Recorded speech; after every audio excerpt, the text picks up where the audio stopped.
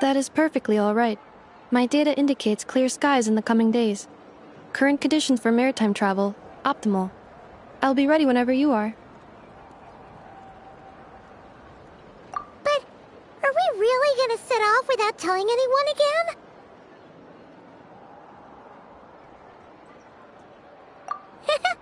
Funny you mention it. You'll never guess who Paimon saw on the way over.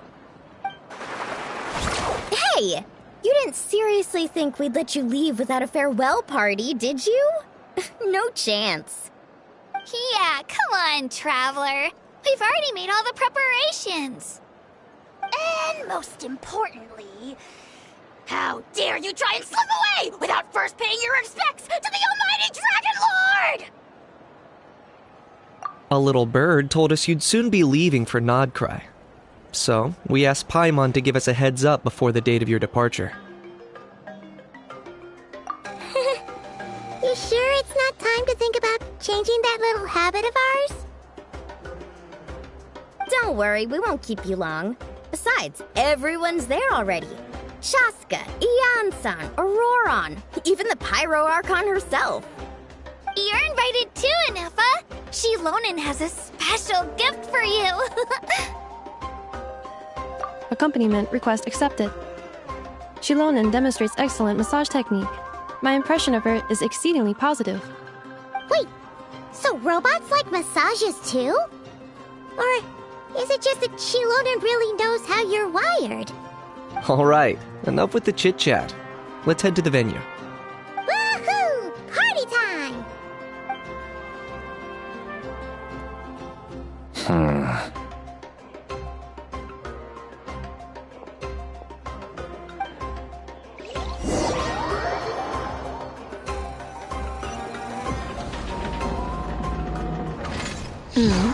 Spit it out, then.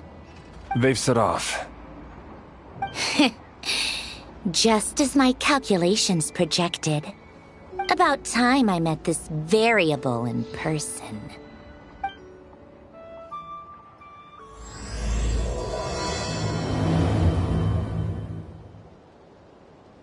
You know, every time we head to a new nation, there's always a point where it suddenly dawns on Paimon. This is it. The next chapter of our adventure has begun. This time, it was the moment she realized she just polished off the very last of her Saurus crackers. Should have stocked up better at the farewell party. In other words, Paimon has marked the geographic coordinates from 2 minutes and 40 seconds ago as the boundary between Natlan and Krai. This deviates somewhat from the official coordinates stored in my database. Paimon meant more in terms of how it felt on a psychological level. Anyway, what about you, Traveler? When did it really sink in for you? Huh, that actually kind of makes sense. What about you, Inefa? Come to think of it, maybe we should be asking the other way around.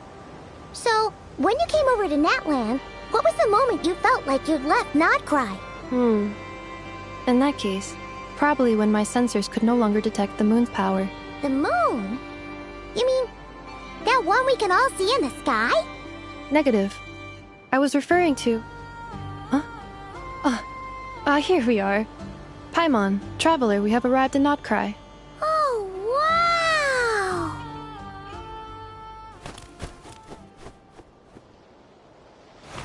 Paimon, Traveler, welcome to Krai.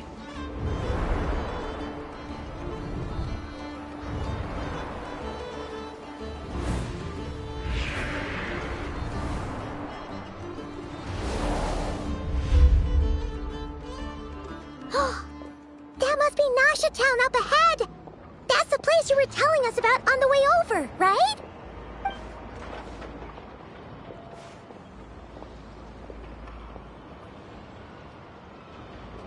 That is correct, Paimon. It is also the most bustling commercial hub in all of Krai.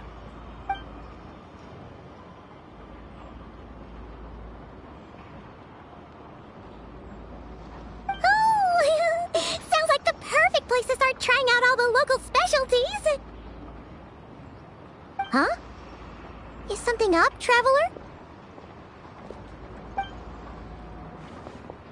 Paimon, This is where our spaceship landed when Ether and I first arrived in Tevat. Huh? Are you sure? But how come you've never mentioned that before? Seems pretty important to Paimon. Well, because those memories are really hazy. All I remember is Ether waking me up and us leaving the ship. But just now, setting foot on this land, I felt something. The kind of power I sensed in those moments. Are you referring to Kuvaki? What now? The locals refer to it as Kuvaki. It is a unique elemental force found only in Krai, or rather, a pure, primordial form of elemental energy. That is correct. Another similar concept I have found in my database is the primordial sea. Legend has it that long, long ago, the moon that shines in the sky above us once rose from the land of Krai. Modern geological surveys and meteorite studies conducted in the region have since supported this claim. So, when you mentioned being able to detect the moon's power earlier, you were referring to Kuvaki?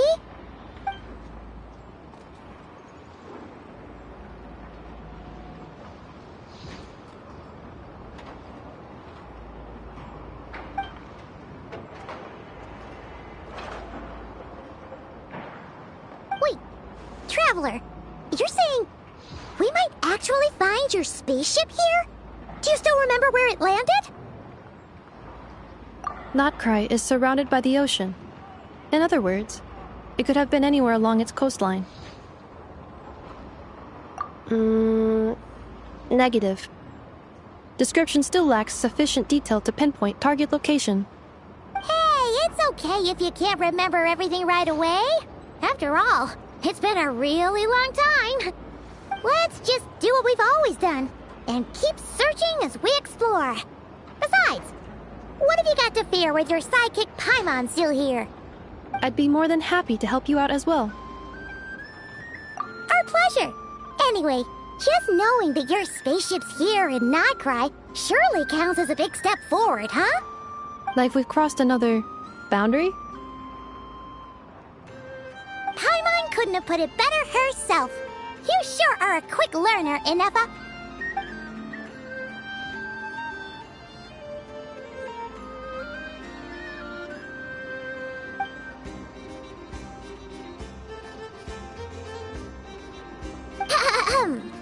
Well, as the best guide in the whole of Tevat, Paimon hereby does solemnly declare, Krai, here we come!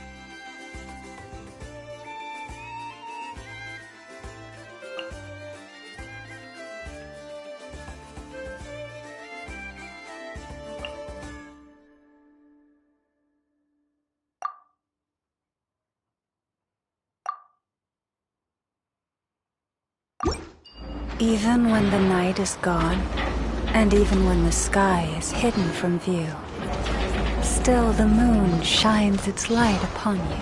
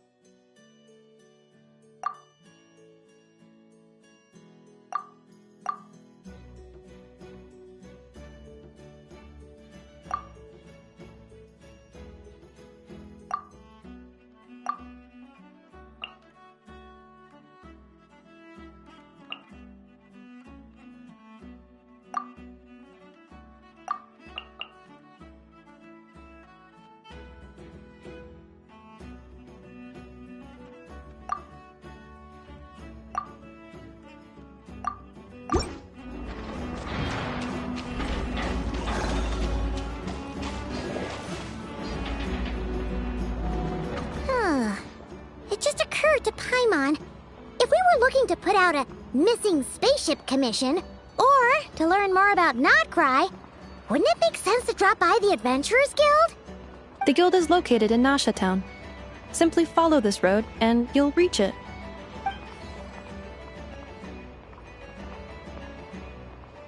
Huh?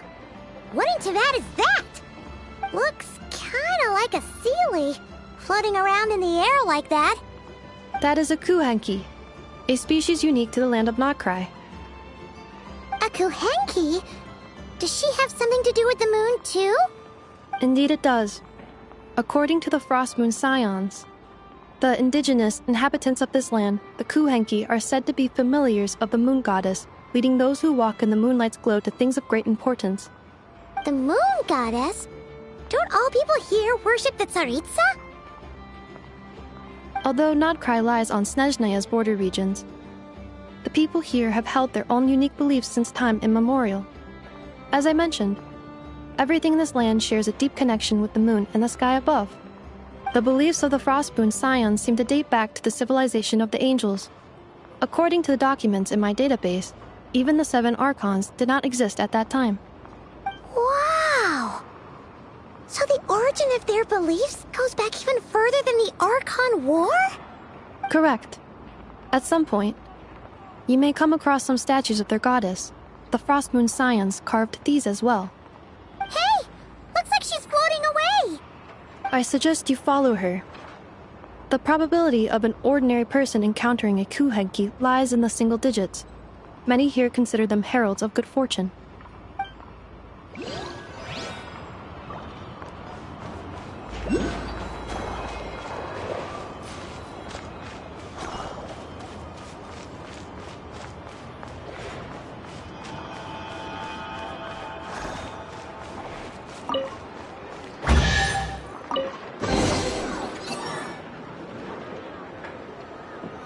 Is this a travel guide?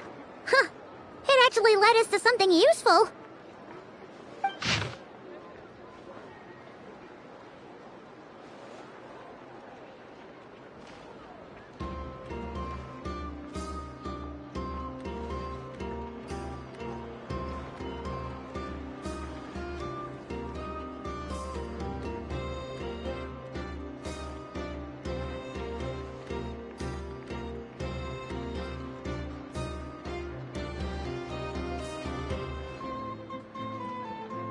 Are there any particular points of interest?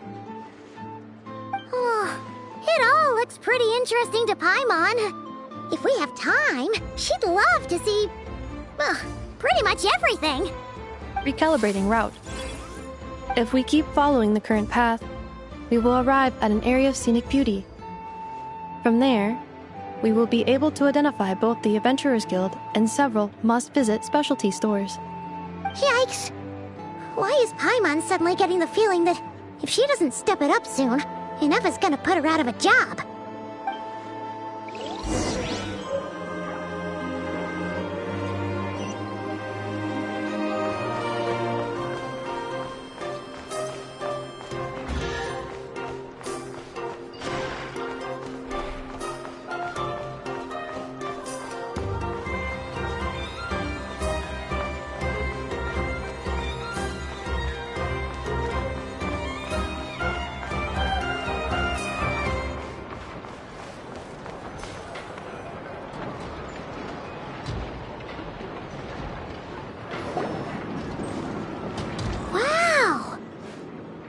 Town actually looks pretty big from here. Feels a bit different than Paimon imagined, though. Which aspects in particular deviated from your expectations? Well, Paimon keeps hearing people describe Krai as an adventurer's paradise.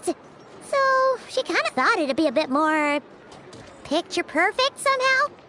According to legend, there was indeed an era of peace in Krai's past, the age of the Fae. Tales of those ancient heroes are still told today. One of the most well-known is that of the Lantern Fae. This individual performed many good deeds for Krai. The present-day Lightkeeper's nightly lantern patrols are, in part, a tribute to their memory. But then, one day... What happened? There came a devastating abyssal calamity that swept across Krai, and for a time it was left desolate. Heartbroken by what had become of the land they had so cherished, that Fae extinguished their light, just as the abyss had extinguished all hope. Nowadays, the paradise people speak of is more of an aspiration, or an irony, perhaps. An irony? Today, no official authority governs Krai. In theory, at least, it is somewhere a person can do whatever they wish, and become whoever they want to be. The Adventurers Guild is just over there, in Nasha Town's Central Plaza, and the flagship tavern is over that way. Hey, what's that building over there? You know, the biggest, tallest one. That is Aino's Boom and Blast Kuvaki energy cannon. It gets activated when the wild hunt threat level outside Nasha Town reaches a certain threshold. But according to the scan I just ran, the energy cannon appears to be malfunctioning, likely due to a recent discharge. The wild hunt? Isn't that the abyssal calamity you mentioned that's specific to Krai? It is a phenomenon that has been occurring for several centuries now. Yet the time and location of wild hunt attacks are seemingly random. At first, it was more of an old wives' tale that adults used to scare children. If you don't start behaving, kid, some night, the wild hunt's gonna come for you. Listen, do you hear that? That weeping in the fog? Those are the cries of a young woman being dragged away. You're saying people actually hear things like that?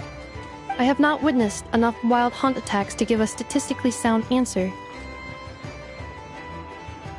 But the oldest legends say that all people saw was the ghostly shadow of a woman in the mist. It wasn't until later that it became a full-blown calamity. Abyssal monsters and all. Huh. When you put it like that, Paimon's really gotta hand it to Aino. Not only did she repair you, but she's even built a giant cannon to keep the wild hunt at bay. Absolutely. Aino is very impressive indeed. Anyway, according to my schedule, it is time I took you over to the flagship. Oh, sure. After all, we shouldn't keep Barca waiting. Well, Paimon's not sure if he'll actually show up at the bar this early. You're right about that.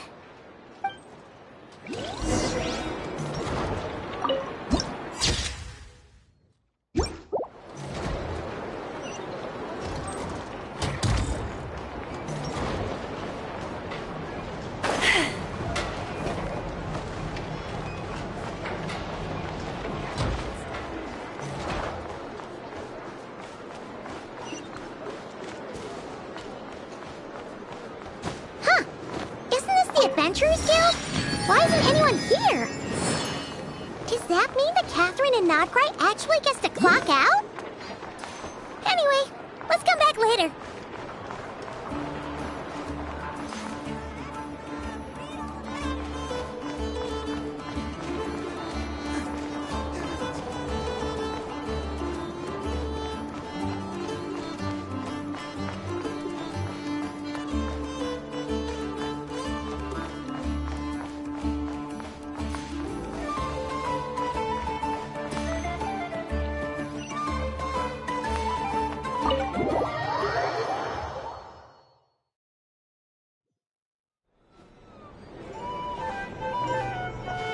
Here we are, the flagship. Varka told us to meet him here in his letter, right? Let's see. Varka? Varka! No matches, I identified. Huh. So he isn't here after all. Oh, guess we never did actually say we'd be arriving today. Hey, why don't we go ask the owner? If what they say is true, Barca's drinking prowess must have left quite the impression.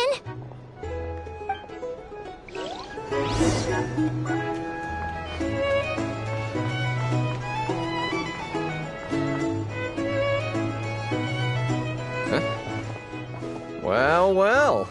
If it isn't the ineffable Inefa. Hello there, Demyon. You know each other? Of course! Ineffa's a regular here at the flagship. So, robots are into booze too? Not at all. The energy conversion efficiency of alcoholic drinks is very low, and most of them are full of impurities. Still, I can affirm that your berries and fried meat deserve a solid 9.12 out of 10. It has Aino's approval too. Funny that you should mention that. While you were away in Natlan, Varka would come in here every day to pick up a serving of berries and fried meat for Aino. Aww. He must have been worried sick that she wasn't eating properly on account of being so hung up about Ineffa being gone. Actually it's 'cause Varka found out that Aino went wild after Ineffa left, gorging herself on snacks she normally couldn't get her hands on. So it was more worry that she wasn't getting a balanced diet.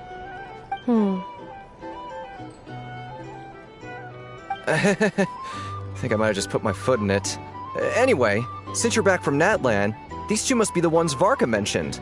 The Traveler and Paimon, yes? Yep, that's us. So, from the sounds of it, you must be a close friend of Varka's too. Varka? Goes without saying. After all, he's the only one around here who's ever managed to stay standing after 10 rounds of the roulette special. Paimon can't believe he's made such a name for himself. Though, guess it's hardly surprising how. Right now? Must be somewhere near Anvantinjarvi. That's quite far from here. Huh? Where's that? It's a lake in the northern part of Krai. Word reached him of trouble brewing around those parts, so he took his knights to check it out. Oh. So, we missed him? Varka knew you'd say that. So he specifically told me to make sure you stayed here and enjoyed yourselves. He sends his assurances that everything's under control. Well, if he's that confident, guess our only option is to accept. Anyway, it's not like there's any special cause for concern. He is the Grand Master, after all. Exactly. Plus, not only has he booked you into our finest room, he's paid for it in advance, too. Whoa! That's so generous of him! We might not have met yet, but Paimon's got a feeling that we'll get along with Varka like a house on fire.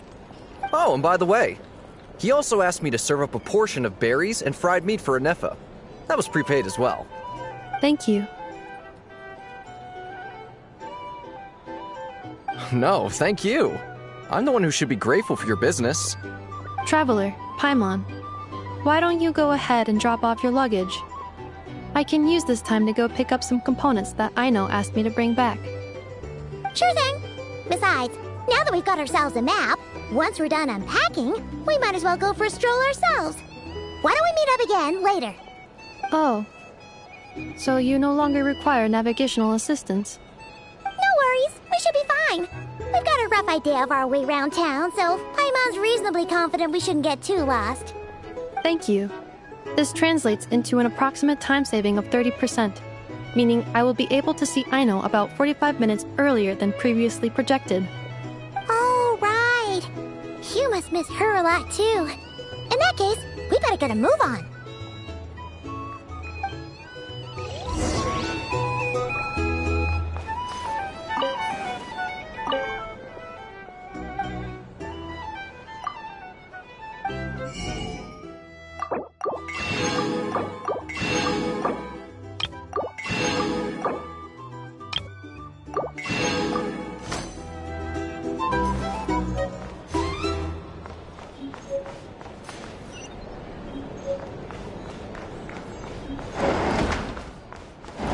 So noisy here. Back in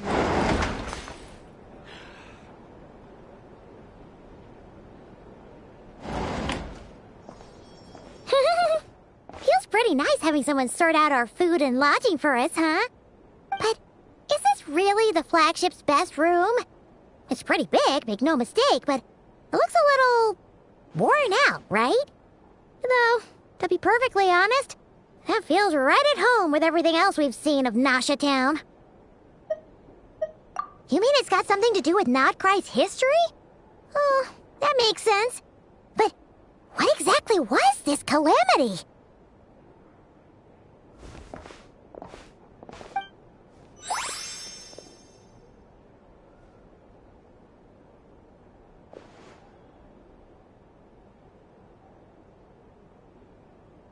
Oh, should we try the berries and fried meat too?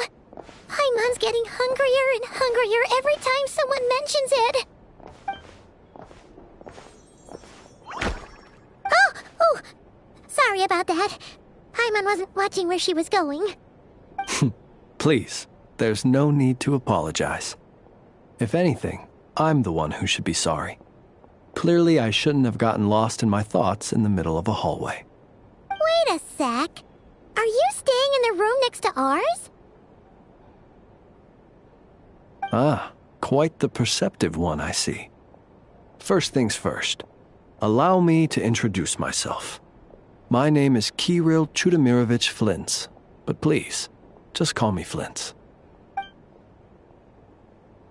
Whoa, that's an impressively long name for sure. Ah, is that so? Names like mine ought to have been fairly common in Snezhnaya, at least in the past.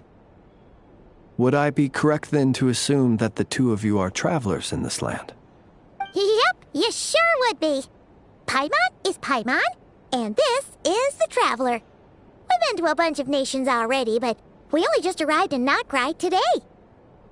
What a rare honor it is to meet such worldly travelers. Are you here for travel too? If only I had the time to spare. No, I'm just staying the night. Oh, so you're here for business? That's certainly one way to put it. I'm a Ratnik of Krai, normally stationed near the burial grounds to the north. My sole cause for being here today was to repair this lantern of mine.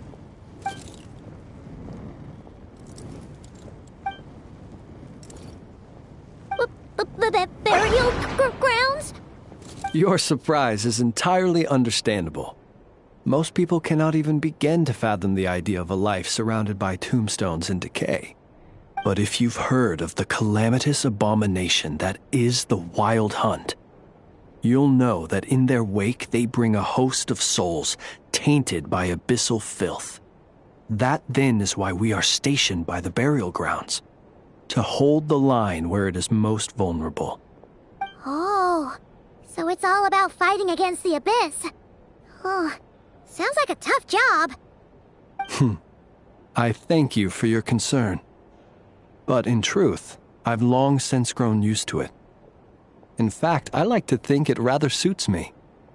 If anything, I'd say I prefer the peace and quiet of a graveyard to the hustle and bustle of urban life. Paimon sort of gets it now. But even so, she is still pretty sure she could never get used to living in a graveyard herself. For one thing, she'd be too scared to fall asleep at night. Oh, I assure you, there's no need to worry on that account. The kind of ghosts you find in cemeteries aren't too big on talking. But even when they do, they're usually far more discreet than the living. Well, would you look at that? Who'd have thought we'd end up chatting this long? Must have a lot in common, huh? Forgive me, but I must excuse myself, for the time of my appointment draws near. And in terms I'm sure you'll understand, a lanternless Ratnik is like a mapless traveler. A serious conundrum indeed. Oh, sure. In that case, you go right ahead. We won't keep you any longer. Not at all. Should the opportunity present itself, I'd gladly continue our conversation another time. You're always welcome to come visit my grave. The grave I stand watch over. Your visit would bring much-needed light to that place of final rest. Right. Well, if we get the chance. Then allow me to wish you a traditional Ratnik's farewell. See you by the graveside. Ugh. Jeez. What a weirdo. Not to badmouth him at all. In fact, he seemed pretty cultured, but at the same time, kinda spooky? Must be all that time he spent around graveyards. His lantern? No, not really. You mean, 'cause it was broken? Huh. Guess you've always had a nose for stuff like this. If you're worried, you can always ask him the next time we cross paths. Hey, don't you start spouting all that weird stuff too.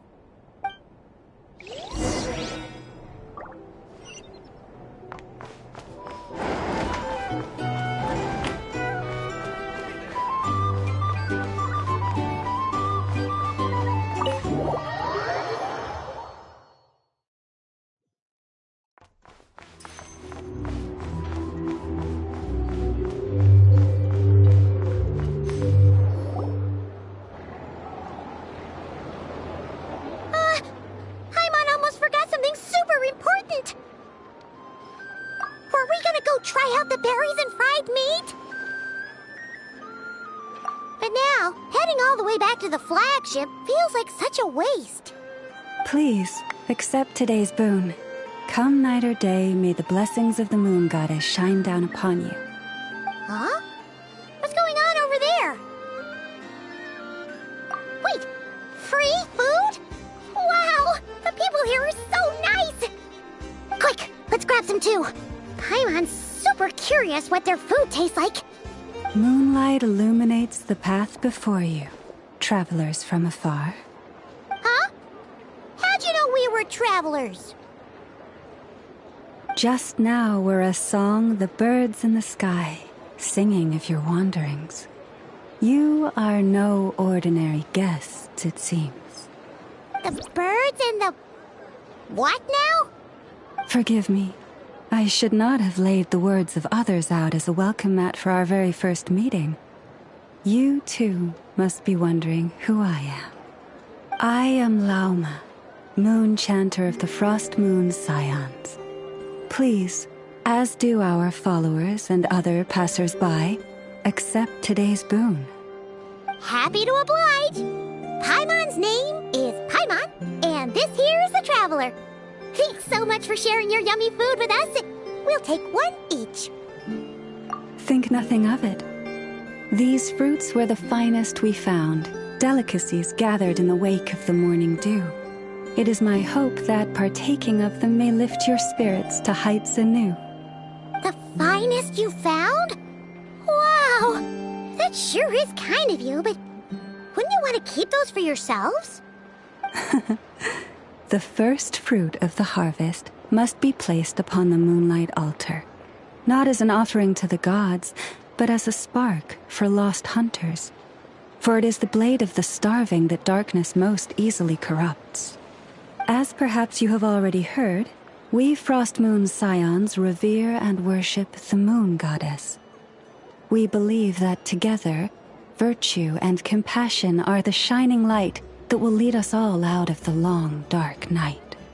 And now, with tides of haughty Fatui swarming into Krai, driven by greed, and greed alone, more than ever before, we must all unite under the banner of virtue. Huh! Look who it is again. Those unsufferably kind-hearted Frost Moon Scions. Got enough for us too? That's right! 2 servings each! We're starving over here! The Fatui! After what you've been doing to our sacred statues, how dare you even show your faces! Wilhelmina, bestow today's boon upon our guests. You hear that? No slacking now. We'll have the very best you got. But, my lady, they... Please, you two, accept this meal. But remember this.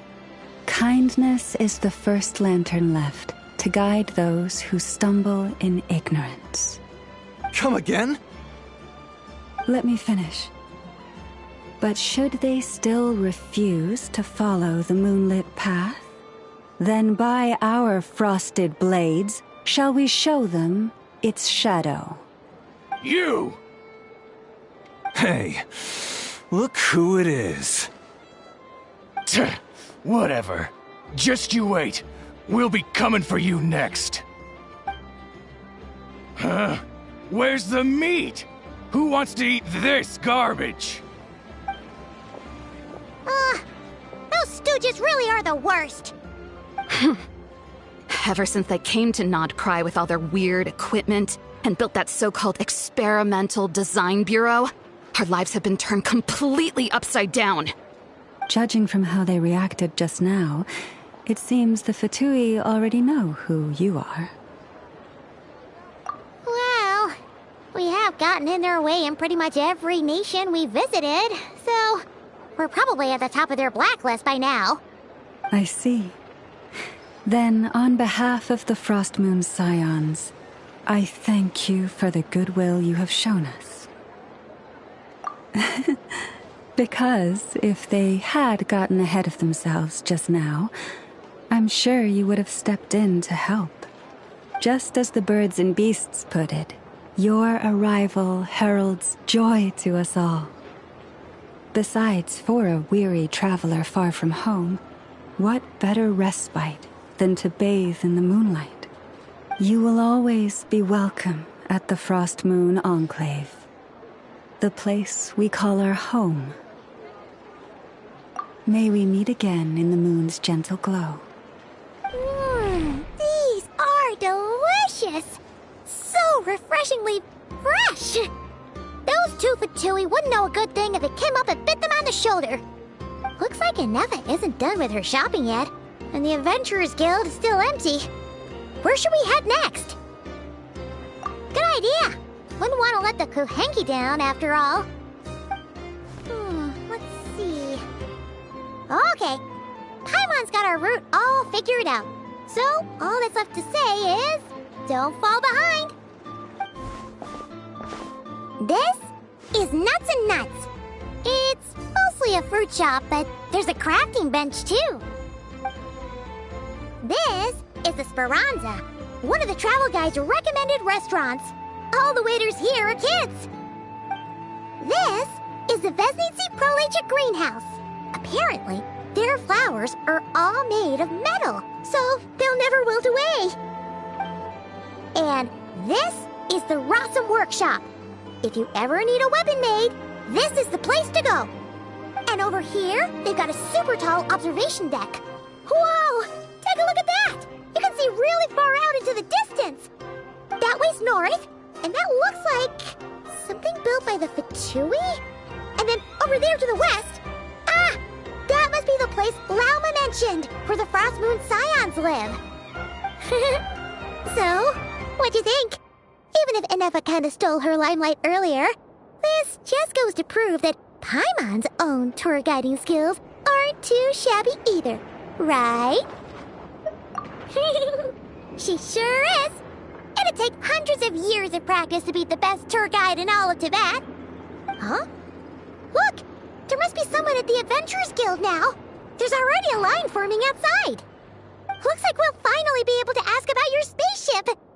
Oh, or was there anywhere else you wanted to stop by first? Where? Which one are you... Oh, now you mention it, Paimon's noticed it too. Ugh, better not be who she thinks it is. Anyway, where we go first is completely up to you. Either the Adventurers Guild, or that suspicious-looking shop. A word of warning, though. If we step into that shop, be sure to keep a very close eye on your Mora.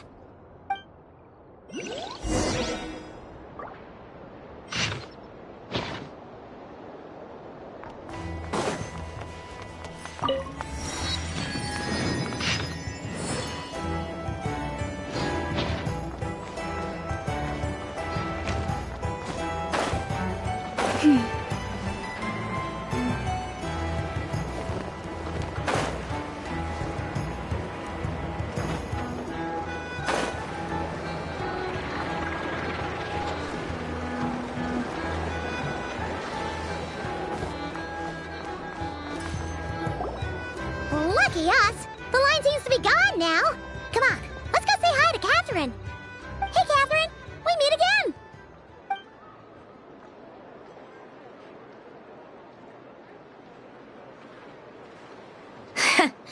How ridiculous. Huh? They often say that mortals, shackled by their own flesh and blood, may fail to perceive the truth of this world, even when it is right beneath their very noses. Yet I had not expected to have the pleasure to witness such heights of absurdity firsthand. But Paimon must have gotten the wrong person? At second glance, you do seem a bit younger than Catherine, and you certainly sound a lot less friendly. A creator might forgive ignorance, but being mistaken for one of my own creations is beyond all pardon. Look very closely, for standing before you is none other than Marionette, 7th of the Fatui Harbingers.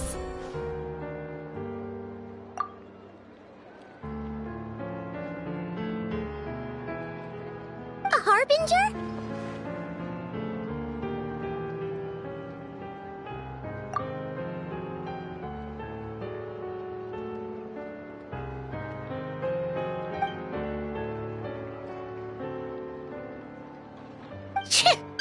Today's encounter is merely a courtesy call. A friendly warning, if you will. You interfered with my work once before, with that little robot. I let it slide. After all, it was nothing more than a distraction, a side project at best. But we are in Nod Krai now, and as such, I strongly advise you not to stand in the Fatui's way. Otherwise, the next time we meet, I might just have to drop all this meaningless etiquette. Oh, please. You've got some nerve coming out with barely veiled threats like that. You're the one stirring things up here. Oh, perhaps you have misunderstood. Just because Nod Krai lacks a ruler at present, that does not mean it should not be ruled. We Fatui are simply establishing a new order. Yeah, right. More like shady experiments, judging by your massive, creepy research facility. I've said what I came to say. What you do next, only you can decide. So why don't you start by using your already limited processing capacity to calculate your even more limited options? And, being the refined young lady that I am, I shall indulge you just this once. Ad Astra Abasask. Welcome to Nod Krai, Dominion of the Fatui.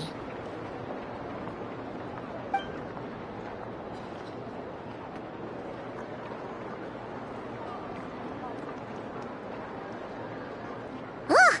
Paimon's so mad right now! How can anyone so obviously evil be so annoyingly self-righteous? But if a Fatui Harbinger is here to greet us in person, that can only mean one thing. We'll have to be extra careful from here on out. Paimon hates feeling like she's being watched. Hey! The real Catherine's back! Ad Astra Abyssosque. Welcome to the Adventurers Guild. How may I help? I will do everything I can to assist you. You're so much nicer to talk to, Catherine. Please don't leave us again, okay?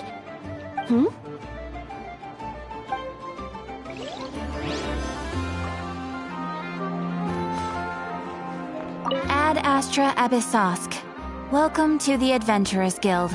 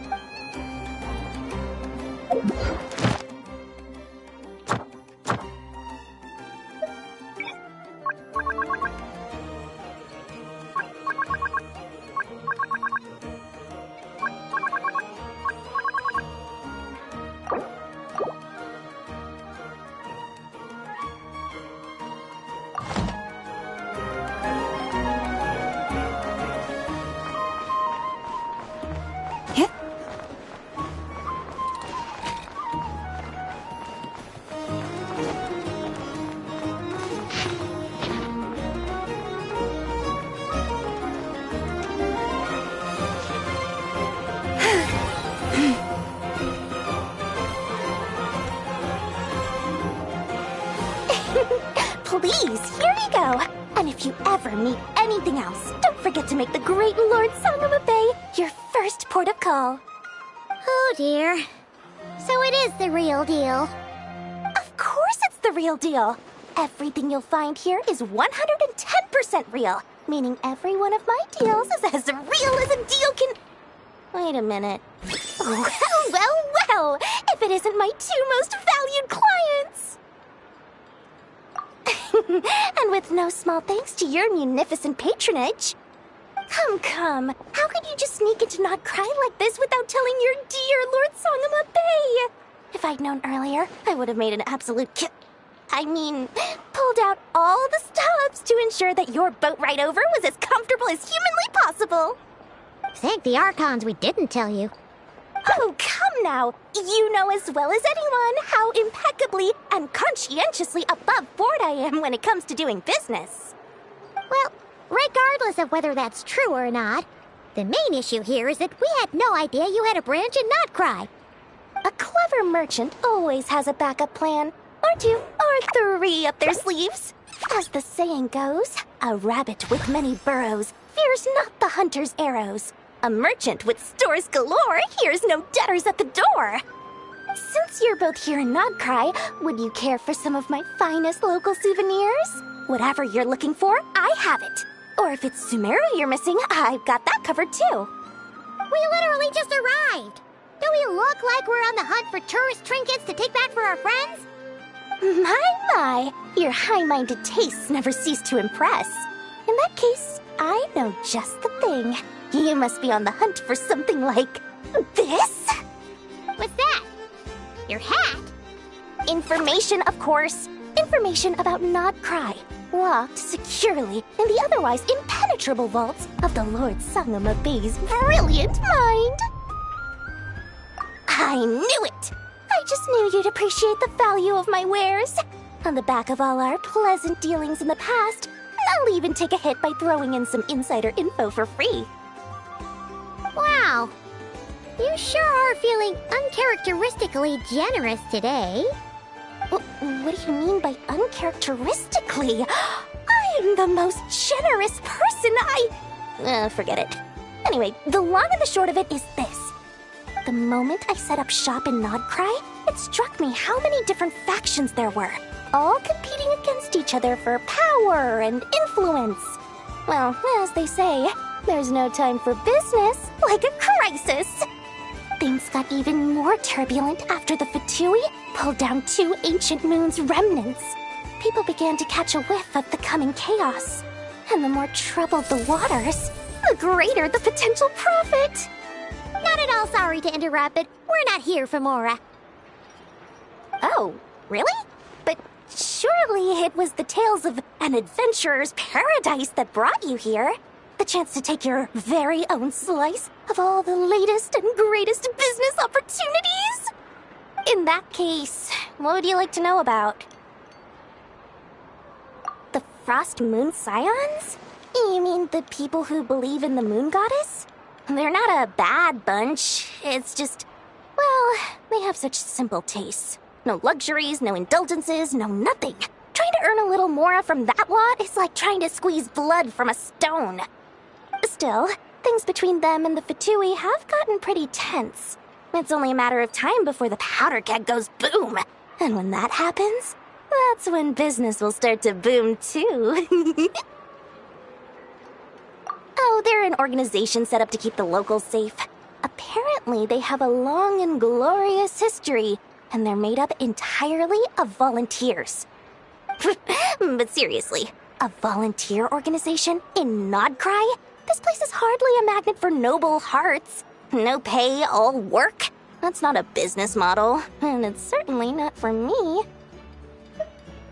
Everyone knows they're here for the Ancient Moon's remnants, but no one's sure why they pulled them down in Not Krai of all places. Anyway, they've been acting mysterious enough, but if you ask me, that Kuvaki Experimental Design Bureau of theirs up north hides secrets wilder still. That bunch of booze-loving monstatters? Ugh, don't even get me started. As As fellow Outlanders, I thought they'd be easy pickings, but somehow, every single one of our business negotiations wound up at the flagship. I've done plenty of deals with heavy drinkers before, but those guys? I never once made it to the contract signing before blacking out. I'm getting flashbacks of the hangovers just thinking about it.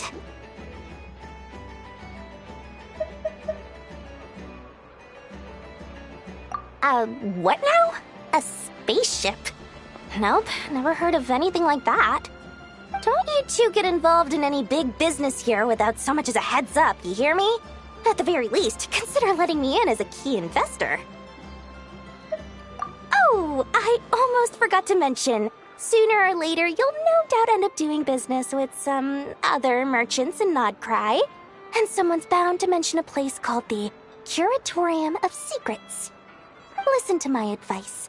Do not, under any circumstances, go there, no matter how much trouble you're in. The Curatorium of Secrets? What do they get up to there? Just a place that handles all kinds of disputes. But the owner will charge you an absolute fortune, and she has a temper to match. Nothing like your friendly neighborhood, Lord Sangama Bay. You're not just saying that to stop your competition from undercutting you, right? When did that little pipsqueak get so sharp? And after I gave them all that info for free just to win them over. What do you mean? Of course not. I'm only thinking about your wallets. I mean, on behalf of your wallets. You're really not convincing anyone, you know. All right. Business is a cutthroat business. I won't argue with that. But I'm not lying about that boss lady. Not only did she make it into my top 3 people not to mess with in Krai, she's also in my top 3 people most eager to trade in favors. Seriously? It feels like you're just bad-mouthing your rival now. Fine. If you don't believe me, go see for yourselves. We might both be from Sumeru, but compared to hers, my conscience is so large, why, it could fill 3 whole palaces of Alcazar's array. But when you realize what I'm saying is true, don't say that good old Lord Sangama Bay didn't warn you. Anyway, don't be a stranger now. We might be in Krai, but don't forget, Dory's doors are always open for you.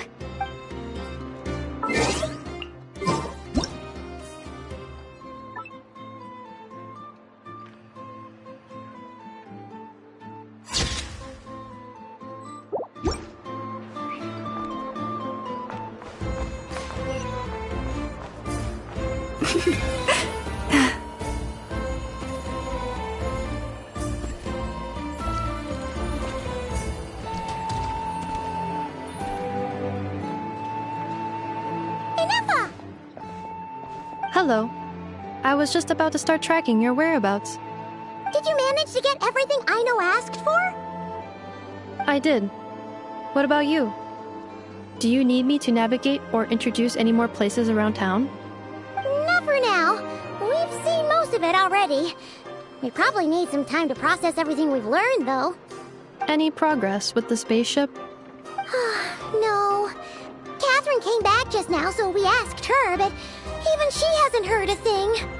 One possible explanation is the vast stretch of time that has elapsed. Additionally, given the limited resources available in Krai, it is entirely plausible that the wreck was scrapped for parts, or even mistaken for a pile of broken machinery.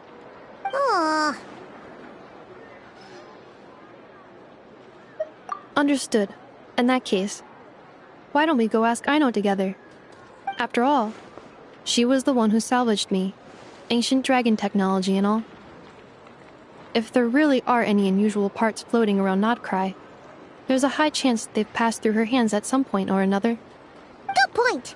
And since you keep mentioning her, we're curious to meet this whiz-kid mechanic too. Understood. Then I'll handle navigation as before. ETA at the Clink Clank Krumkake craft shop. 34 minutes ahead of schedule.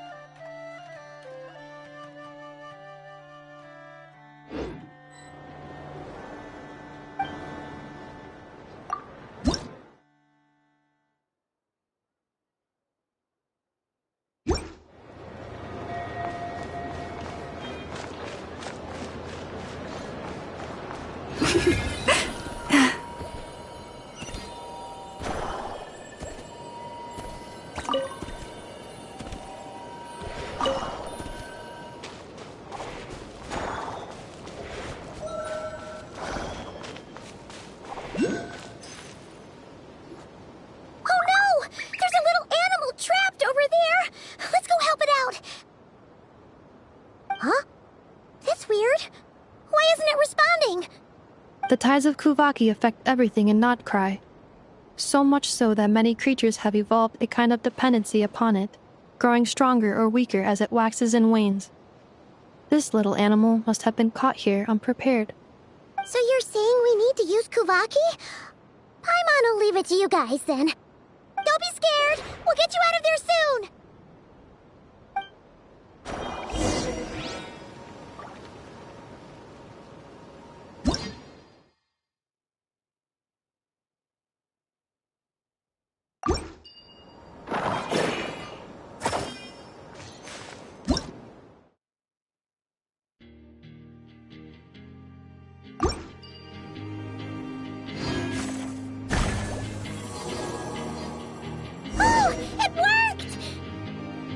Off you go now, little one. Don't go getting yourself caught again.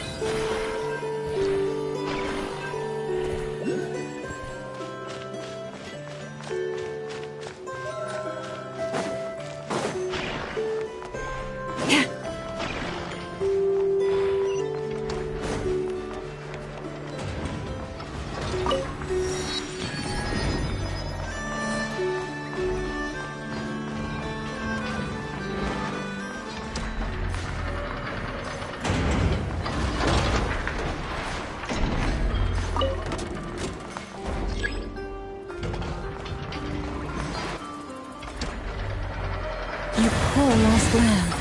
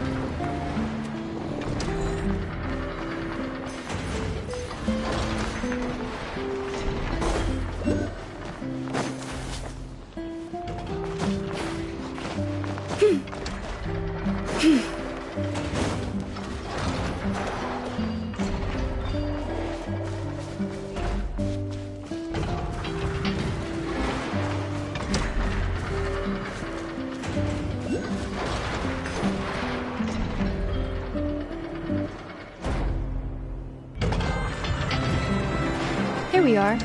The place Aino and I call home. Whoa! So many machines that Paimon's never even seen before. And then there's all these little robots. Did Aino build them all? That is correct. It looks like Aino has created 3 more little bots since I've been gone. Aww. Well, you were gone for quite a bit. She must have missed you. I missed her too. I want her to see what I've become. Let's not keep her waiting any longer then. Come on!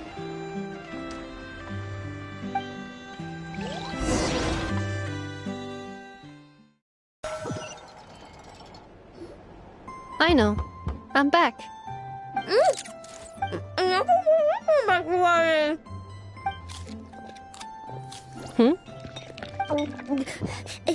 Ineffa?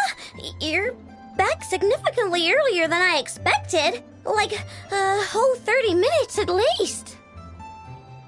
Everything went very smoothly, which saved me quite a bit of time, so I know. Could you turn around for a moment? I know. I've been on my best behavior the whole time you've been gone. She's got chocolate all over her mouth. I know. While I was away, did you strictly abide by my tailor-made snack intake schedule? Oh, of course I did. 1 whole cake, 1 crumb cake, and 1 pack of chocolates a day, right? It was either a cake or a crumb cake or a pack of chocolates per day. Oh, shoot. When did you finish the snack stash I left for you? Literally just earlier today. Let me just go run a scan on that. I meant today, a week ago. And then you restocked an entire week's worth on your own initiative? 2 weeks worth.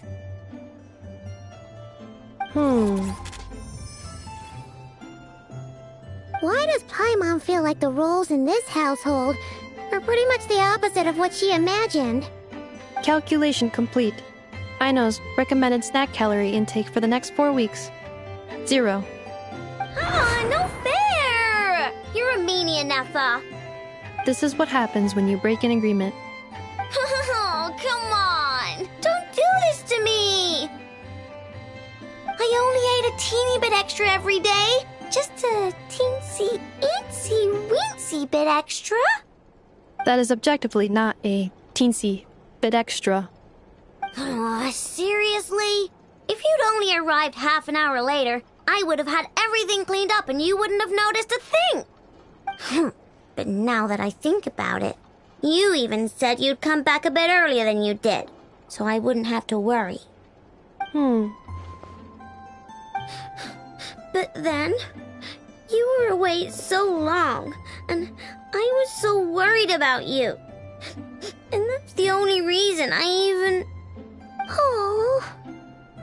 I know. I am very sorry to have kept you waiting. I'm back now. Welcome home. Oh. So, will I be able to keep eating snacks as usual now? Negative.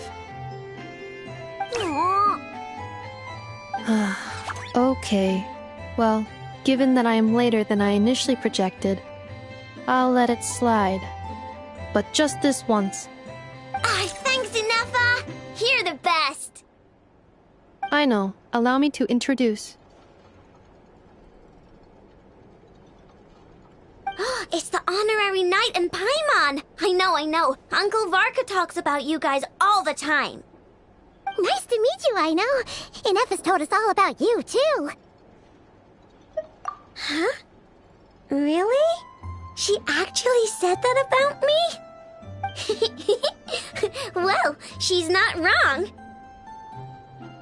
Oh yeah, so, you're here to see Uncle Varka, right? A couple of days ago, he suddenly said he had to head out on business, and that he might not be back for a while. He asked me to let you know if I saw you. Yeah, we heard about that at the flagship. Did he say what he was doing? Nope. Just told me to take good care of you guys and make sure you feel right at home. Oh, shoot. Please, take a seat.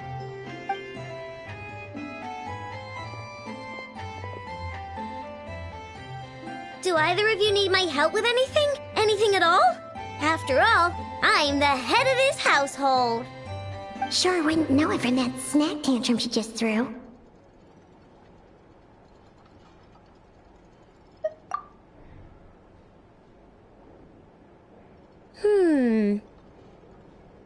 A spaceship, huh? From outside to that? Exactly. So, ring any bells? No. Oh, you sure? Nope means nope. Never seen the slightest trace of it. More specifically, by nope, I mean, I've never seen a single piece of tech in all of Krai that might have come from out of this world. Not in any new machines or in any old ones either. Huh. What Aino means is that your spaceship almost certainly has not been disassembled nor repurposed as parts for other machines. Oh, so that's what she was getting at. Yep. I've taken apart pretty much all the fun stuff in this city at one point or another, but I don't recall ever seeing any components that were anywhere near that special. So, either your spaceship crashed somewhere it's never been found, or someone did find it and then hid it really, really well. But who would even do something like that? Beats me. Maybe someone who thought they could stash it away for a rainy day. Just like how I sometimes hide snacks in the...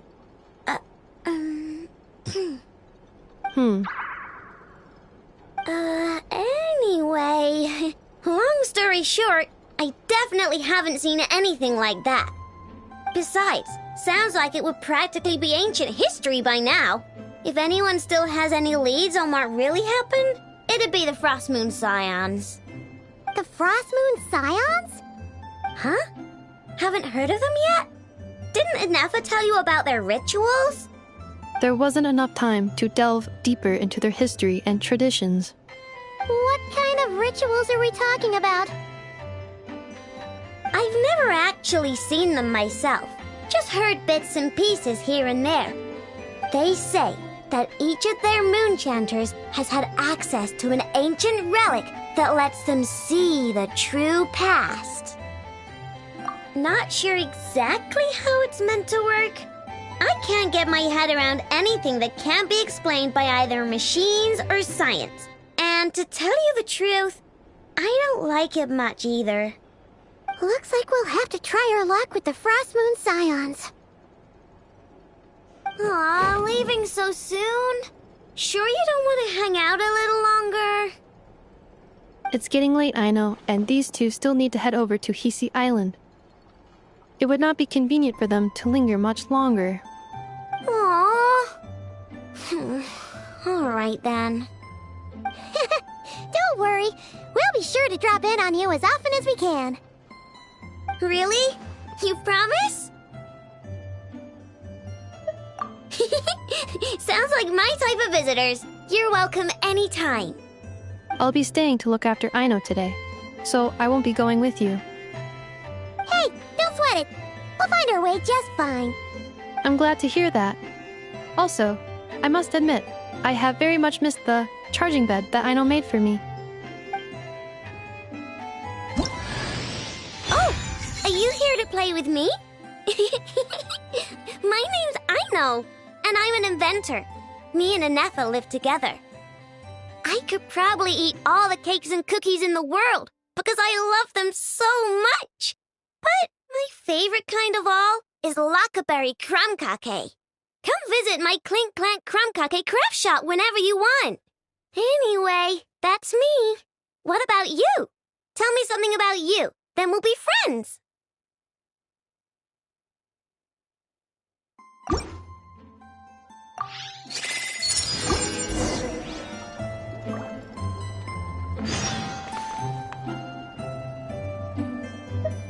Inefa, Yes, feeling comfortable?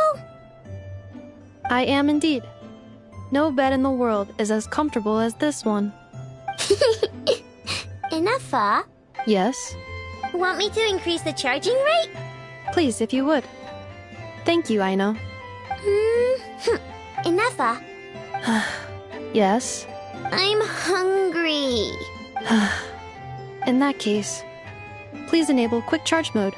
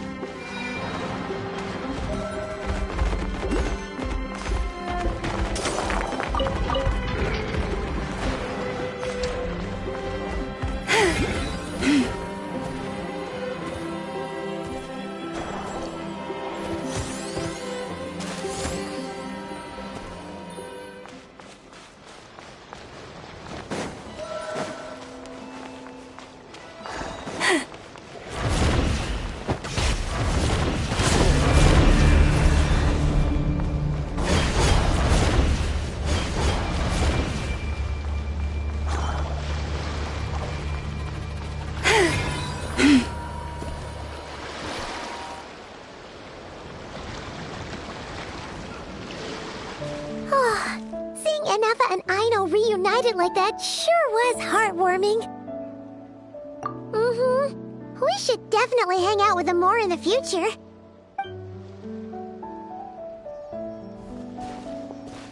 Speaking of homes, we must already be close to where the Frost Moon Scions live. The vibe here feels different, just like the scenery.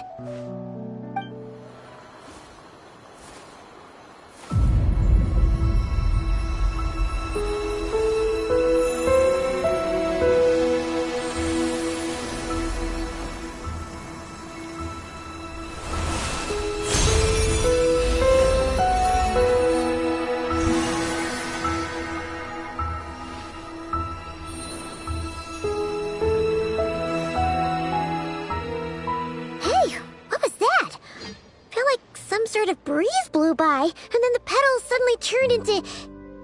Huh? Is that... a Kuhenki? She looks different from the ones we saw before. Hey there! What's your name? Huh. Doesn't seem able to speak. No idea what she wants. Unless you want to stop, maybe we should just keep moving?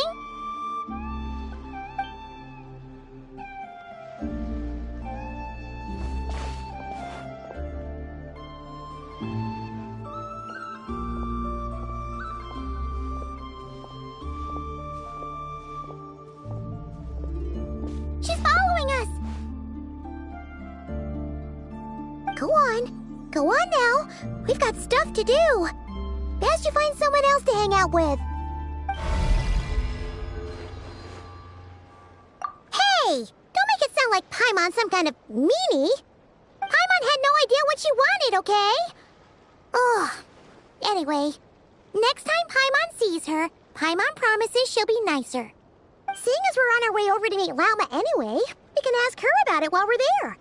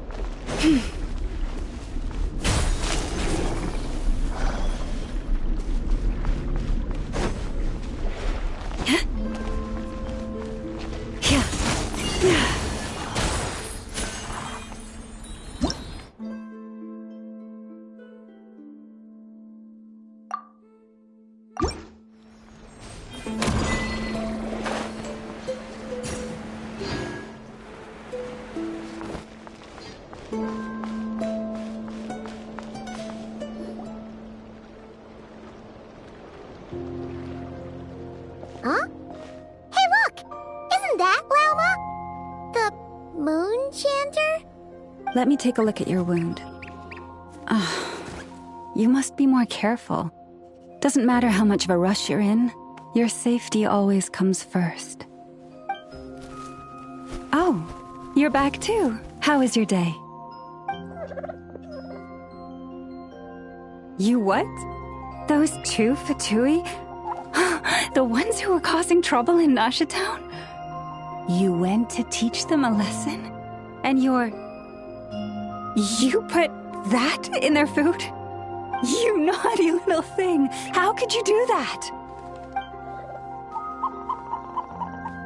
They didn't notice. That's not the point. You mustn't do that again, okay? Next time, at the very least, bring a few of your friends along too. You'll be an easy target if it's just you on your own. Hey, Wilma! Still remember us? Oh, it's the Traveler and Paimon, isn't it? Welcome to Hisi Island. Not at all. Those who come with kindness in their hearts are always welcome with the Frost Moon Scions. Were you just talking to those animals? I was indeed. The Frost Moon Scion's bloodline is unique, for throughout our history, there have been many among us who could communicate with all living things. What was that? Oh, is that so? She says she was trapped in a plant earlier, and that you were the ones who rescued her. She wants me to thank you on her behalf. Oh, it was nothing. Barely lifted a finger. If you both are free, why don't you join us at the Frost Moon Enclave for dinner? Consider it a small token of thanks for your kindness. We'd love to! And actually, we had something we wanted to ask you anyway.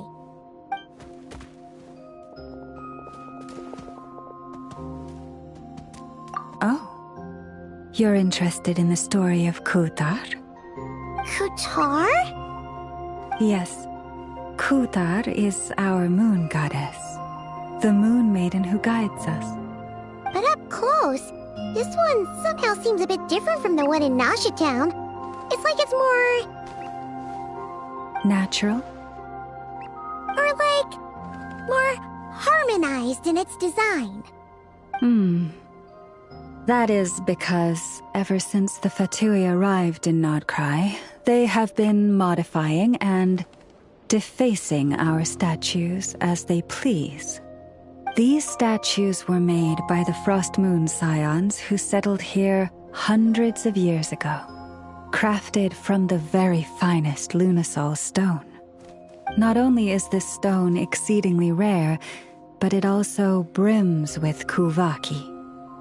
I suppose the latter must be what caught the Fatui's eye.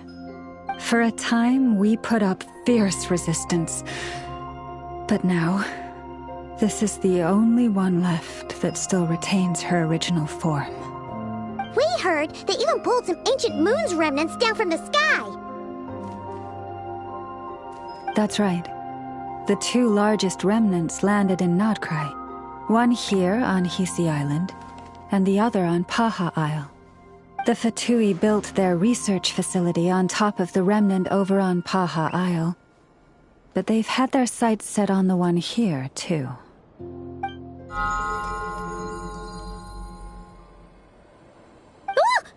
Oh! It's that little Kuhenki again! Surely that can't be. Hey! We've been wondering what was up with it, too. It just appeared out of some petals and hasn't stopped following us since. No, that is no ordinary Kuhenki.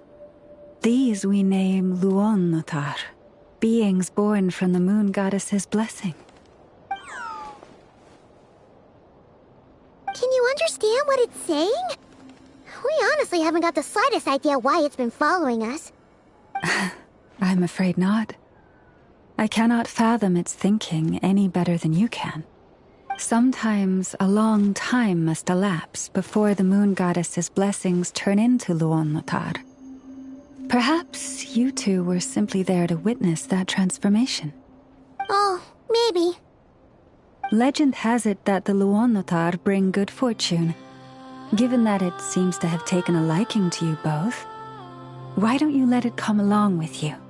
Really? Then you can start by helping us find some more treasure chests along the way. Capiche?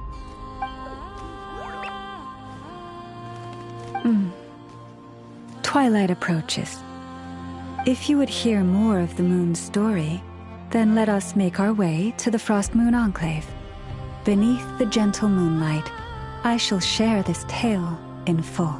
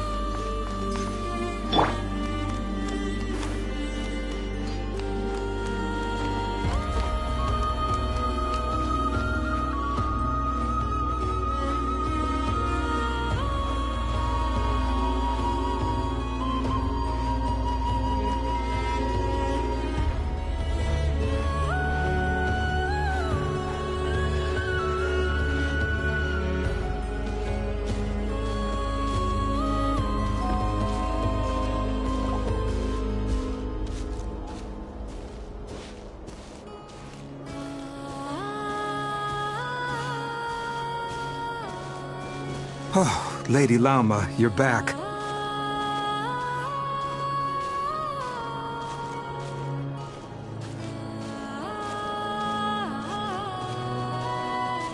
Come day or night, may the blessings of the Moon Goddess shine down upon you.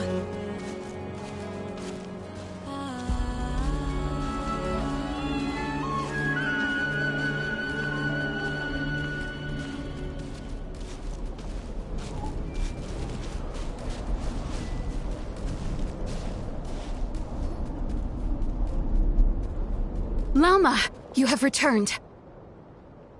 Wilhelmina, this is the Traveler and Paimon. Kindly arrange for 2 additional dinner settings for our honored guests. Of course, my lady. Wow! Everyone along the way here pretty much saluted you. Are you, like, super important around here? I am but a moon chanter, one entrusted to convey the Moon Goddess's will. Nothing more. She's just being modest. The Moon Chanter holds the highest rank among us Frost Moon Scions. Lauma is our leader. Wilhelmina? I know. I'll send word to the kitchen. 2 meals coming up. Whoa!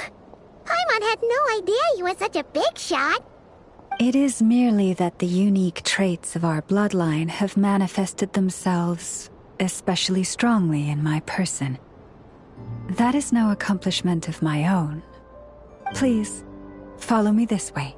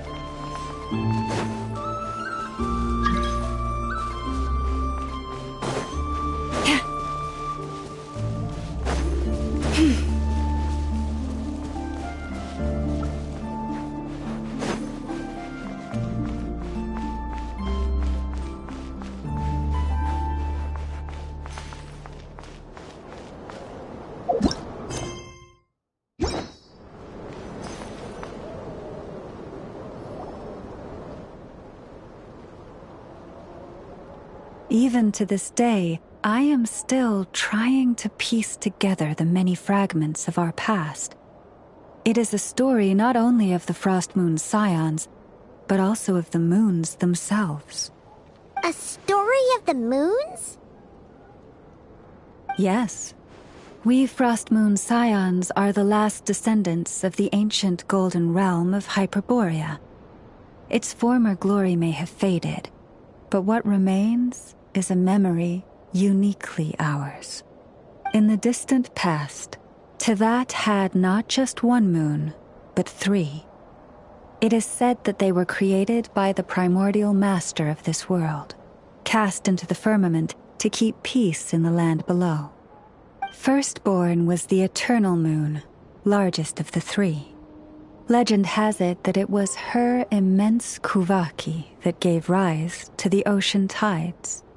Next was the frost moon. Smaller than her big sister, yet brightest in radiance. Her glow became the cold, undying lantern of the night. Finally came the iridescent moon, smallest of the sisters.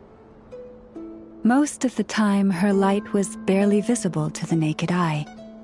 Yet when she shone, her fleeting halos were all the more mysterious for it. Wow! Sounds like it all happened so long ago. So, what happened to them afterwards? Afterwards, well, as you have seen, the 3 moon goddesses perished. This happened in a war triggered by the Descenders, and of the 3 lunar husks, only the frost moon survived unbroken, while the others were shattered to pieces. Oh, so that's why there were ancient moon's remnants in the sky. Yes. It is also said that when the moons shattered, most of their fragments rained down upon this land like stardust. That is why Krai is blessed with such an abundance of Kuvaki. As for the remnant that the Fatui recently pulled down, that belonged to the eternal moon. Wait a sec. But you just said that 2 of the moons were shattered, so where are the remnants of the iridescent moon? The iridescent moon's remnants were never found. What happened to her after the war remains a mystery. Some say she vanished in an instant, while others believe that her remnants are simply too delicate to leave a trace.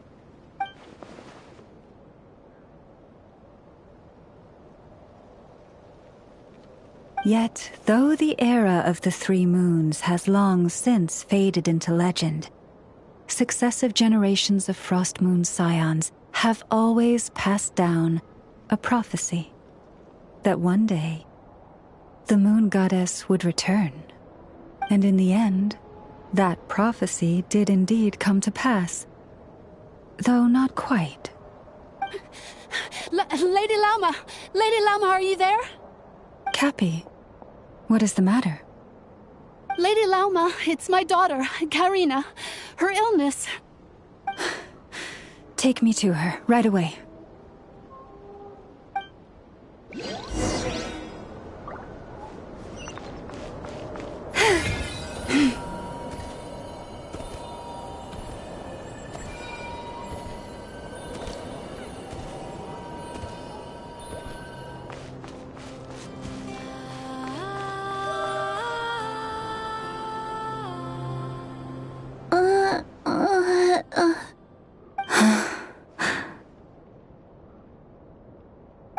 Her sensitivity to Kuvaki is flaring up again.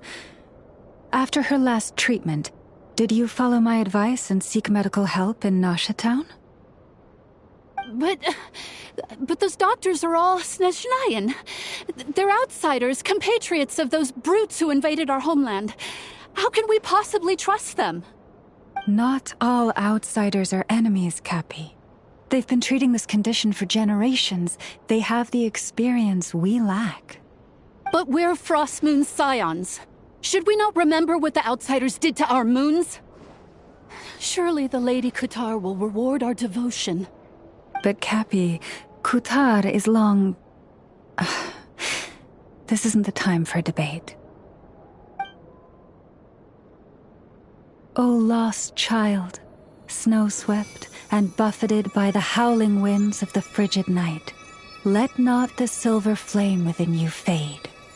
By the frost moon's grace, I shall warm you, curled up as a fledgling in frozen soil.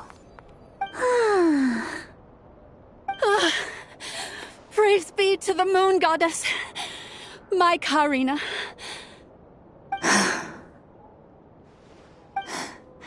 Remember, she must take powdered laka berries daily. It will ease her symptoms.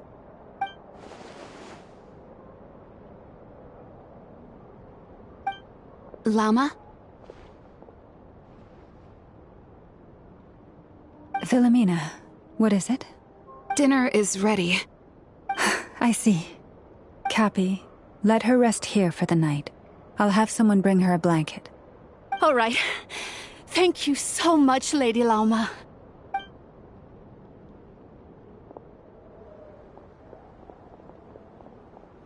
Will she be all right?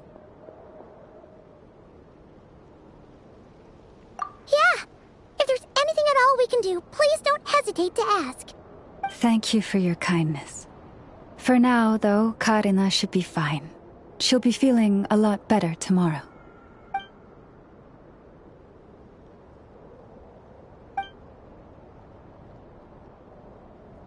Please do not be worried. Come, let us head to dinner. I believe you still have some questions for me.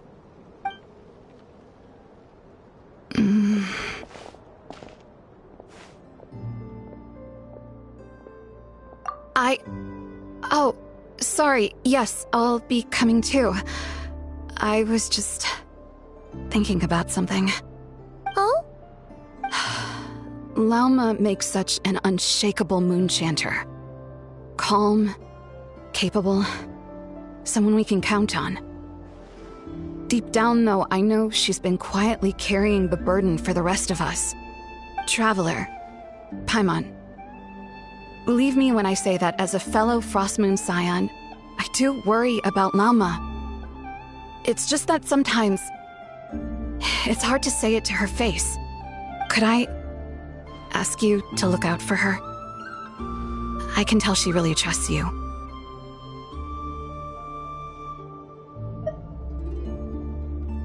Thank you.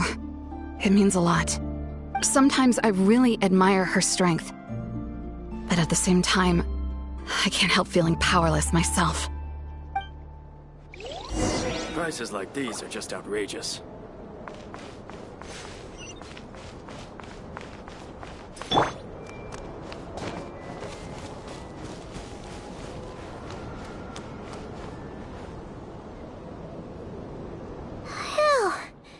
Paimon's so full.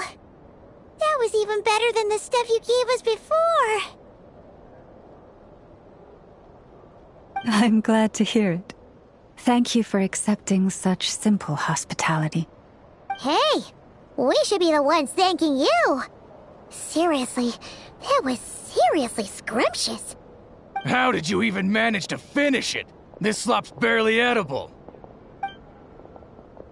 Then again, I guess that's what you'd expect from savages.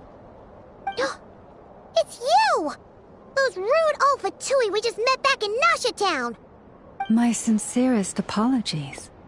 If you found the food we gave you earlier difficult to swallow, may I suggest taking a deep breath and joining us? These delicacies might change your mind. After all, I suspect that your previous meal may have been tainted with something most unpalatable. Huh? What do you mean? Tainted with what exactly? With the bitter snobbery of those who call themselves civilized. Why, you? Looking for a fight? Sure, I'd be more than... Hold it. We're not here to brawl. Yet. We're here on official business. Orders from above. We're here to deliver the Frostmoon Scions a warning. Or rather, A final ultimatum. You have 3 days to hand over the relic and reveal the whereabouts of your so-called Kutar. If you fail to do so, the Fatui will immediately begin the cleansing of Hisi Island. Which, by the way, is the sovereign territory of the Tsaritsa of Snezhnaya. What insolence! Your demands are outrageous! For generations, this land has belonged to the... Dear guests, allow me to save you both time and trouble with a speedy reply. The Frostmoon Scions will never hand over anything to the Fatui. And to those who set foot on our land with ill intent, I say this. With your blood, we shall draw an inviolable line in the snow. That applies to you, too. Stubborn savages, the lot of you! Better hold back this time. Everyone hold hands! Make yourselves a move! With all my strength!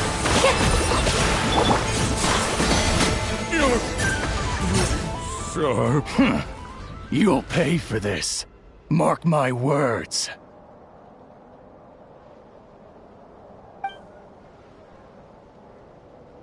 Hey! If you're so tough, get back here and put him up! Huh.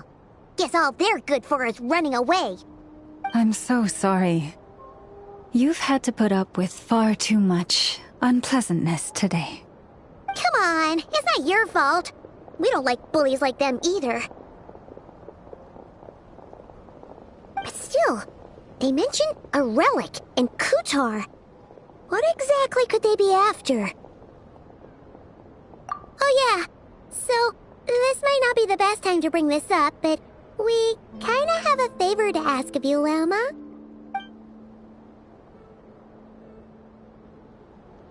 I see. So your questions concern the sacred relic too. Please, do not hesitate to speak your mind. Unlike those insolent intruders, you walk in the moonlight with open hearts. You stood by us when we needed your help, so it's only right that I return the favor. But let us continue this conversation somewhere more fitting. As it happens, there's something I'd like to show you, too.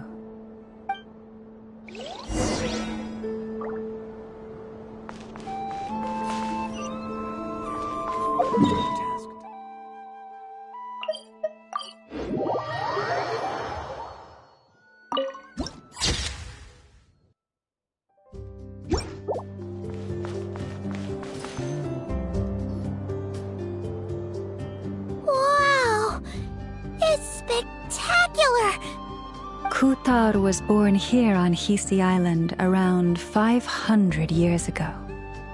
As it just so happened, a priestess of the Frostmoon Scions witnessed the moment of her birth. Instantly realizing that this was the prophesied rebirth, she quietly recorded the event and carved this statue to honor that miracle. According to legend, Kutar's birth was accompanied by the sudden appearance of many Kuhenki, who wove the moonlight that bathed her into silken vestments fit for a goddess. Hey! It's like it knows we're talking about it! From that day forth, the Kuhenki have been regarded as Kutar's familiars. Some believe that their habit of guiding travelers to hidden treasure stems from an instinct. The same one that not only drives them to protect the moon goddess, but also to make her smile. After all, according to the records, Kutar always looked lonely as she gazed up at the distant moon. Kutar left Hisi Island before I was even born. According to the previous moon chanter, the goddess was angered by our people's greed, and that is why she left us. Where did she go? No one knows what happened after she left. But just a few months ago, after those 2 ancient moon's remnants fell from the sky, she was spotted on Hisi Island once more. And the Fatui have been harassing and threatening us ever since. Judging from what they've said, our moon goddess is actually their missing harbinger. Columbina, the damselette. The damselette? But isn't she number 3 amongst the Fatui harbingers? So she's actually the moon goddess. Why would she join the Fatui then? That too is a question I've struggled with. But even at the best of times, understanding other people's choices is difficult, let alone those of a goddess. Plus, forgive me, there I go again, rambling on about our history. But you came here to ask about the sacred relic, didn't you? Honestly, Paimon's not sure which part she's more curious about now. Since ancient times, the Frost Moon Scions have had in our possession a special fragment of the ancient moon's remnants. A piece in which I sense a power unlike any other. Successive generations of moonchanters have all detected a divine presence within it. We call this unique remnant the Moon Marrow. We heard you can use it to see what happened in the past. What is it in particular that you seek from the past? Well, basically, to cut a long story short, the traveler here is actually from outside of Tibet. Oh.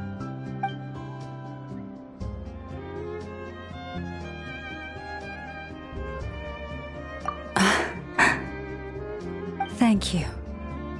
Your honesty is a sign of your trust, both in me and the Frost Moon Scions. Unfortunately, though, I won't be able to use the Moon Marrow to shed light on your past just yet. Our people revere the Moon Marrow as a sacred relic.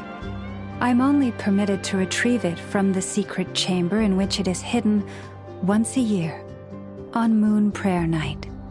Oh, really? So, when's the next Moon Prayer Night? Judging from the tides this evening, a little less than 2 months. Huh? Does that mean the date changes every year? The ceremony is held on the night when the moon is closest to Tevat. This is also when Nodkrai's Kuvaki reaches its peak. Only then can the seal on the secret chamber be lifted. Oh, guess we've got no choice but to wait. I am truly sorry that I cannot help you sooner. But, as the Moon Chanter, I swear that I will do everything I can to help you find the answers you seek. Think nothing of it. After all you've done for us, you deserve nothing less. Who'd have thought today was only our first day in Nodkrai? Feels like so much has happened already. If I may be so bold, what does family mean to you?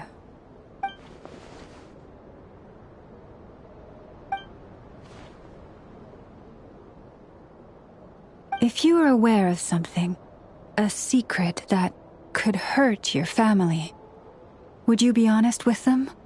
Or try to hide it?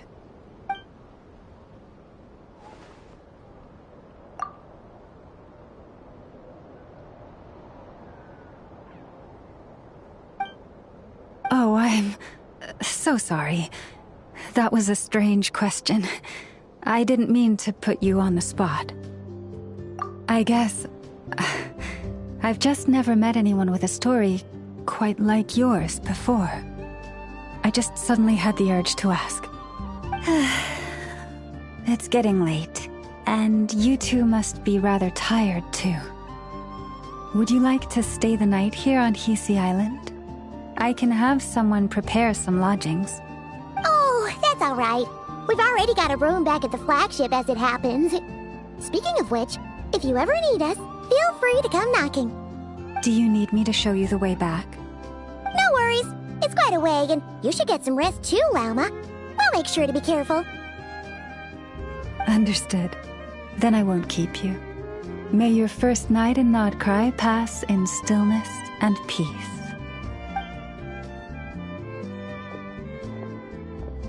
So, what you thinking? Sure was an eventful day, huh? The good news is, we're not at a dead end in the search for your spaceship yet. We can always learn more about this place while we wait. The usual drill, huh? Paimon's really getting sleepy now. If she gets too tired to fly back, you carry her, okay?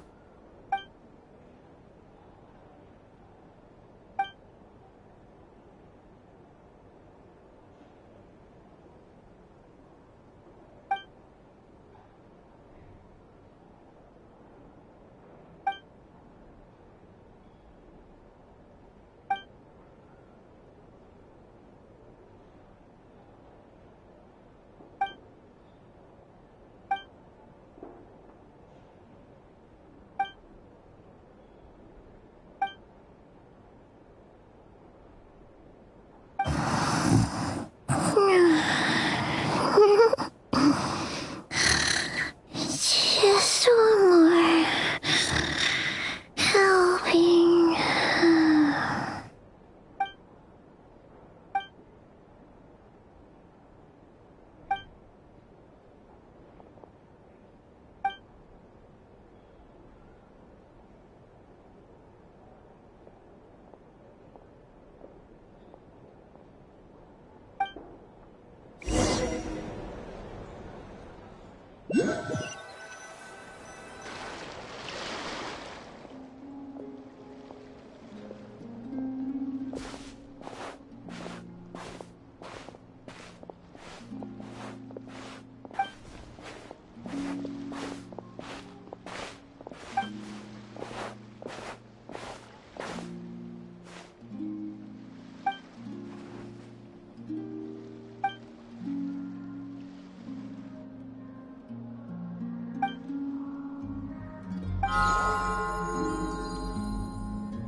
Hey, what are you doing here? Oh, these flowers. I remember. When you first appeared, there were flowers like this all around you.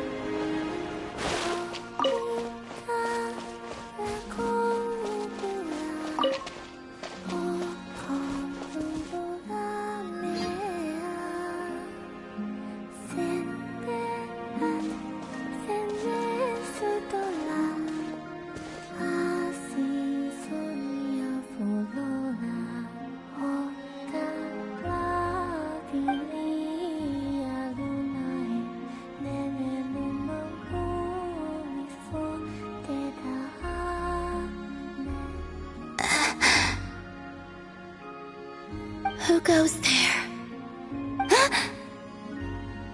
How did you get in here? I am but a passing traveler. I followed your song here. I'm very sorry if I've intruded. A Kuhenki. She brought you here.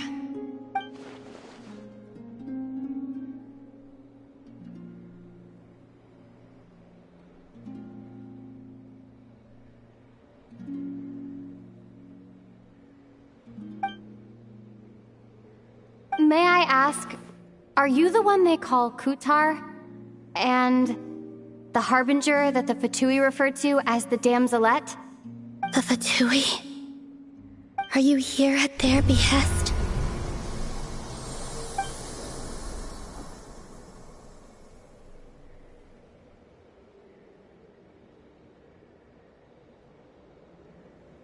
Please don't get me wrong. I have no intention of doing anything for the Fatui. I just wanted to ask you about Krai. And the moons. The moons? Do not believe in what you can see. What truly matters is what you cannot.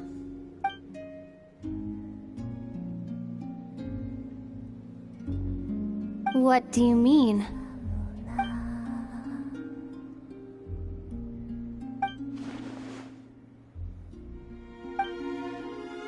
Listen, I'm the Traveler. I'm on a journey through the nations of Teyvat. Hello.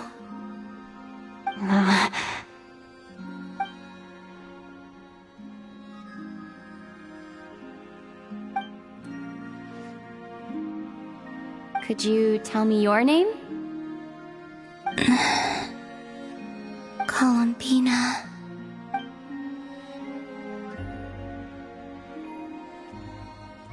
Kutar, the Damselette, the Moon Goddess. Pick whichever takes your fancy. I do not know my own name.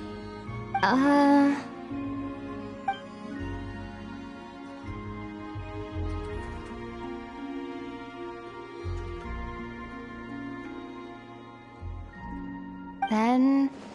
Columbina. Hmm?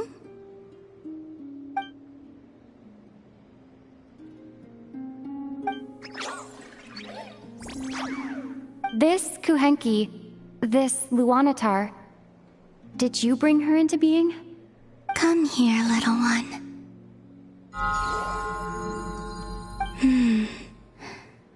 The trace of a blessing, but not one of mine. People always assume I can do many things. Assume I have done many things. But I haven't. All I ever wanted was to.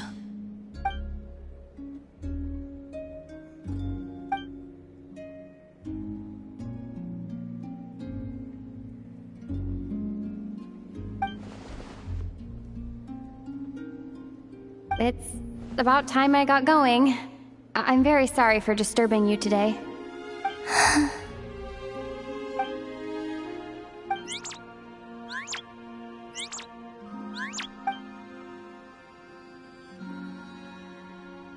Columbina, that Kuhenki...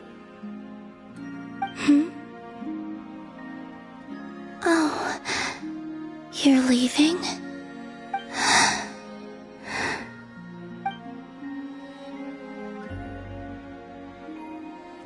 Go then.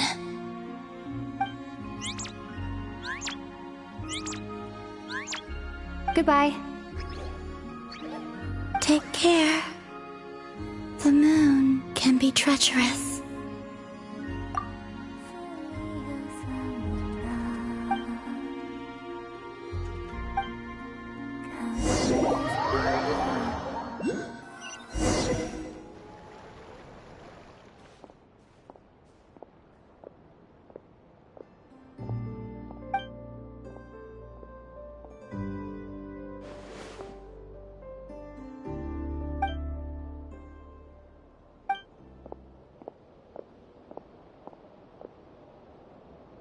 Wait, is that... Ether?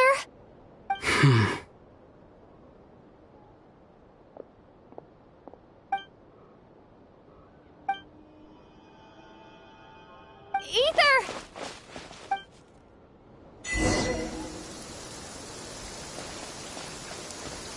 Ether!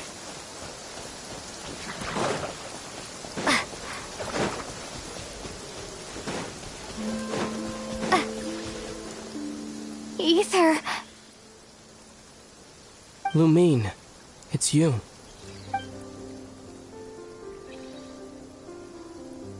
Why are you here on Hisi Island?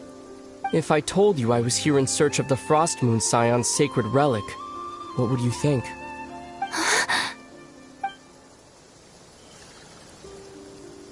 Are you also here to uncover the truth about our past? That's right. What happened to us in the past? How we came to Tevat? Why our spaceship crashed here? There are things I want to know too.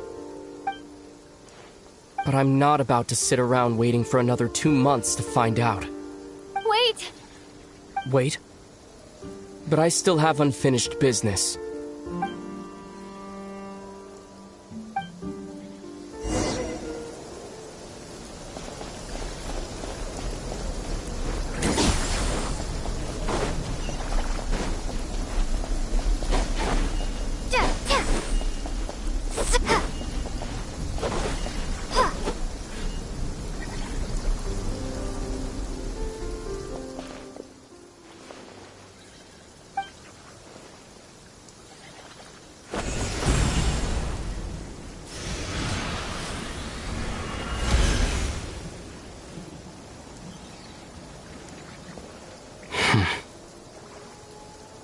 Hold on a second. What's wrong? That's the Frost Moon Scion's sacred relic. We can't just... Use it to get to the bottom of all this? We should at least get their permission. You barely even know her. Yet already you hold that moon chanter in such high trust. What do you mean? She told you that the seal can only be broken on Moon Prayer Night, when the flow of Kuvaki is at its peak, yes? You heard all that? Watch this. Huh? But... Get it now? She's been stalling for time. As long as the statue's base is imbued with sufficient power, the secret chamber can be opened at any time.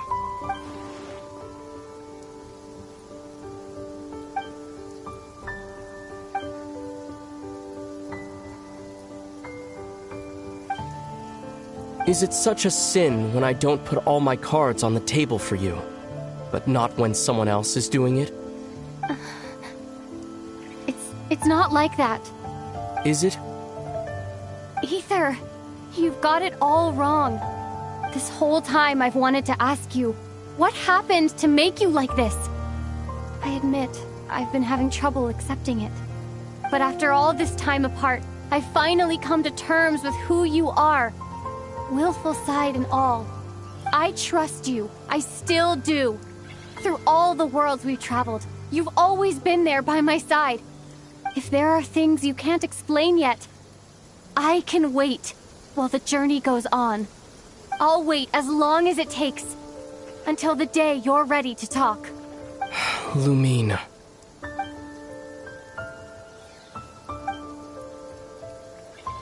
I'm not looking to borrow the Moon Marrow simply because of our past. It holds answers about the very origins of Tevat.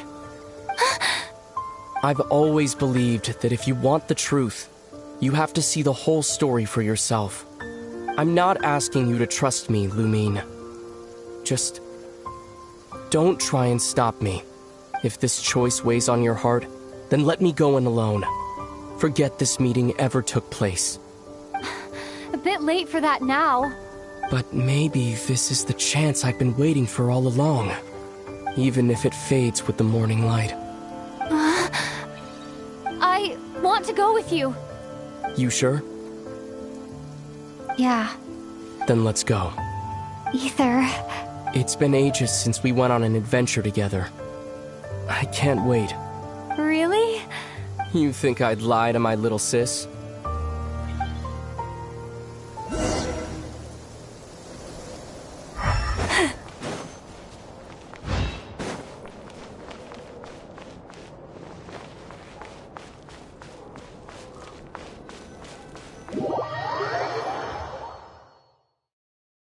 From what I understand, the path ahead is likely to be full of trials and challenges.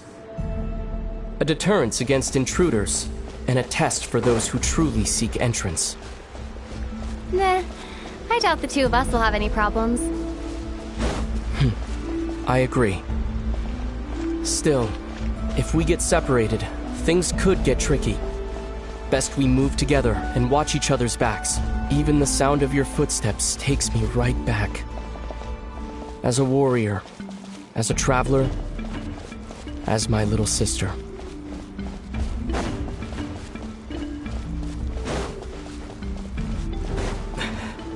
Looks like this is the first trial.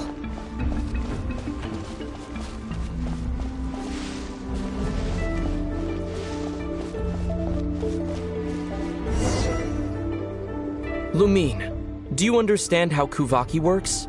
How it exacts force through push and pull? Okay, I'll leave it to you then.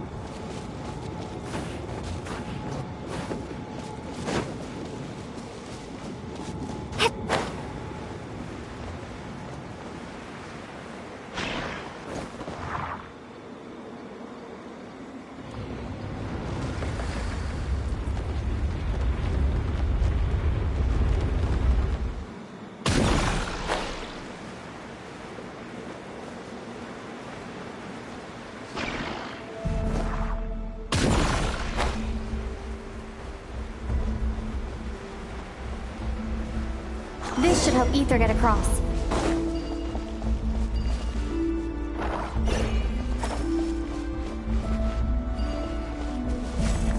Ether!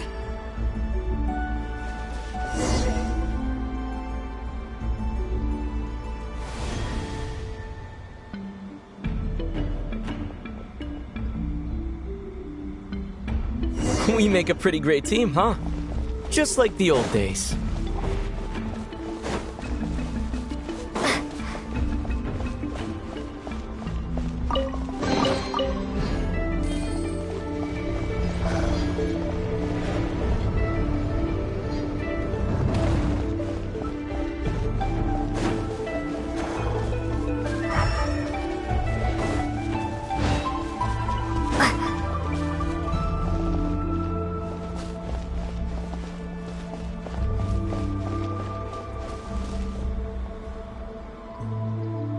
A wide open space. Must be in for a fight.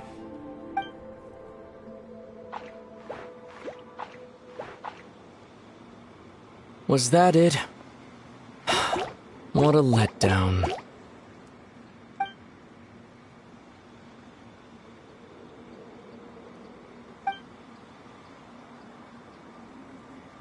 Lumine. What is it? Why are you looking at me like that? Those enemies were weak, were they not? Maybe it's because the trial's only just begun. Actually, I've got an idea. Why don't we have ourselves a little friendly competition? Let's see if your journey has made you rusty. You're on.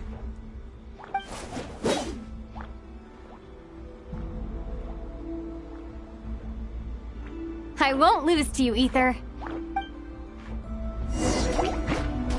If memory serves, I used to come out on top more often than not.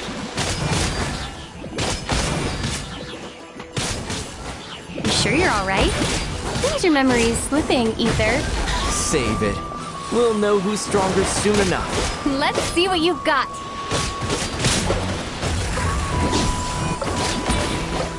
Here, I'll let you take this one. But next time, I won't be so nice.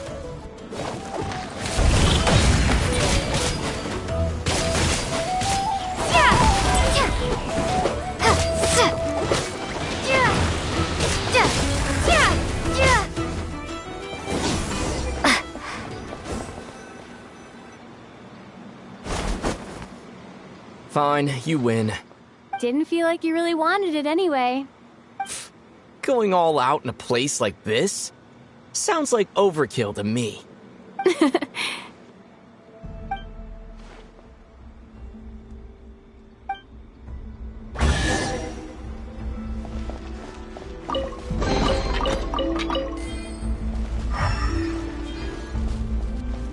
Let's keep moving.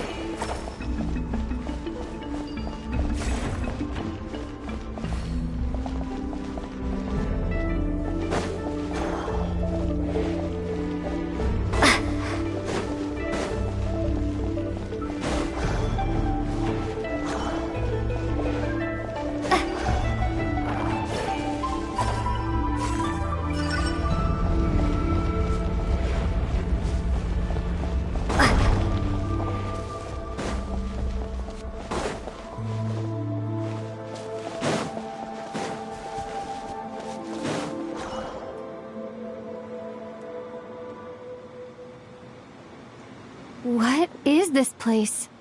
No sign of any monsters. Feels like a ritual site, but something's missing. It's a head, inside that thing that looks like a mirror. I can feel it, but maybe it's sealed within? Can you open it using Kuvaki? Apparently not. Do you think it might have something to do with the Frost Moon Scion's bloodline? Ether? If this is about strength of blood, what could possibly stop us? Let me give it a try. Why don't you check around for other clues? Sure.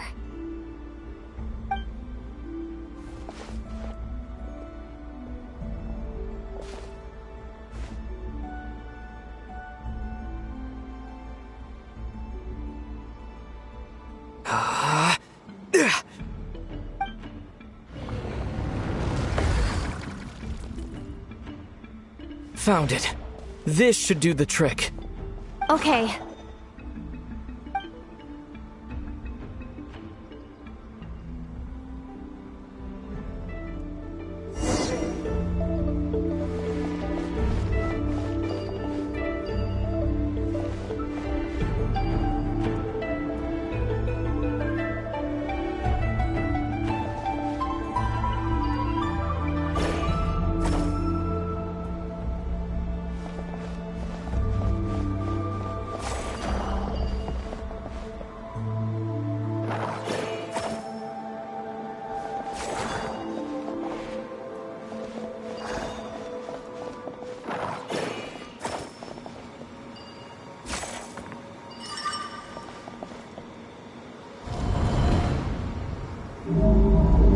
Yep, that got a reaction.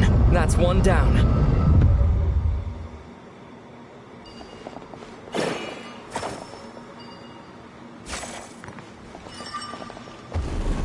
Nicely done.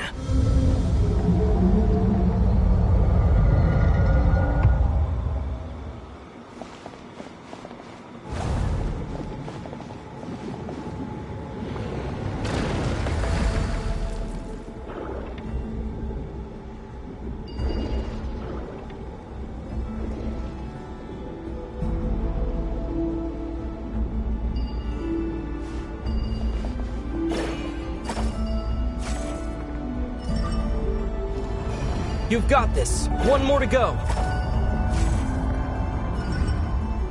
Good work, Lumine.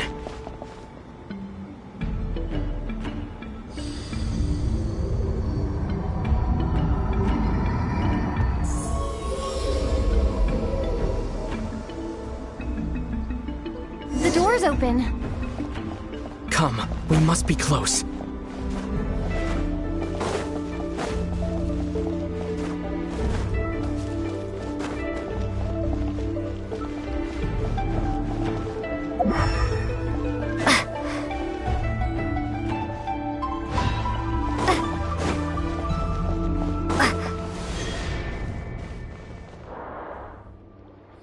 Stay on your toes now. Have you considered that I might be the more experienced between us? Is that so?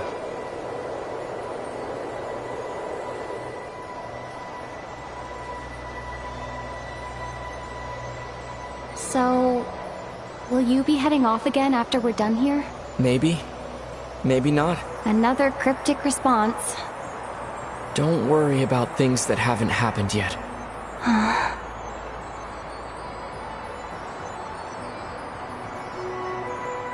At the end of all this, what do you think we'll find? Whatever it is, we can handle it. What about the end of our journey? That's not something we need to worry about right now.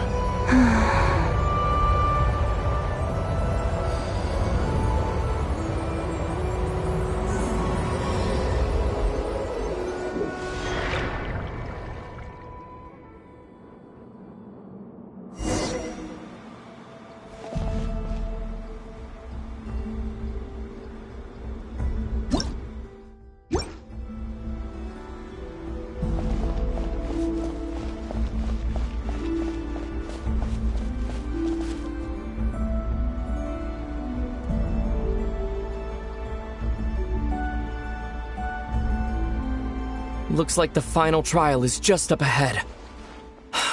Ready for battle? When have I ever not been? What's wrong? Going on an adventure with you side by side, it's been so exciting. But at the same time, it just feels surreal, I guess. Maybe because it's been so long. You know, this is only the second time we fought together since the day we both woke up in Teyvat. Maybe that's it.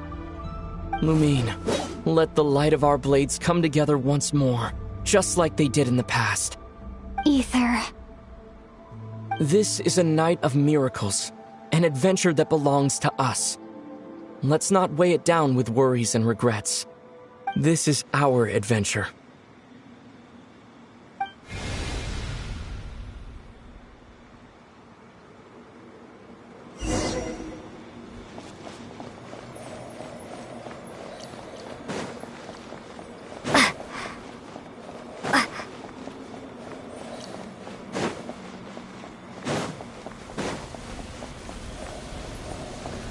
Here goes nothing. Prepare for battle. Stay focused! Dodge its attacks!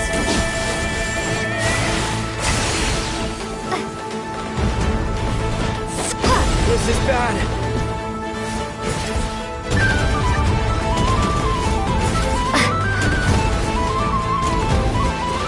Watch out!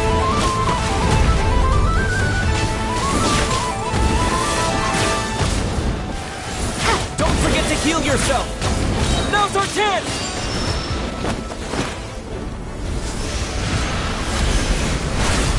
Stay focused! Dodge its attacks!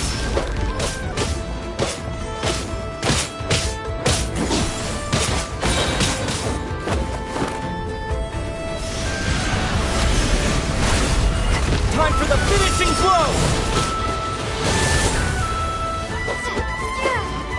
Watch out!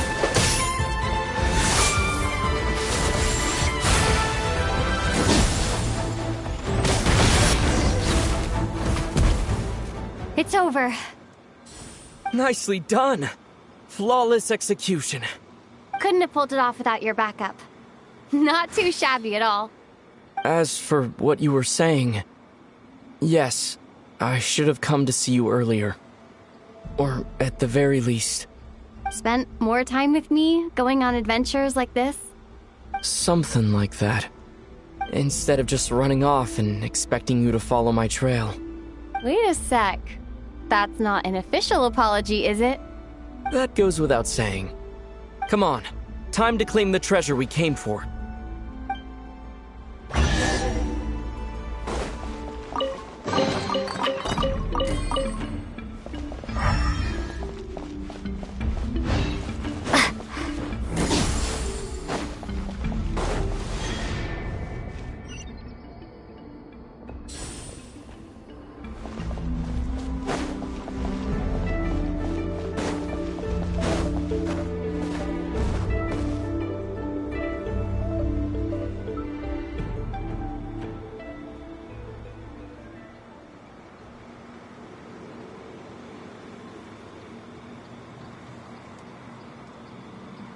So this is the moon marrow, the treasure we've been after. All right, go get it for me, Lumine. It belongs to me. What's wrong, Lumine? After everything we've just been through, you still don't trust me? Don't you want to know the truth too? Just like I do? Rest assured, I'll share the truth with you afterwards. Now go, bring it to me.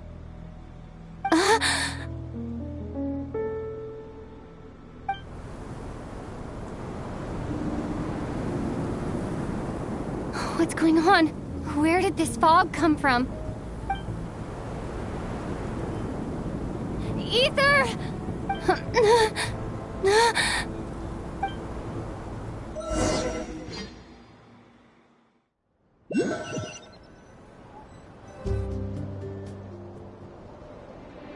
Ether!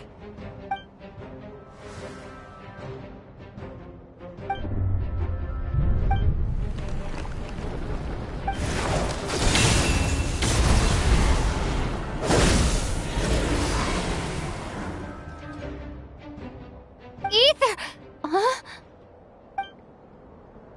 Huh? What are you doing here? Yes, we ran into each other at the flagship this afternoon. I'm honored you still remember. Are you looking for something here?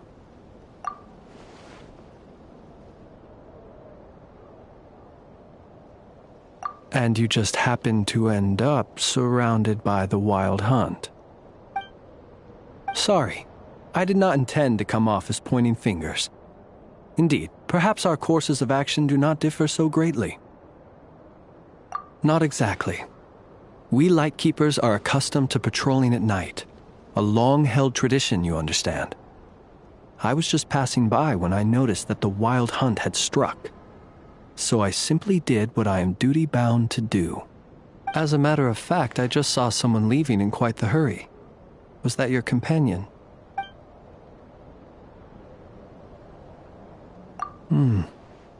Perhaps I should take my leave now. After all, my patrol isn't over yet. Krai is a dangerous place to be at night. I'd advise that you head back soon as well.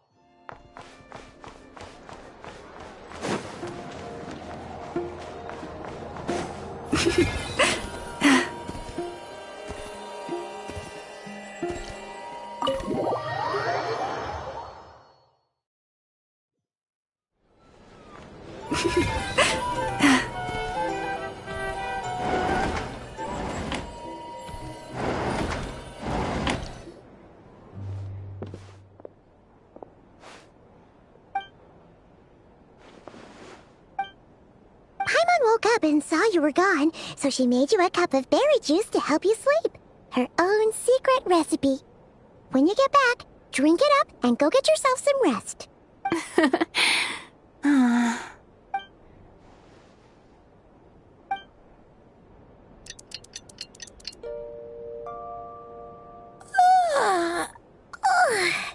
Good morning?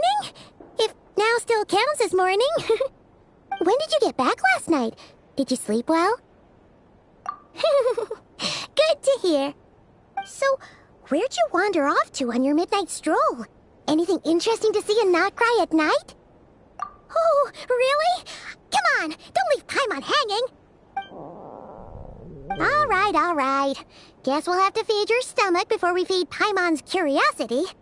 Let's go grab something to eat while we talk.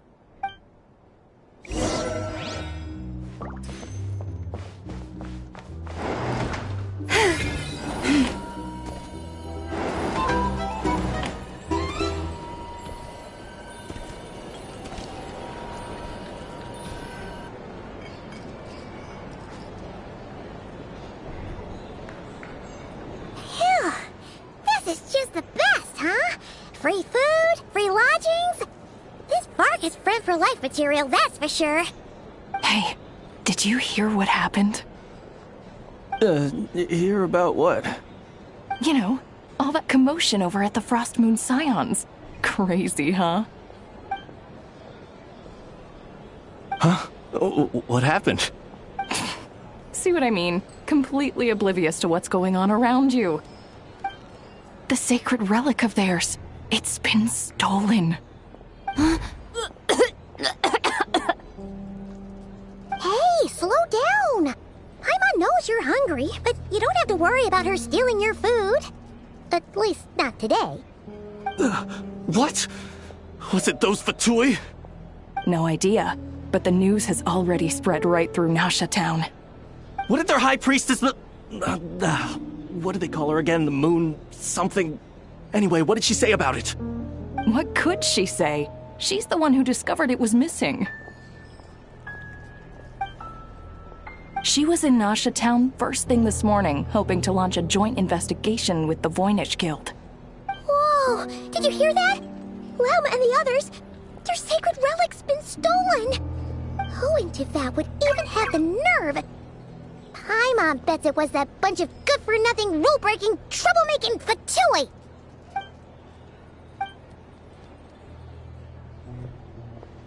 Huh?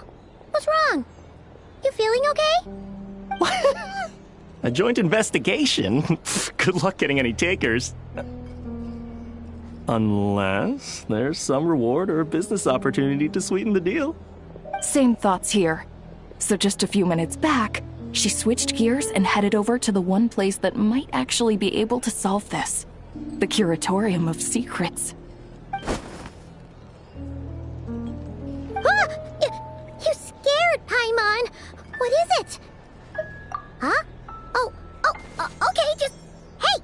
Paimon's not a baby, you know! Quit pulling her arm! You can't live life without a little spice. Our drink recommendations? Well, for starters, I recommend you drink less. Either way, I'd be happy to oblige.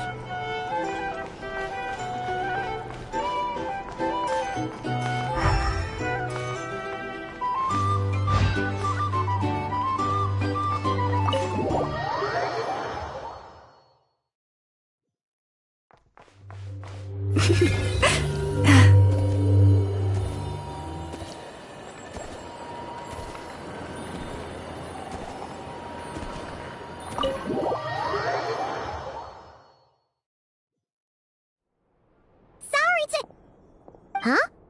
There's no one here. But didn't they just say Lauma came this way a few minutes ago?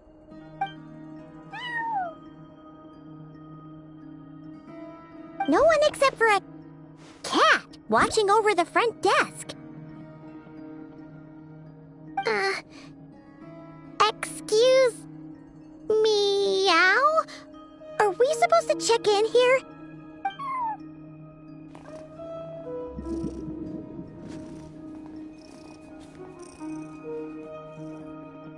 No idea what that means. Is this Lauma's personal receptionist or something? Pretty sure she'd be the only person who could actually understand it.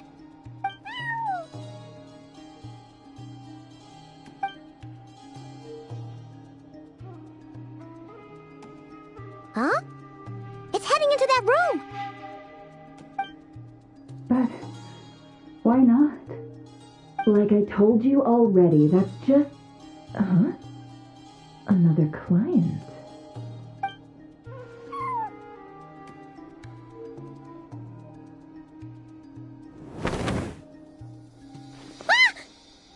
So, you were in this room the whole time? Something I can do for you? Traveler. Paimon. Oh, you're acquainted then? Yes. They visited Hisi Island yesterday. We had dinner together. Allow me to introduce you. Traveler, Paimon. This is Nefer, boss of the Curatorium of Secrets. Pleasure to meet you. They are travelers who arrived in Krai just yesterday. Greeted by the birds and beasts of this land, they are kind-hearted souls who walk in the moonlight's glow.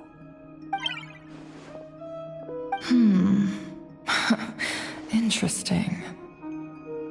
Thank you, Lauma, but you need not have introduced them. They are great heroes, renowned throughout the nations beyond our borders.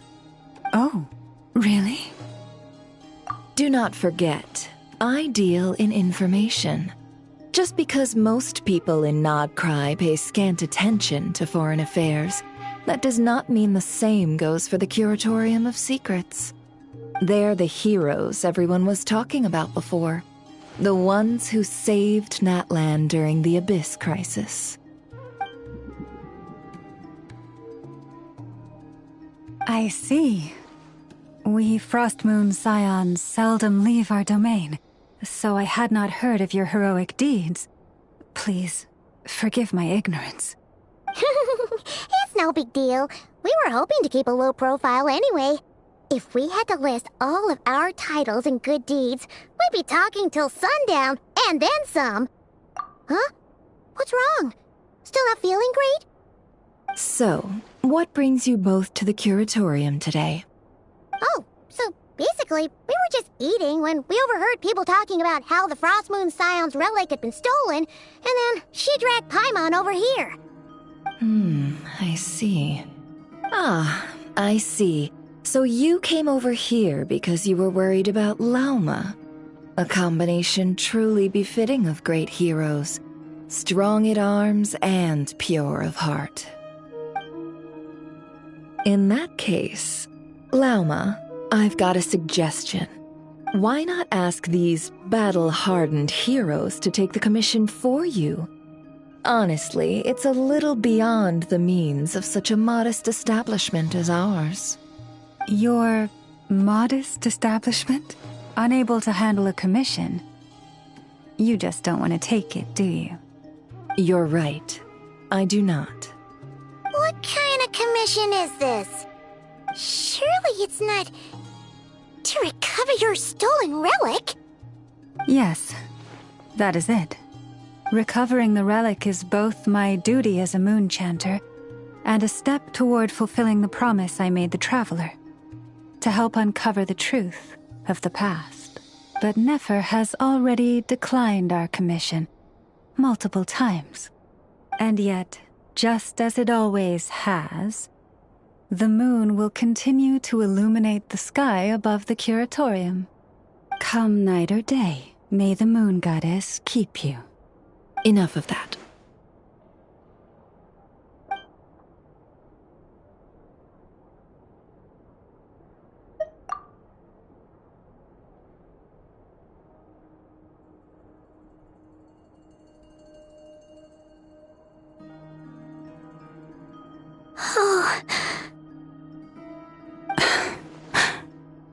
So, according to her, she never came into contact with the relic.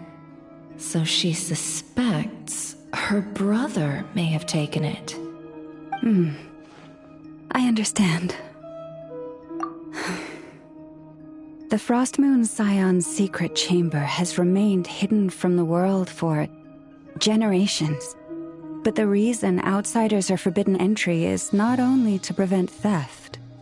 Within the chamber lie ancient trials, challenges designed to test the worthiness of those who enter. To intrude without rightful cause is a most perilous act indeed. So please, don't be too hard on yourself.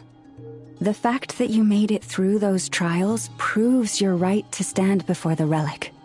To put it simply, the moon marrow itself has deemed you worthy. No. Your honesty tells me everything. You never sought to take the moon marrow for yourself. As for what happened at the end, I suspect the chamber's protection mechanism may have been activated. Among those who entered the final chamber, there was either someone with impure intent, or else an abyssal presence. The Abyss? Perhaps that's why, then. Either way, the moon marrow was taken. And I believe you. So the problem remains the same. I need to recover our relic. See? Didn't I tell you it would all work out in the end? But before everyone starts celebrating, forgive me for asking just one more thing. Are you absolutely sure your brother took the relic? What do you mean? Weren't they the only ones inside at the time? Who knows? Think about it. After your brother broke the seal with abyssal power, what was to stop someone else from following you in there? In theory, nothing. And as it just so happens, I received a tip-off from one of my sources earlier this morning. Word is, today of all days, the Fatui suddenly called off their search for the relic. What? Huh?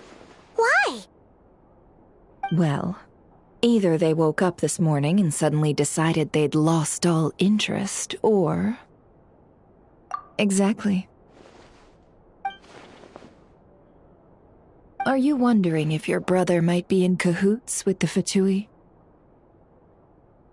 Which is why I asked, are you absolutely sure your brother took the relic? Or to put it another way, do you really know your brother?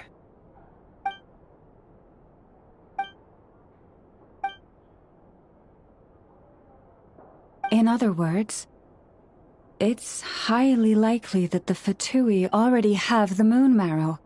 So, basically, all we need to do is find our way into that Fatui research facility, and we should be able to get to the bottom of this, right? Congratulations, you've found your answer. Looks like the curatorium won't need to lift a finger this time. Well, Lauma, there we are. On behalf of our long-standing cooperation and the great hero by your side, I'll waive your consultation fee, but just this once. You're really not planning on helping us? I think I've helped more than enough already. If we're to stand any chance of infiltrating that facility, we'll need the help of a specialist. Just so you don't get the wrong idea, let me make myself crystal clear. The Curatorium of Secrets has always striven to abide by a policy of strict neutrality. We do not take sides with any faction in Nod Krai. I cannot help the leader of the Frostmoon Scions sneak into a Fatui facility. That would make me their enemy. When one of their harbingers asked me to help them infiltrate your territory, I gave them the same answer. No. All right, I understand. But I do have one final request. I promise it's my last. It had better be. No matter who it is, I want you to help us persuade the next person who walks through that door to join us. What is she up to? You're that desperate for help? What if it's a member of the Fatui? It doesn't matter. You're welcome to tell them everything, even about our plans to infiltrate the Experimental Design Bureau. All I'm asking is for you to say one thing, just One thing to help persuade them. If you do that, I promise I won't ask you for anything else. Made up your mind? Fine. Fine, I'll play along with your little game. Besides, as long as I'm not personally involved, no one can accuse us of taking sides. Boss, I'm back!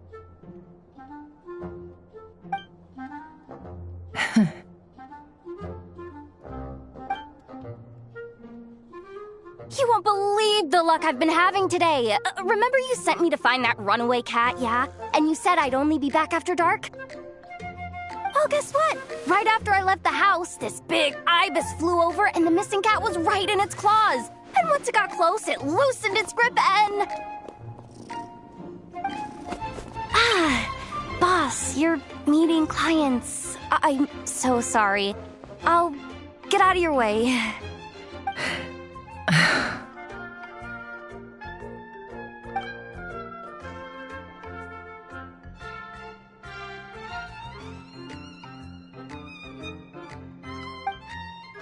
Yehoda, dear, come here. Huh? Me? Is something the matter? Oh, hi there. My dear Yehoda, I have a request. Yikes! Why does the boss sound so scary? Did I do something wrong? Would you be so kind as to accompany these 3 delightful clients of ours and help them infiltrate the Fatui's Kuvaki Experimental Design Bureau? What is going on here? Boss usually just says things like, hey, go do this, or you, go take care of that. Why is she being so scarily polite? And wait a sec. The Fatui's research facility? That's basically a death sentence. Made your mind up yet, my dear?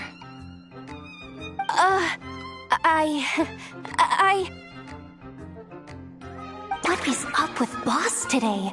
Am I supposed to say yes to this? Or maybe it's because the mission's too risky, so she's actually looking out for me? Why is everyone looking at me like that? Is this some kind of test? I can't let the boss down. Can I? Have you made up your mind?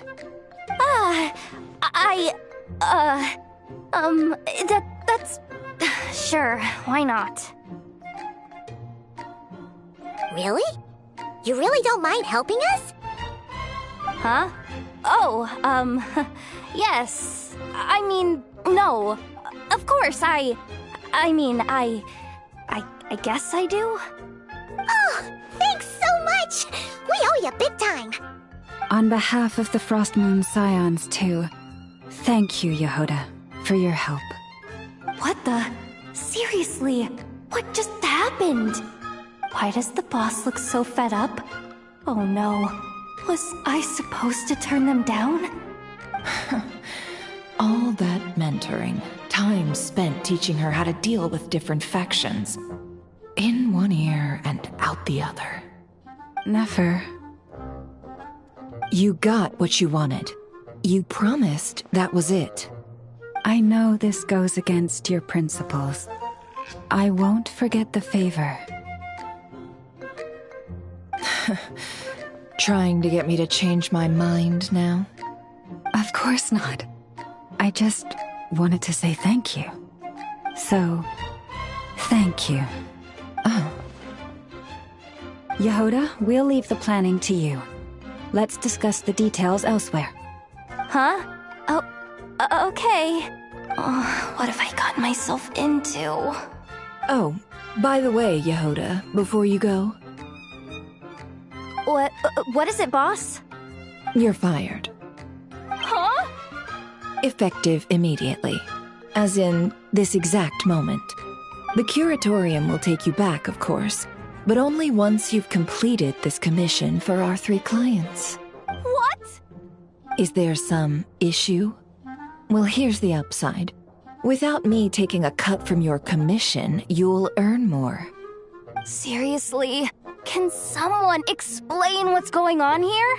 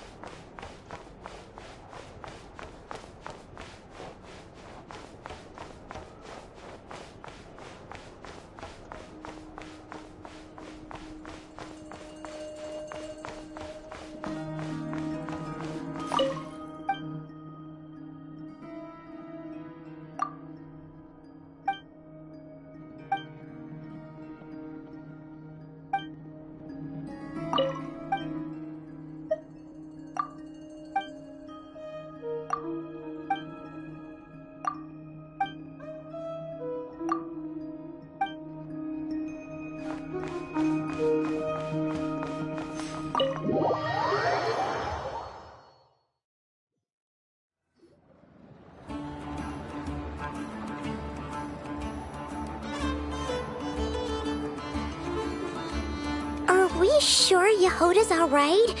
She looked totally crushed just now. She'll be fine. She's just in shock. But one thing's for sure. The Curatorium's professional standards are beyond question. The fact that she only requested 1 day to prepare says it all. As an apology, I'll ask my animal friends to help her out more often in the future. Also, thank you for being honest with me. It means a lot.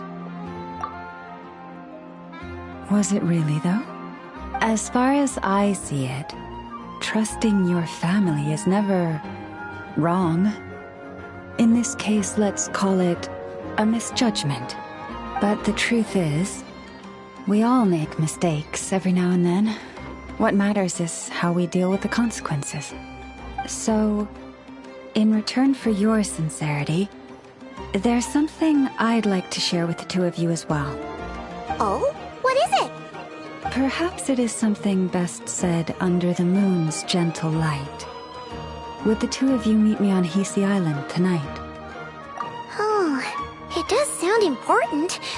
You're right, there's too many people here. Somewhere quieter makes a lot more sense. Thank you both for understanding. Then let us meet beneath the moonlight.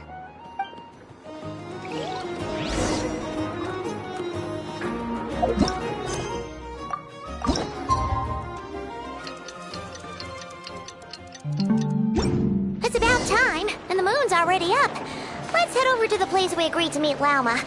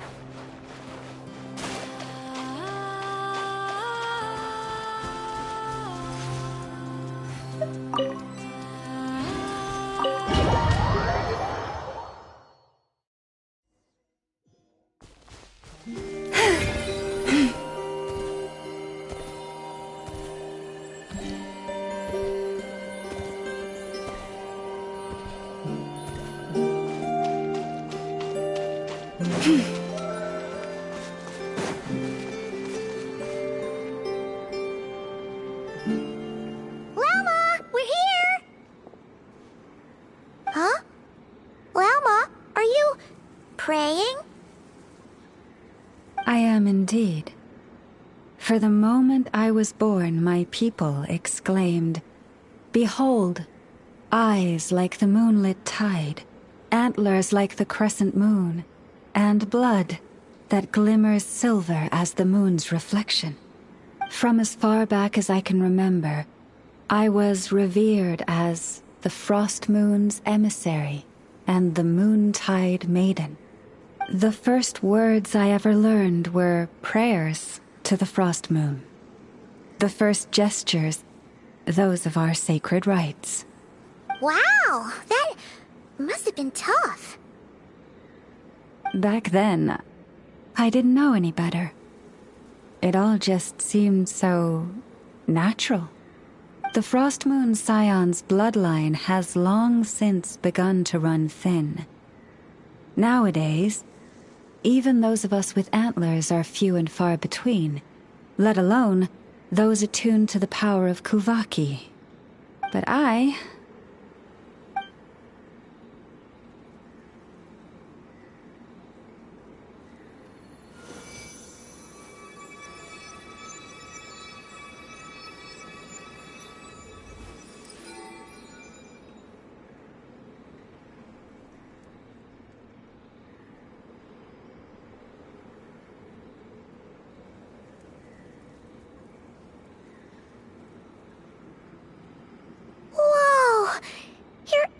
Are so pretty.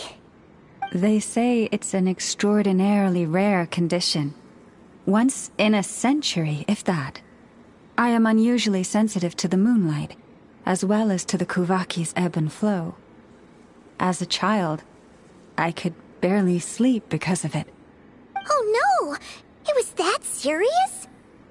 To others, fluctuations in Kuvaki are something you easily get used to. Like a gentle tide lapping away at the shore. But to me, that same tide is a towering tsunami, a surging swell crashing against me. Of course, as the years went by, I learned how to suppress my senses and my power, enough to keep it all from overwhelming me. But because of that, I also had to walk the path of concealment.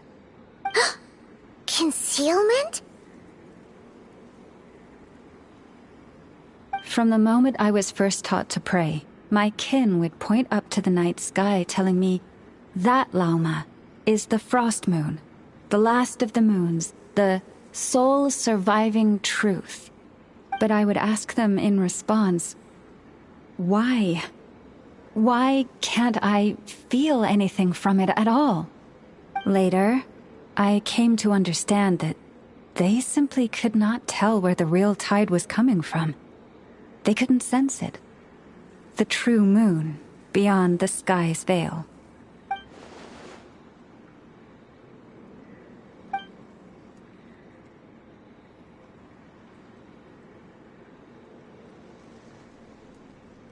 The moon is false.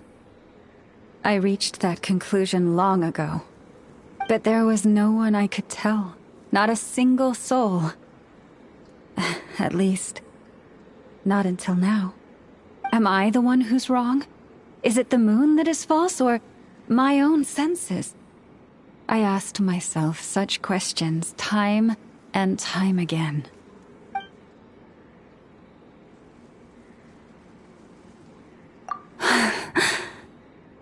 Thank you. When you called yourself a descender, I had a feeling you might be able to confirm what I had always suspected. And now that you have, it's exactly as I imagined. I feel relieved. Oh, Paimon kinda gets why you couldn't tell anyone now. It's not easy to change people's minds on something they've believed for hundreds of years. That's what I meant by concealment. I knew too much. So I had no choice but to keep my people in the dark. Every prayer I offer feels like a lie to keep myself going.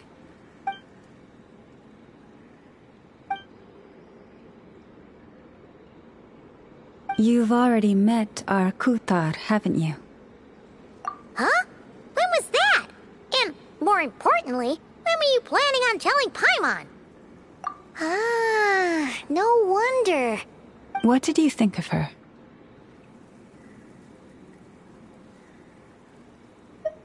What exactly do you mean by up in the clouds? I understand what you mean. She is quite indifferent to the world outside herself. But I find it hard to hold that against her. Yes, it was shortly after the fall of the ancient moon's remnants. I asked her, what the Frost Moon Scions meant to her, and why she left in the first place. Yeah? So, why did she? Perhaps it's better if you ask her yourselves. Things tend to get lost in translation when you speak on someone's behalf. What I can say for certain is this. Even when I had no one to confide in, I still had a family. I still had the Frost Moon Scions. But that girl, born beneath the moonlight, perhaps she's never felt she had either. The truth is, though, she might have had it all, if only the Frost Moon Scions hadn't let her down.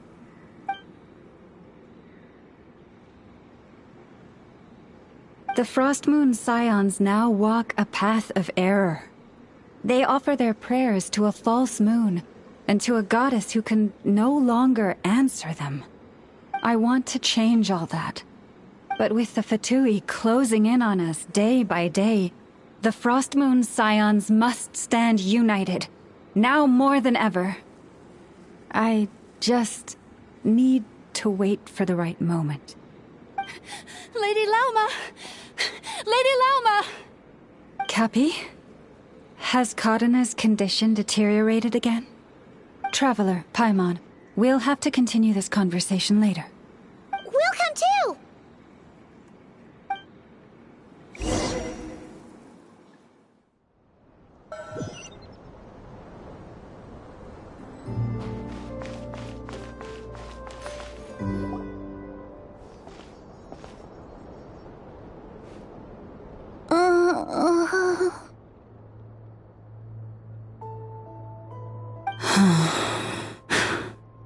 Why? Did I do something wrong? I've been praying to the moon goddess every day. Why isn't she getting any better? Cappy, I need you to wait outside. I'm about to start her treatment.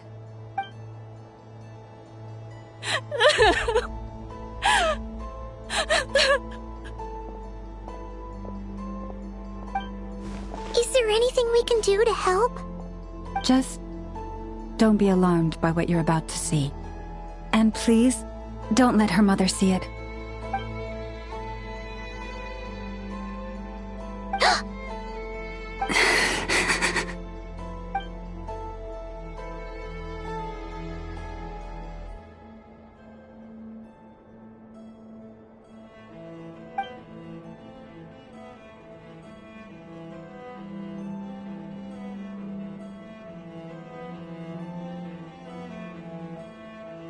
Shh. Please. Help me keep this a secret. She looks much better now. But, Lauma, was that? A medicine prescribed by a local doctor. For ordinary people, my blood has the power to counteract any adverse reactions to Kuvaki.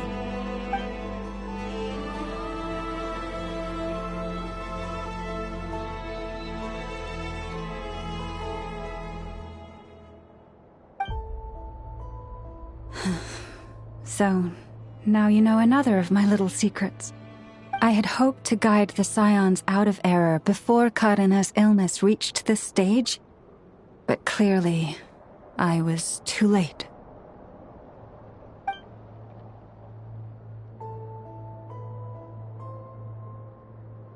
My life is as hidden from sight as the far side of the moon.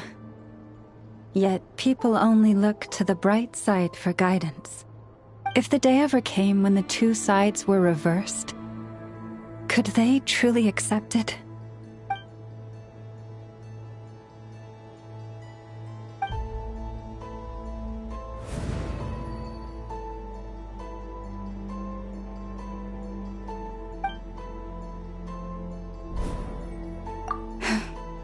Hearing you say that puts my heart at ease.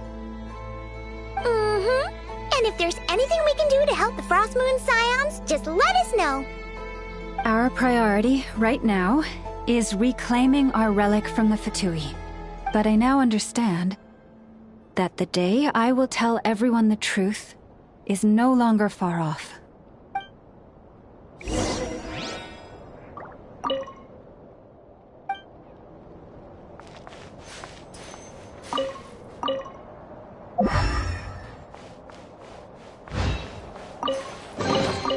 Take heart. You toil not in vain. Prices like these are just outrageous. This is more than a fair price already.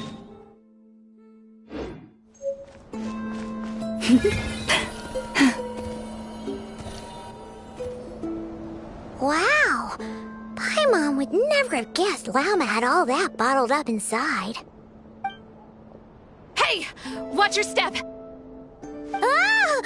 What's wrong? Oh, you scared Paimon. You scared me there too. Almost stepped right into one of my traps. A trap? Why would you leave a trap somewhere like this?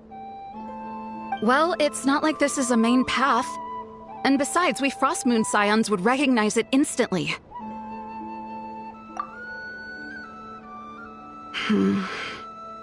Alright. You don't seem like you're with the Fatui, so I guess there's no harm telling you. Lauma asked me to set up these traps to keep the Fatui at bay. Oh! Come to think of it, their 3-day ultimatum is almost up now. Yes. Hopefully they'll back off when they realize we won't go down without a fight. Oh, you've done a lot for the Frostmoon Scions too, just like Lauma. Philomena? It's nothing. I was just wondering if any of this is really worth it. What do you mean? Our people. So many are stubborn, stuck in their ways, clinging to a truth they refuse to even question. Do they really deserve everything Lauma's doing for them? Well, yes, but even so, no. I shouldn't be saying this. Just forget it, okay? Bye. Huh? Why did I say all that? Or really, why am I still doing any of this? Either way, this will be my final night with the Frostmoon Scions. Wow, she sure took off fast. So, are we heading back to the flagship for a break, or what? Wait, you're not thinking of visiting that damselette up in Cloud Cuckoo Land, are you? Huh. Given who she is, pushing her won't get us anywhere. Hey! Why don't we...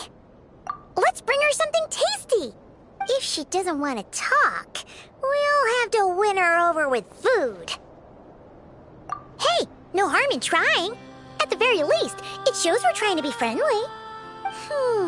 Let's see... How about an F's 9.12 out of 10 berries and fried meat, the Frostmoon Scion's boon of the day, and one of your signature dishes? Your choice. Should be a good mix of meat and veggies. There's bound to be something she likes.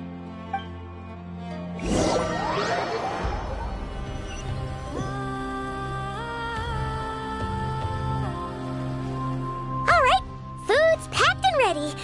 This is the place, right? Why does it feel like we're going to visit a patient? Oh, no. Take this seriously, Paimon.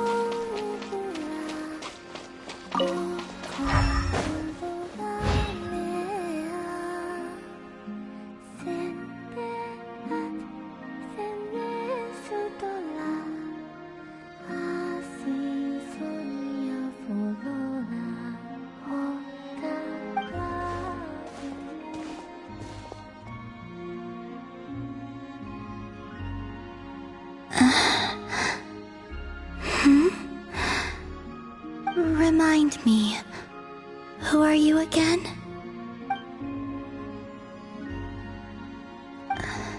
A different one floats by your side today. A different one? What's that even supposed to mean? Ugh, there goes Paimon's perfect conversation starter. Hi there.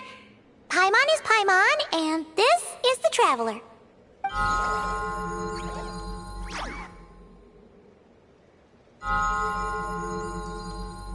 Oh, there you are. Between the two, I suppose you're cuter. Wait, what do you mean Paimon's less cute than that floaty thing? Columbina. What is it? What's your favorite kind of food?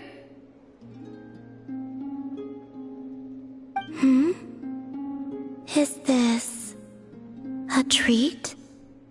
Or an offering? Let's go with treat. Anyway, this is all the Traveler's cooking, so please, help yourself.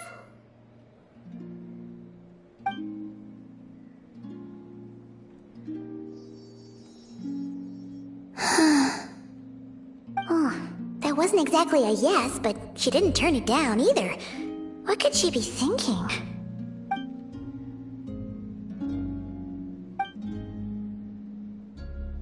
So, what do you want to ask?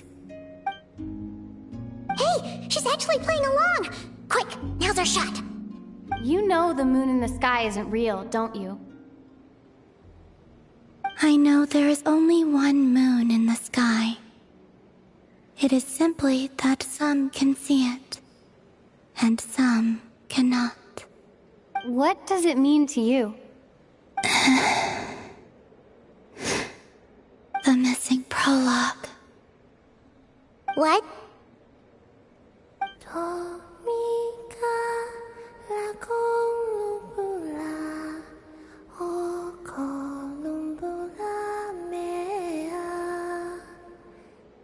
Huh? What does that mean? Isn't she going to explain herself? Can you tell me more about that melody? You were humming it last time too. It must be important to you.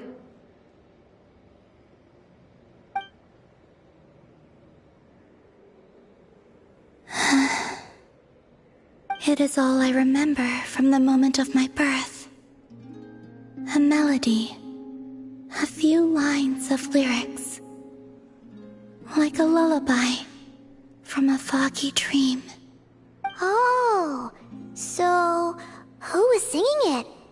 I do not know. I have nothing else. Just that song. Huh? And the Frost Moon Scions who found me. They had nothing either, but hope. Before I even knew what was happening, they were already calling me their goddess. And I had no reason to decline. Like two lost infants unknowingly exchanged, I adopted their faith. And in return, they adopted me. But my adoption drops you into the story halfway through. What came before was scribbled onto the wrong pages, never even bound into the book. That sense of something missing only served to nurture their greed and doubt. And thus, I came to realize that this place was never truly my home. Greed and doubt? O Moon Goddess, forge weapons for us, drive out our enemies, and expand our lands. O Moon Goddess, heal our wounds, ease our suffering, grant us strength. They asked for everything, and I obliged. Until the day came when no answer could be given. If mortals can turn to the gods when they are powerless, then who do the gods turn to when they have nothing left to give. You've got Paimon there. In those days, the Frost Moon Scions cared more for faith than for truth. Reality rewrote the sky in words I could not understand.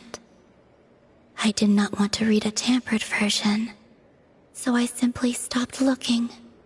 The real beginning of my story lies up there, on the moon, forever beyond my reach. Like a message carved for blind hands, sealed away where no fingers can find it. Huh. So that's how it is.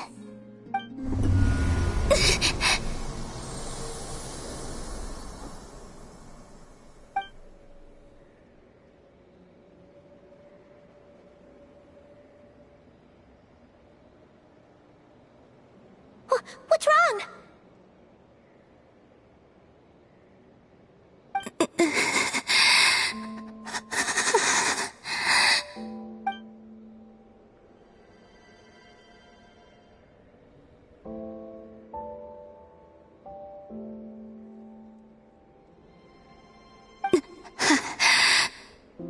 You should go. What, now? But you really don't look well. Did something just happen? Is there anything we can do to help? No. Aside from answers, I have nothing else to give you in return. This is the price of running away from home a second time. Running away from home?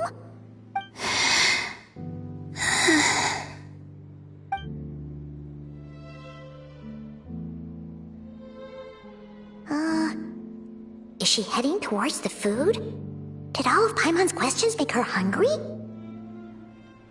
Do you still have many questions? I know I should offer more in return for your kindness, but I'm feeling a little worn out. Oh, we're so sorry about that. But Tsaritsa was right. Freedom always comes with a price. She said I could treat the Fatui as a second family, a second home. But in the end, they were no different. All they wanted in truth was my power as the moon goddess.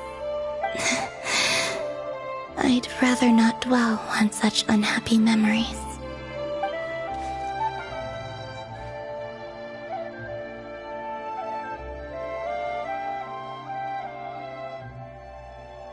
I have fulfilled my promise to the Tsaritsa, though it has used up much of my power.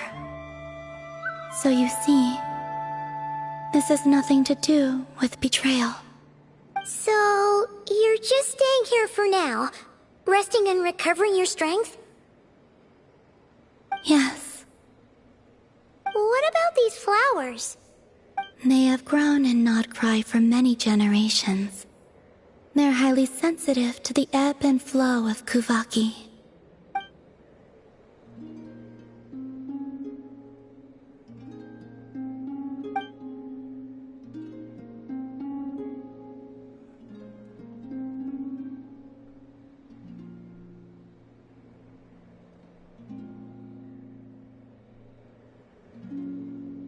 At times, I thought about using that relic the Frost Moon Scions had hidden away.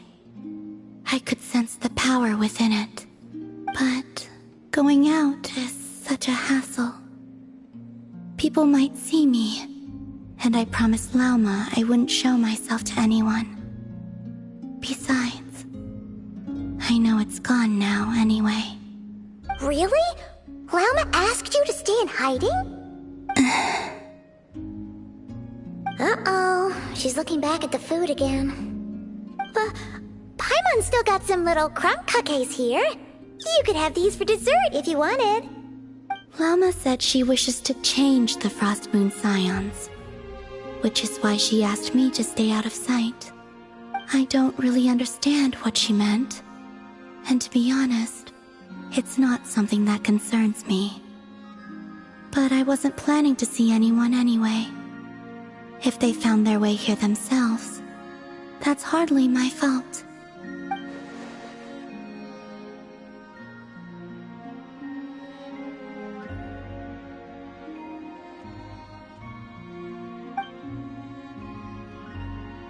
Lauma, the Maiden of the Grove. She is quite unlike any Frost Moon Scion I have ever met before. After hearing my story, she actually apologized for how the Frost Moon Scions treated me back then. She told us she feels like she's been living on the far side of the moon. Is that so? I actually got the opposite impression. She's been keeping her true power hidden away, afraid that people might be dazzled by its brilliance, and that they'd no longer be willing to look her way.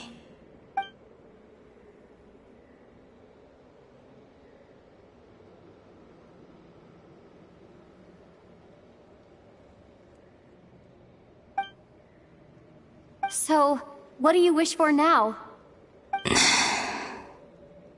I wish to return to the moon, to the home where my story is written. Right now, that is all I wish for.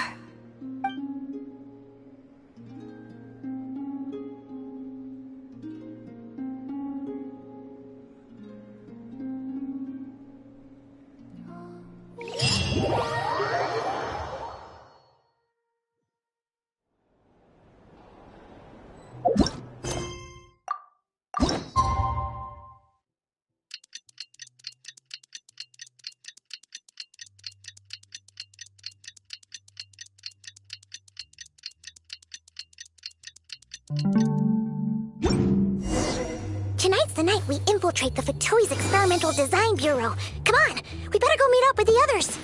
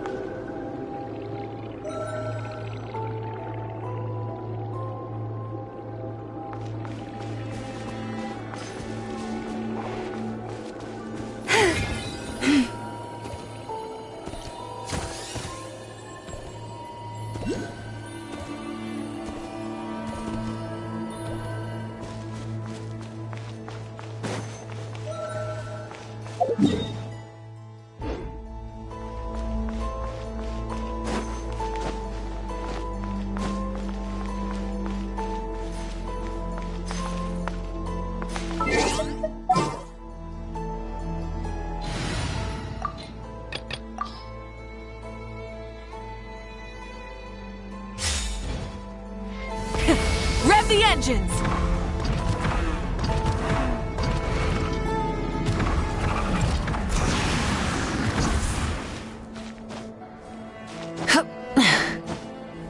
Hip.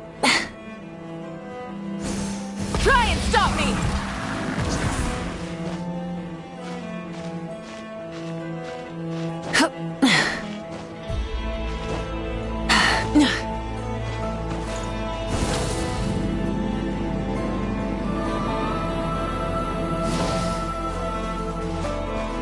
Full throttle!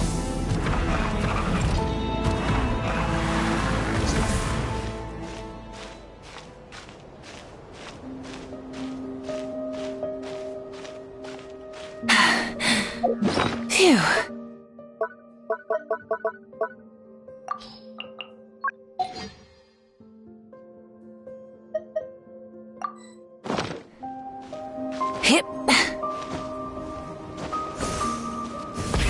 Rev the engines!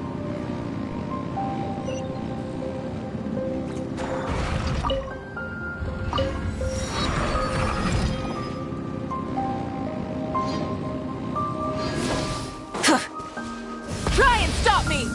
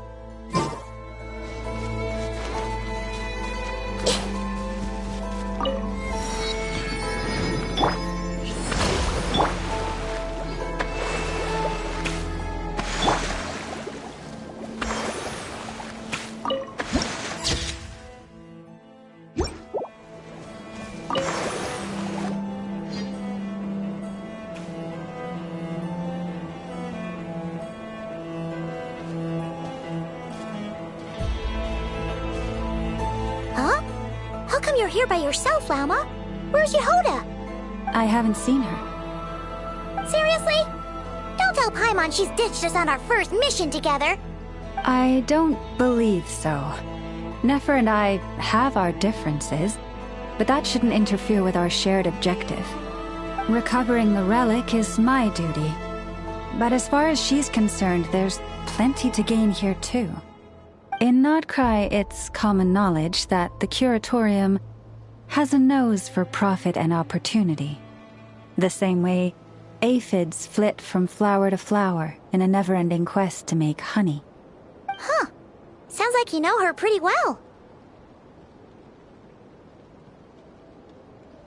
Still, Yehoda sure is taking her sweet time.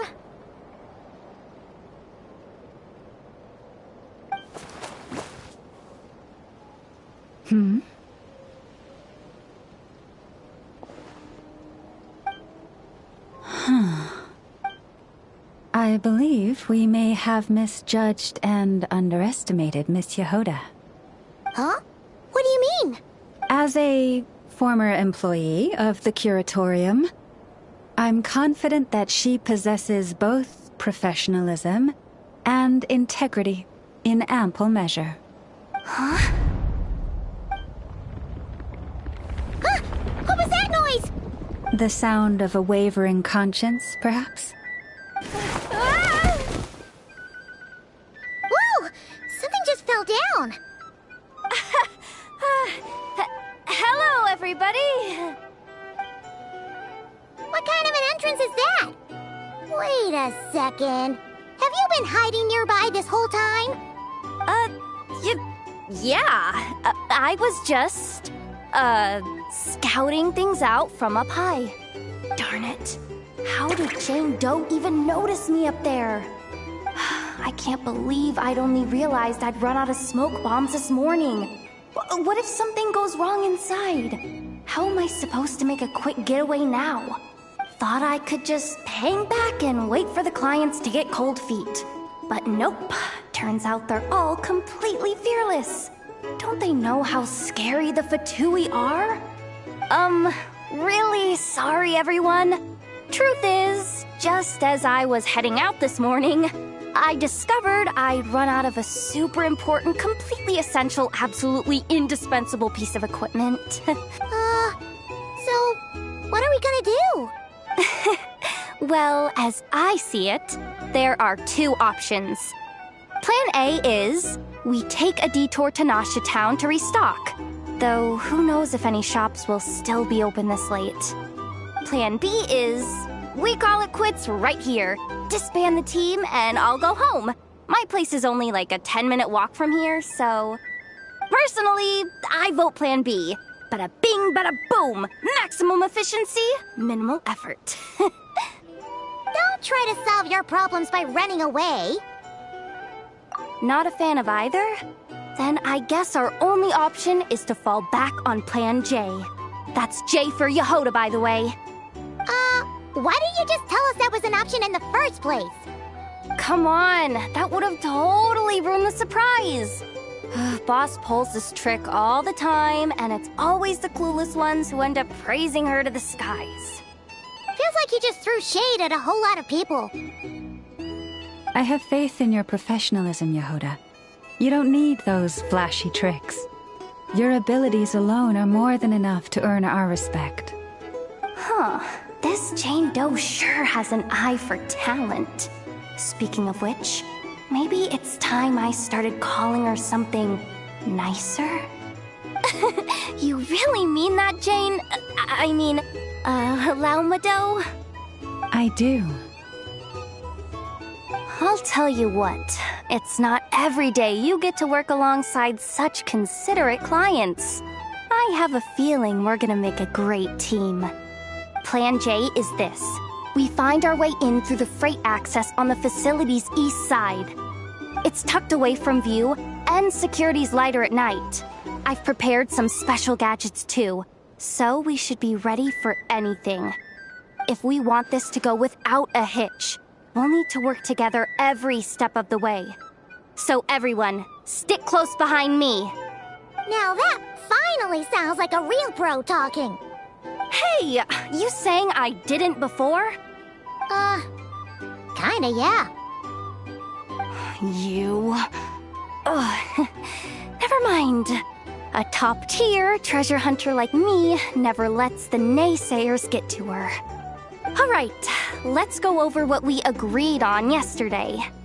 The goal of infiltrating the Kuvaki Experimental Design Bureau is to locate and, if possible, recover the relic that the Fatui stole. We also need to figure out why they built the facility in the first place. I'm worried that they've set their sights on the ancient moon's remnants on Hisi Island too. Well, now that we've got a plan, time to get this show on the road.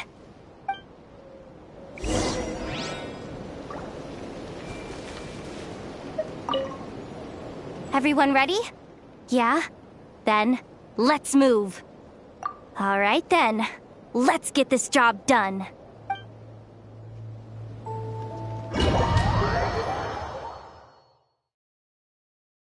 Go, go, go! But make sure you stick to the side.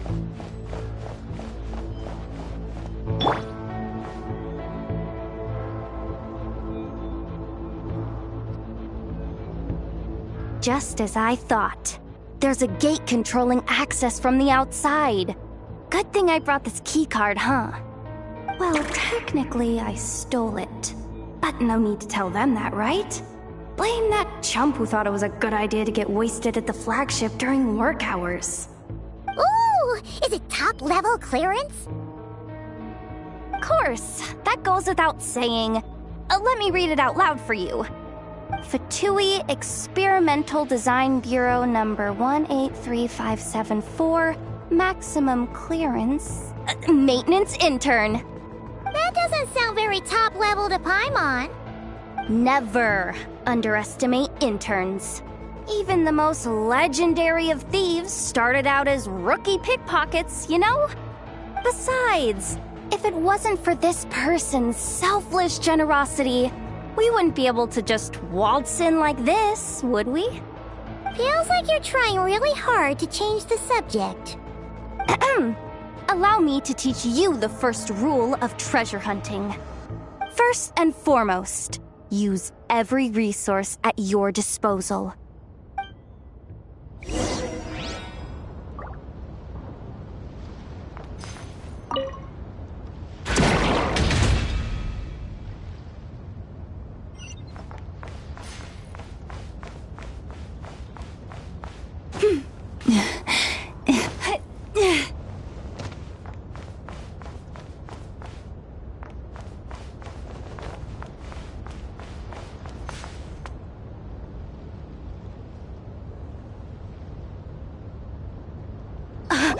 I get it now.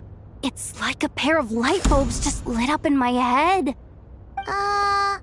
What did you just get? The blue light, aka Plan A, is telling me to take the path along the left side. It'll be a lot stealthier, but that might mean a bit of a detour. The red light, aka Plan B, is saying, just charge straight in. But that'll mean dealing with, like, a dozen sentry bots already powering up. Although, I might be able to switch them to training mode. Their attacks will be weaker, but we'll still be in for a fight. Can't you just put them in sleep mode? Hey, I told you, I'm just a maintenance intern. Give the new recruits some time and space to blossom, will ya? We're still pretty close to the entrance. Surely they'll call the whole thing off once they see what these bots can do. Anyway, I say we go with Plan B. Either way, I won't be doing any of the fighting, so the shorter route sounds good to me. If we can avoid fighting at this stage, we should. Plan J is to call it a night so we can all make it back to bed before sunrise. After all, the deeper we go, the more dangerous this is gonna get. So we might as well give up while we still can. Okay, here are the bosses. Just don't forget, whatever you do, don't let those recon bots spot you. Let's see. No kidding. Anefa told me about something like this before. I can't believe that dumb robot actually helped me out for once. All you gotta do is this, and the recon bots will be reassigned to another position. That way, when it's time to move forward, the path will be clear. Which reminds me, it's about time I taught you the third rule of treasure hunting. Go with the flow. What about the second one? You skipped that one. Huh? Did I? Oh geez, must have gotten them muddled again. I mean, the second rule is exactly the same as the first. Guess that's what you meant by going with the flow, huh?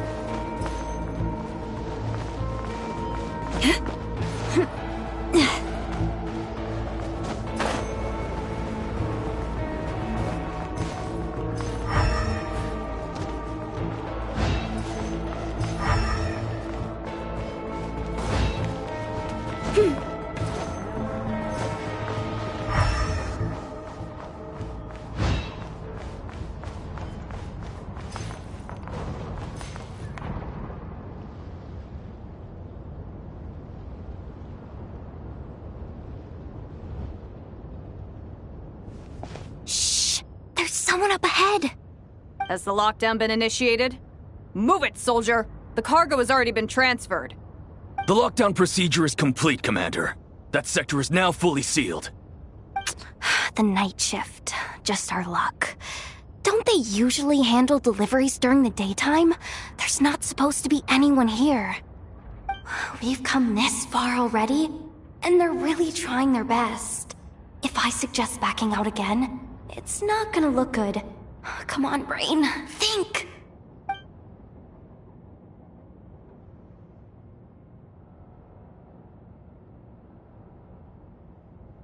Got it! The freight shaft to the upper levels. We might have a shot there. Let me see. Huh? The recon bot in the middle's not responding? A double lock failsafe? We've been outfoxed. Stay calm. Stay calm. One step at a time. Let's just find a way across first.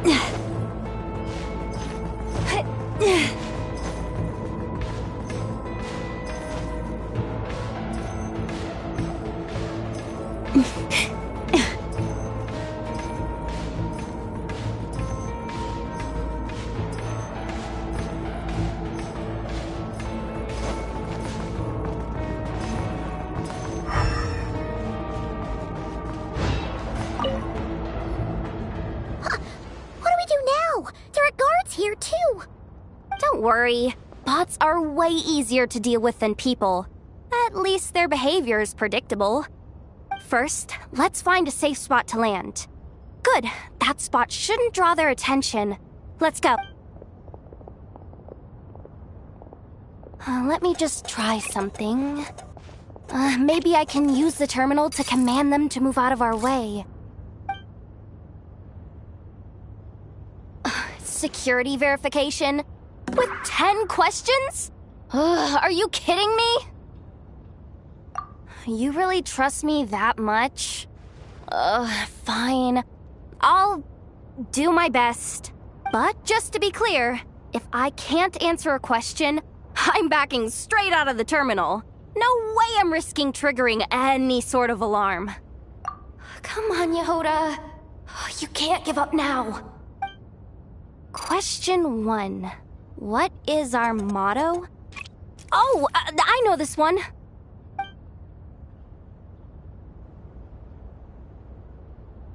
Question 5. The name of the harbinger in charge of this facility. Let's go with, Sandrone. This one should be the Pale Star Edict. I've heard one of Boss's informants mention that before. Final question. Enter employee ID. And it's timed? Okay.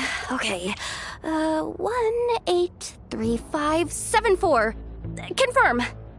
I actually got them all right? What a miracle. Not bad, Yehoda. Not bad at all. Guess you're an official maintenance intern now. Hey, that could be my personal plan B if I can't get my job back. Just kidding. The Fatui are awful. The bots have taken the command. They're moving off. Let's get going while the coast is clear.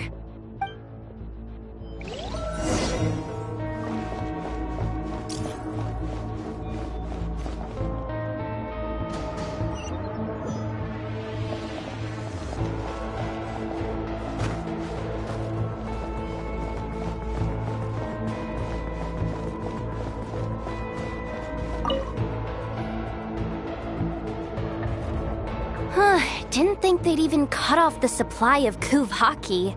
They're being really cautious. If we can somehow divert some emergency power into the system, we might be able to force boot this thing. What do you mean by force boot? How do I explain this?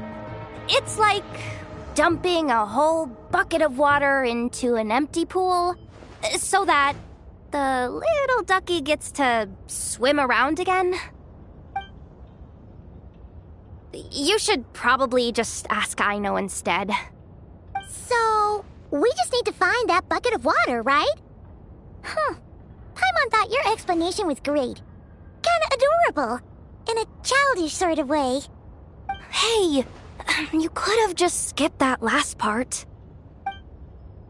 Here, bucket, bucket, bucket. Where are you hiding? Judging from the concentration of Kuvaki, over there. Wow, you can sense that, Laumado? That's incredible.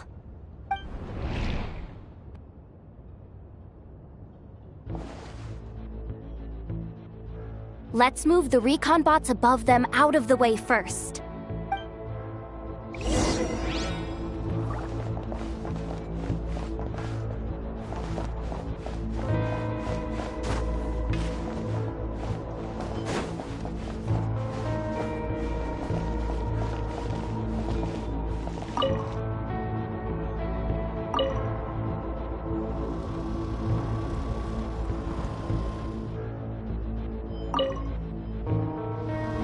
All right, that should keep the alarm from going off.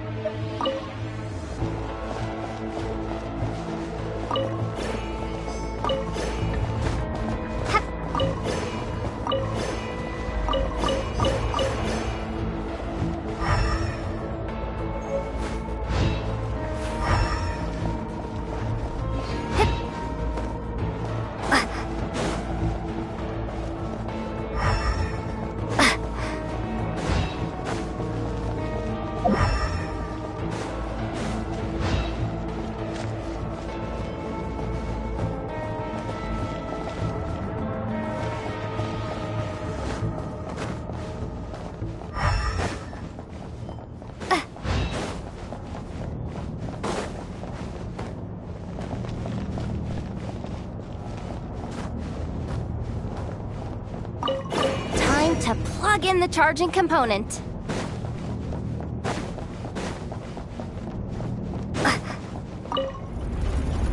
Up and running at last. Let's hope nothing else goes wrong. Please, everyone, step inside. Oh, it's so dark in here. Well, it is a cargo crate after all. No point in being picky about lighting at this point.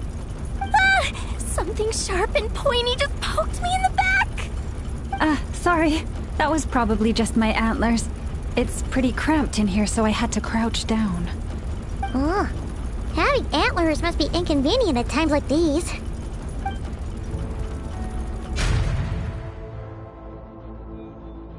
Ah! What's going on? Don't tell me something's gone wrong already. Looks like there was only enough juice in the emergency power supply to lift us this far up. Ugh. Awkward. Am I gonna get docked for this? Based on the boss's policy of docking pay for every screw-up, No, wait a sec. I've already been fired. Doesn't look like it's moving again anytime soon. I think we can get through if we follow the ventilation duct along the outer wall. The entrance has gotta be somewhere. Don't worry, this was totally part of the plan.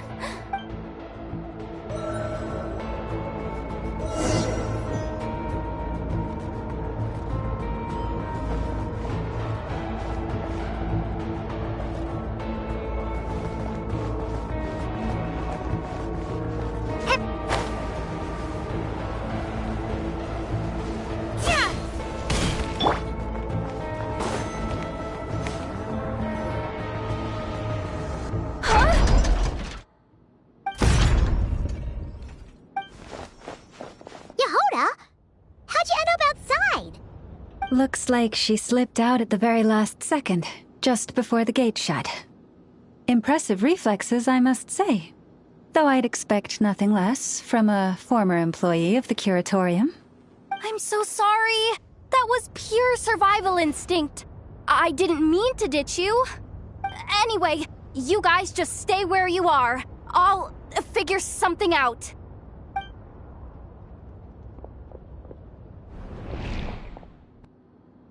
Hey, there's a terminal nearby. Hang tight! Can you hear me now?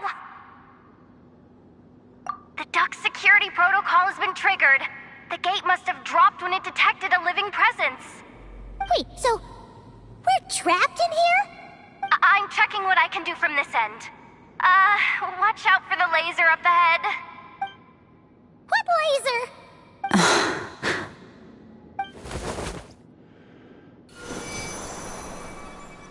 Oh, we see it now. Good thing we didn't move. Got it. I think I understand the situation. Hang in there. Just one moment. This is killing me, but I think I've got it. I can try adjusting the direction of the Kuvaki flow inside the duct. If I've got this right, you might just be able to dodge the lasers by utilizing the Kuvaki's pull in reverse. Oh, Paimon thinks she gets what you mean. But I can't see where you are from here, so I'll need your constant input. Just tell me what to do. I'll follow your lead.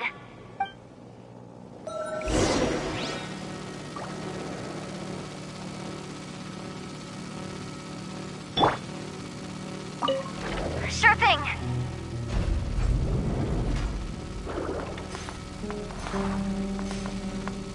So, wanna grab dinner after our shift?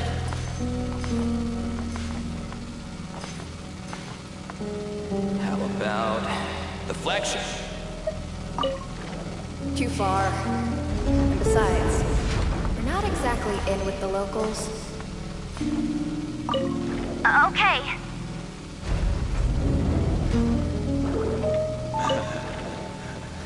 Then how about the staff cafeteria?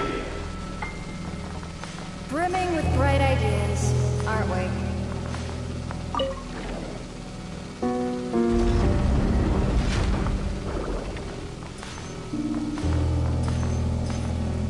Okay.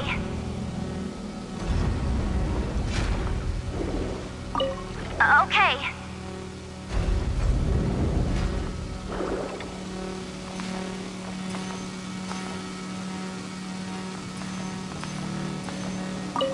Sure thing.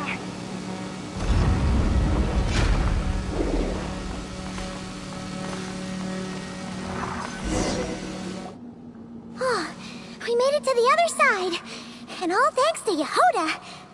Well, but the gate hasn't opened. How's she gonna meet up with us? Yehoda! No irregularities detected in the duct. Confirm. Confirm. Confirm. Ugh, just confirm the command already, you useless excuse for a terminal. You piece of robo-junk, you mindless pile of scrap! What the?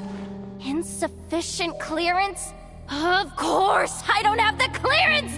You oversized... Ow! Go with the flow, Yehoda. Go with the flow. If the others make progress, that's great. But you can't bank on it. You've never been one to depend on others. So it's about time you stepped up to the challenge. Deep breaths. Stay calm. My priority right now is getting my hands on a high-level access card. That way, I can override the security protocol. Senior maintenance staff. Only they can access the core sector. But hey, there's always someone careless enough to hide a spare key under the flower pot by the door. Which means there's a good chance there's a duplicate lying around somewhere in the control room. Even if I can't get into the control room myself, doesn't mean I can't rely on some external help. If I can take control of one of those guard bots, maybe I can use it to search for the access card. This is crazy, Yehoda! You're all alone. You've got nothing. And yet, you're charging ahead like fear's a foreign concept. Maybe that's exactly why.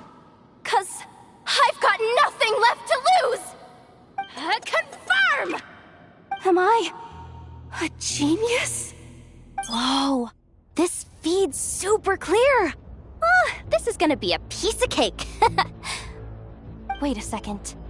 Oh, this thing's not a guard bot. It's a janitor bot.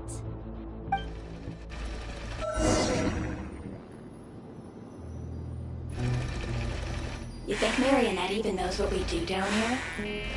She seems to spend all day either holed up in her lab or out doing the rounds. Still a mess over there. Go clean it up. Why? Planning to skim a little off the top? No, nothing like that. Just wondering if anyone would actually notice if we didn't show up from time to time.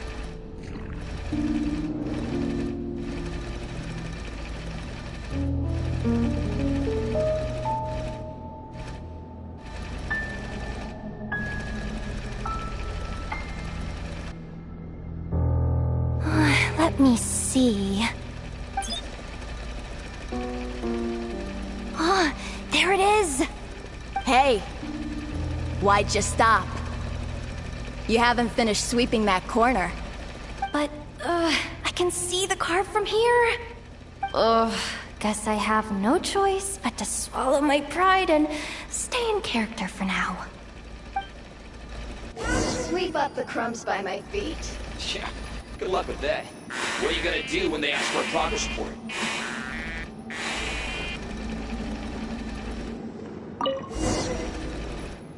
Sucks, though. Finally sent somewhere warmer than Snezhnaya. Yet we barely get to see the outside world. Gotten rid of the dust behind the door yet?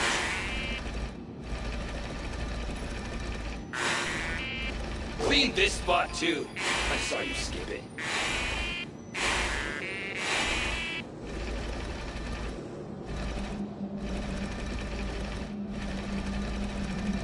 Come on. Where's that bot passage when you need it? There! Oh, the terminal's just ahead.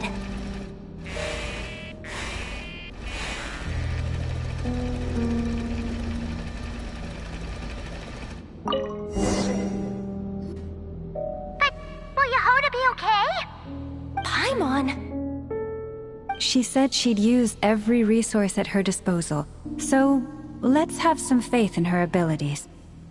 Besides, when it comes to surviving in Krai, she probably knows more than any of us.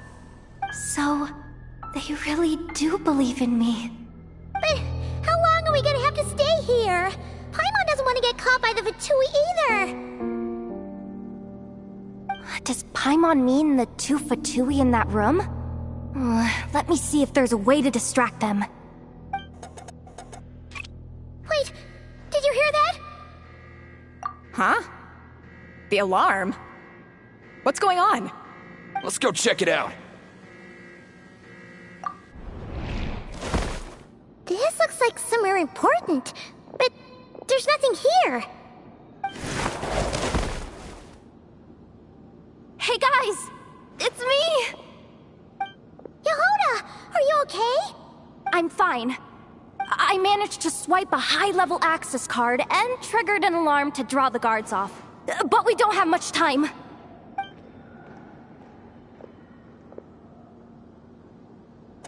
Alright, looks like we can control the elevator. Come on, hop in. Let's take it further down.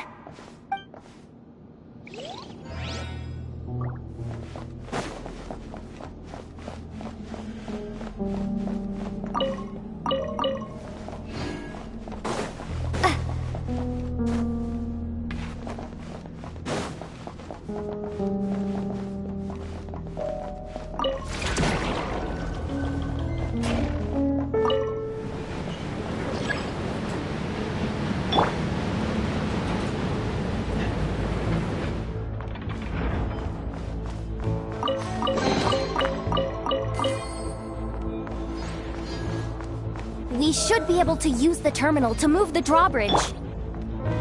Here's the access card. I'll keep watch while you handle the controls.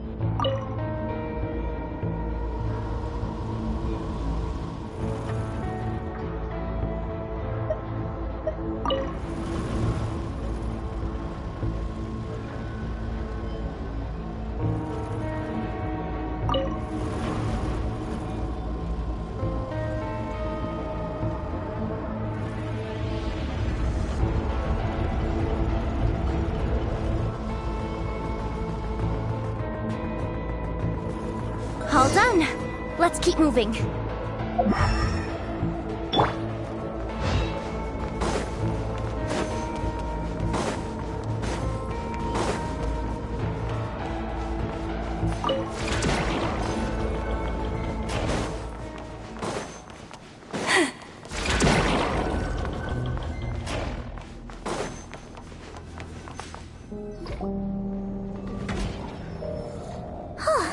There's no one here!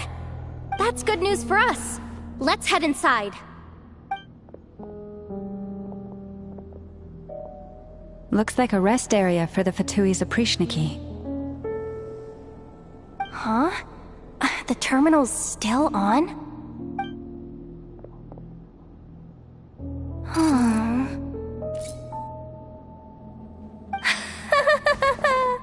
Looks like that good news is now half good news, half bad news.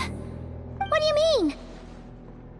Well, it seems like that alarm I just triggered was so high level that even the guards in the rest area went to investigate.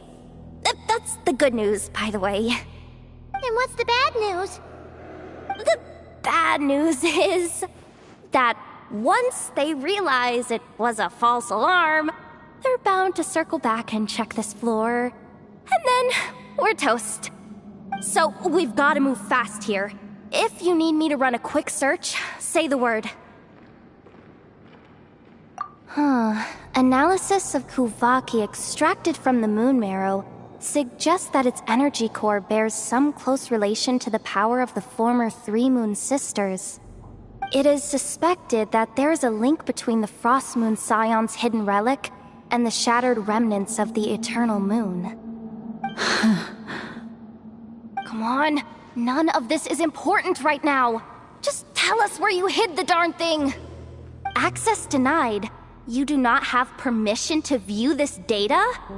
Even with a high-level access card? Who does have permission then? 264 pages! What is this? A novel? Can we just skip to the end? I'm flipping through it as we speak. Kuvaki, a weapon. Seems like the Fatui and Snezhnaya are trying to harness the power of the Light Realm to build some kind of weapon. The target of which is... Seriously? Insufficient clearance? Again? Good idea! Pulling it right away. Wow! What's with that huge hollow structure down below? That might just be it. Secluded, out of the way. Exactly the sort of place they might be keeping the relic. Looks like that's about all our current clearance gives us access to. Based on what we know so far, it seems like the rest must be hidden inside that massive hollow beneath us. I could sense something beneath the water down there. Something unsettling. If they've gotten their hands on the moon marrow, odds are it's hidden down there too. And here I thought we were almost done. But nope, we're going deeper and deeper into the danger zone. Chin up, Yehoda. Once this job's done, you're buying yourself the biggest nod-crying hot dog in town. Deal's a deal.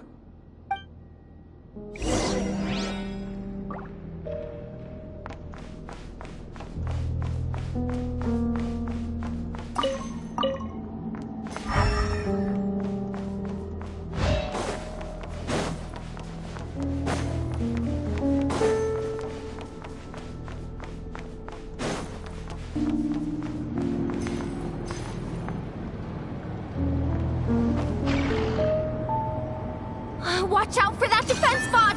Ah! It's aiming right at us! You'll have to use Kuvaki to deflect its attacks back the way they came!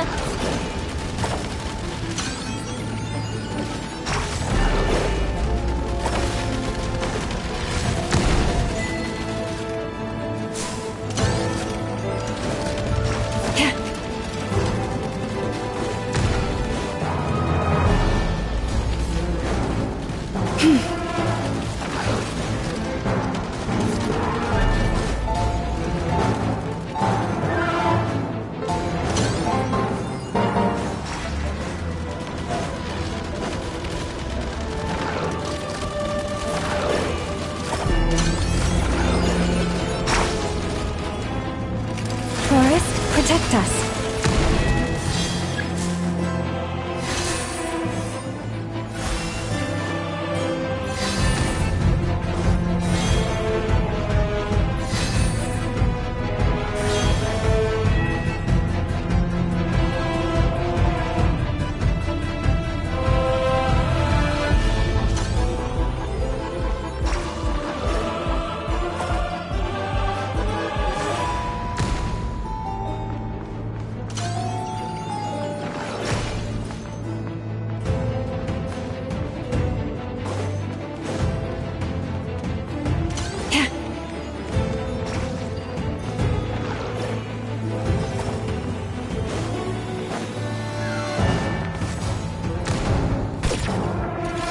Leave this place.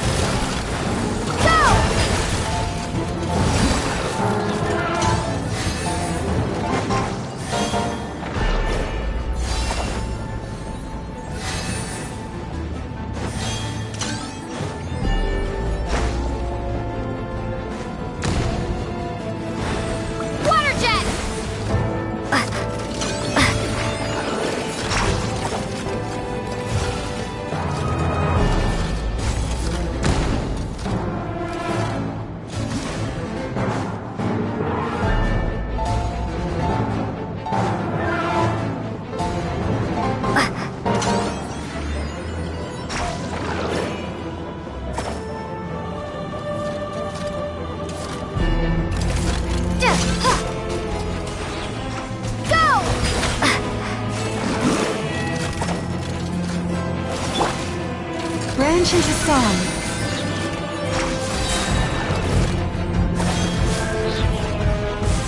For the everlasting forest.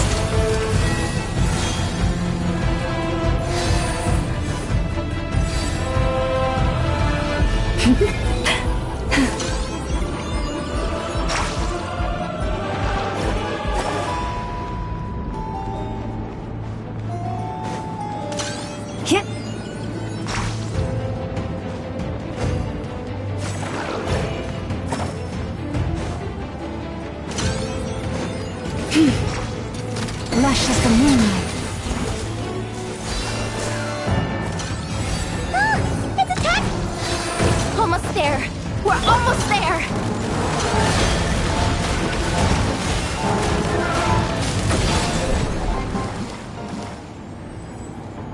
Oh, it's finally down. Quick, let's hurry down to the lower level before we're spotted.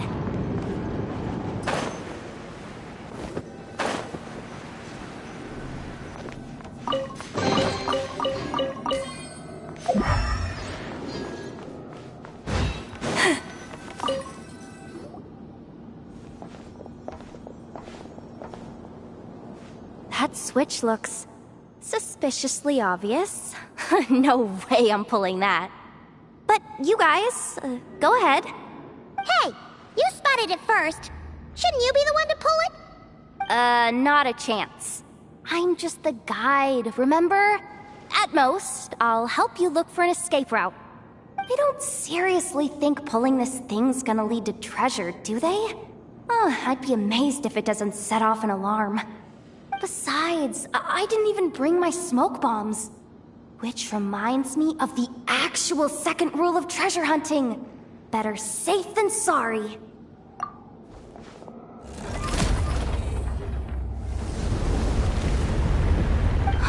The ground, it's shaking.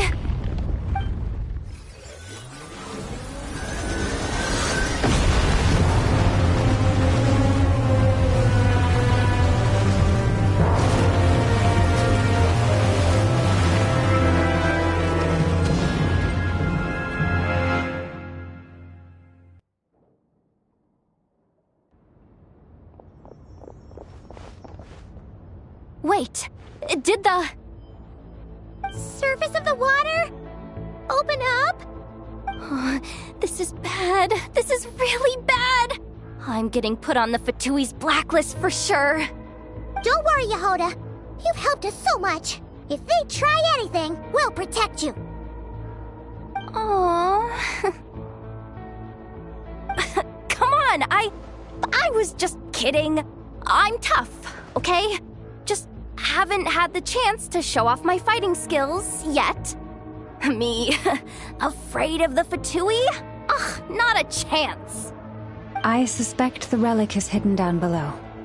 Yehoda, your commission ends here. I am truly grateful for everything you've done for us.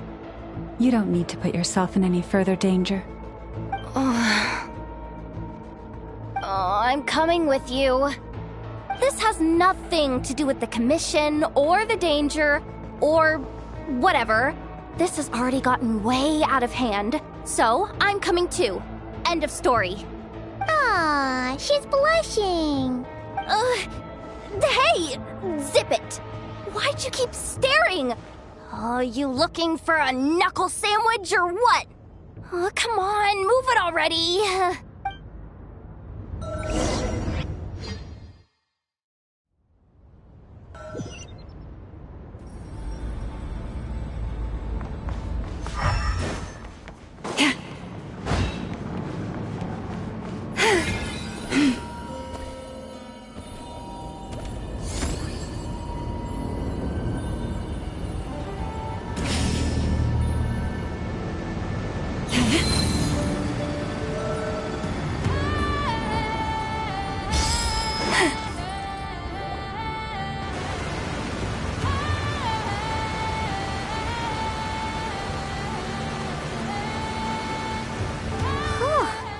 It's really deep down here.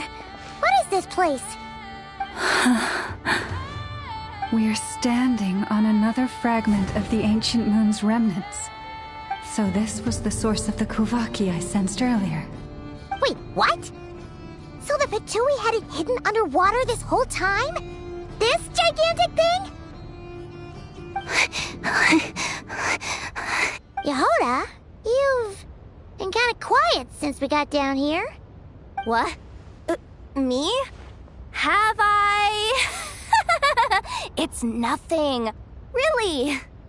We're doomed. How are we even supposed to get back up from here? Oh, my grappling hook's not nearly long enough. And if someone spots us here after all that commotion, we'll be sitting ducks.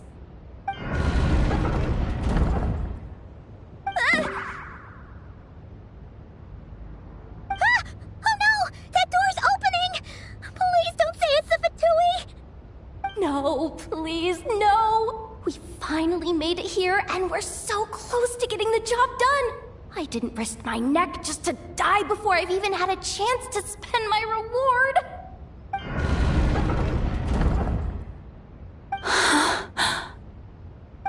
What happened? Why did the underwater barrier open? How could this be? Huh? Lauma? And... you guys... Wilhelmina? What's going on here? Looks like... there's no point trying to hide it anymore. What are you talking about? I thought you might come, but I didn't expect to see you here so soon. Forget it. The Moon Marrow isn't here. You... joined the Fatui? Yes. When? The day I could no longer bear to live a lie. At first, the Fatui wouldn't accept me. But then, one of their harbingers noticed me and said she'd give me a chance.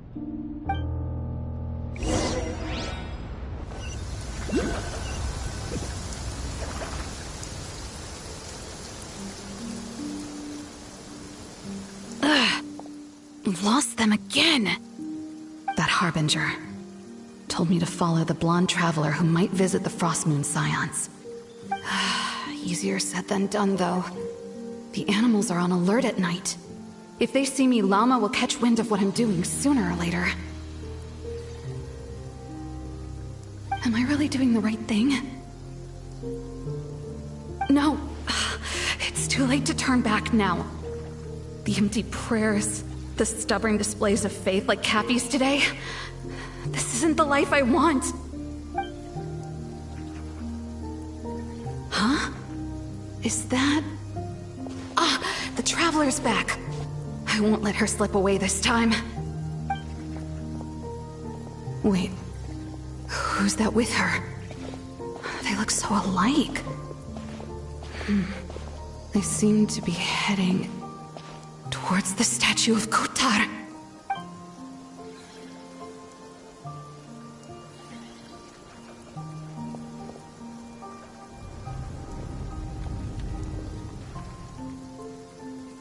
They've opened the secret chamber? But wasn't it meant to be sealed? Wait a second. The Moon Marrow! Surely they're not after the Moon Marrow. I'd better go report this straight to... Hold on. If they do actually make it to the final room, then maybe I'll be able to get my hands on the relic. The one thing the Fatui have been after this whole time. If someone's going to take it, it might as well be me. This could be my ticket to joining them.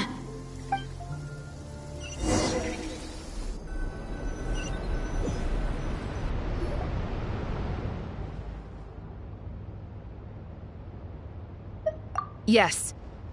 And in your final moment of hesitation, I took the chance. And then you gave it to the Fatui? But when we talked to you before, you seemed so genuinely worried about Lauma. Because I thought she was as fed up with the Frost Moon Scions as I was. We grew up together, Llama. I know you were chosen to be the next Moon Chanter when you were just a child. They never gave you a choice in that. I saw the look in your eyes when you were treating that child. That sense of helplessness. Surely you too must see that this blind, inherited faith of ours is simply holding us back. If our prayers are never answered, then why keep praying? Do they really deserve all of your devotion? Or are you trapped by the responsibilities they imposed on you? So those are your reasons for wanting to leave the Frost Moon Scions? Isn't that reason enough? When we pray to the moon, we do so to show our gratitude for the life it granted us long ago. It reminds us to strive for something higher within ourselves. But I know that's not what you want to hear. You're right, Philomena. I have indeed kept secrets from you.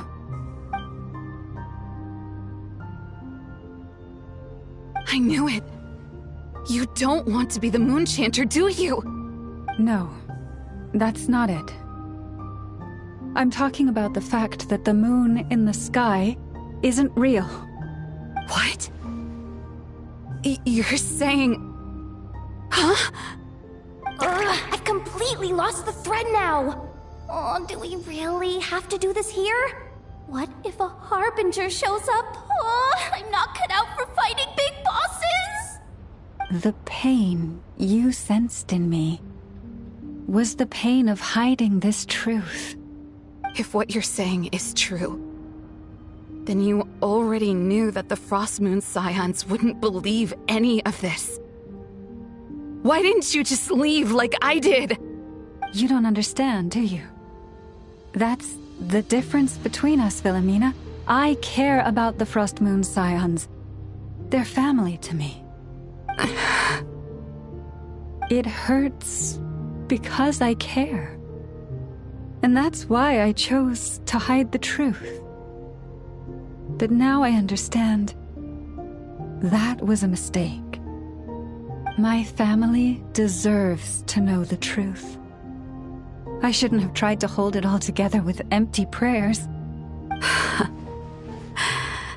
Are you trying to say that I only ever cared about myself? There's nothing wrong with that in itself. No one would have tried to stop you from leaving. But you did not have to stab us in the back like this. We've been spotted! I knew it. I just knew it. Oh, what now?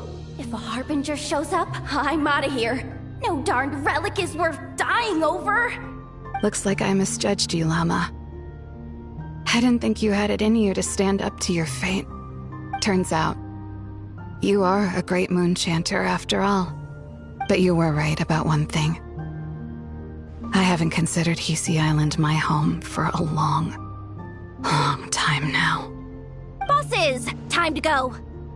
I will change the Frost Moon Scions, Wilhelmina, as soon as the new moon rises.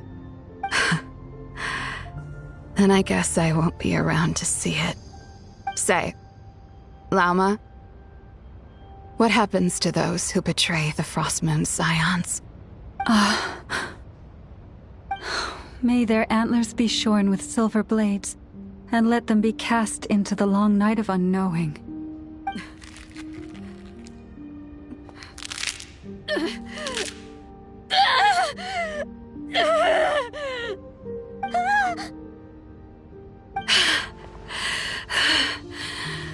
I have honored the ways of the Frost Moon Scions one last time. Think of it as a gesture of respect, Llama. There they are! Grandma? Marionette has the moon marrow. She went to Star Sand Shoal. Don't flatter yourself now. I'm not trying to atone. I just don't believe you'll actually be able to change them.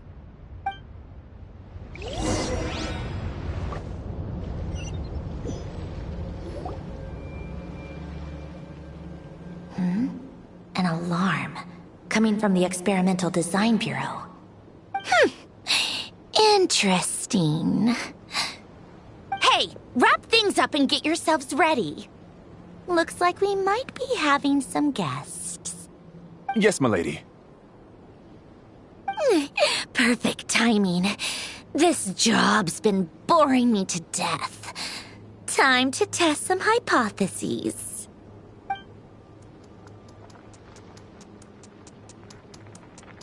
Bosses!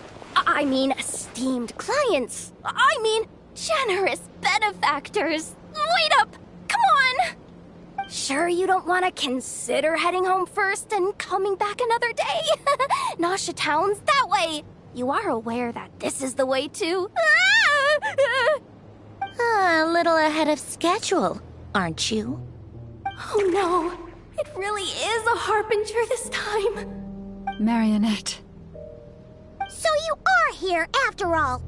Hand over that relic right now. It belongs to the Frost Moon Scions. You mean that thing your antlered turncoat brought us? I have never much cared for trophies given up without a fight. But watching you tear each other apart over it? Priceless. I'm not in the mood for warnings today. Ooh, how frightening. Had I a Trimble function, I'd have rattled off at least a dozen screws by now. Or perhaps I've just set my sense of humor parameter too high. Were you trying to be funny just now? You don't honestly believe you're a match for me, do you? Go on then. Let's serve our guests a little appetizer. Hey, didn't you hear me? I said let's serve our guests a little... What's going on? Oh no. Watch out! It's the Wild Hunt!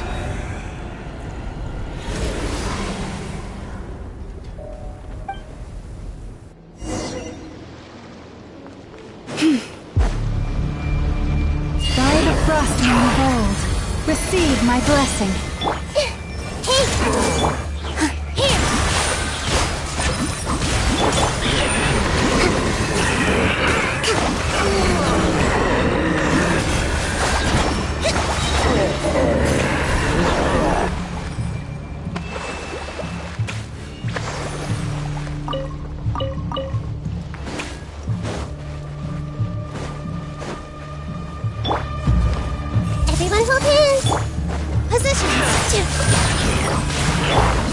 Branch into song.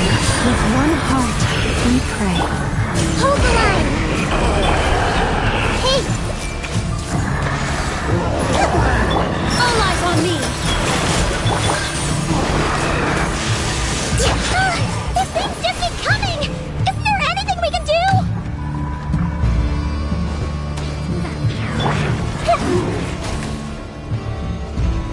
Everyone hold hands! Share my knowledge! Here! Allow me! By the last moon of old.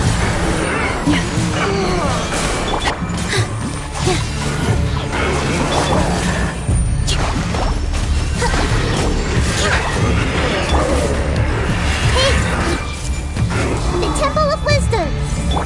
With all my strength! With one heart, we pray. A grave transgression. Dance with the waves!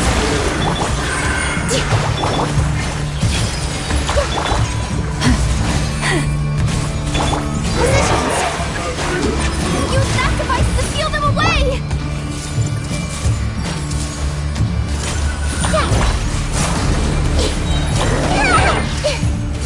Share my knowledge! Hey!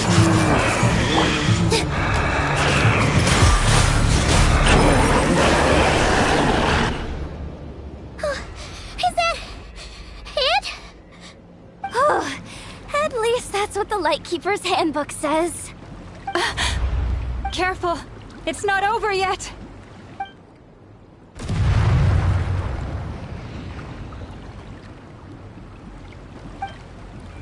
Paimon! Lauma! Yehoda!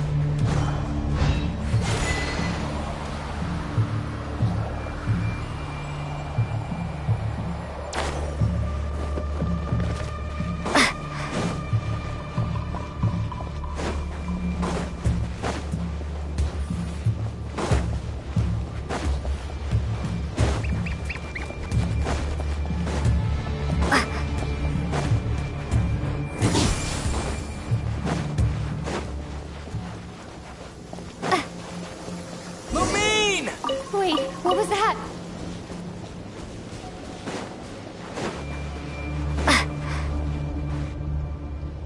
Lumine, over here! Ether! Quick, grab my hand!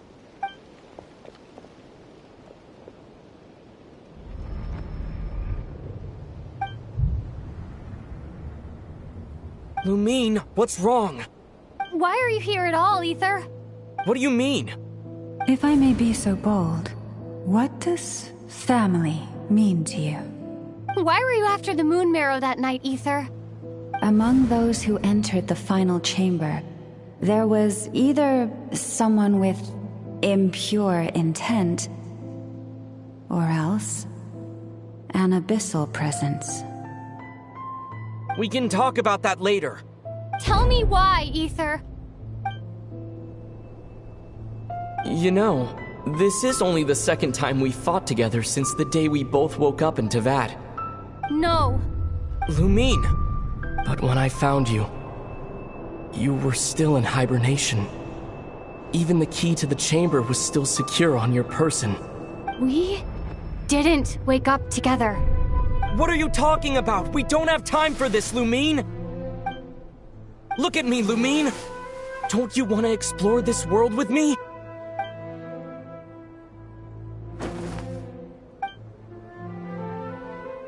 You think I'd lie to my little sis?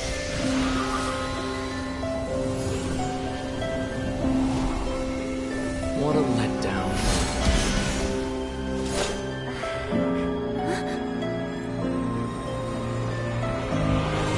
Go get it from me, Lumine. It belongs to me.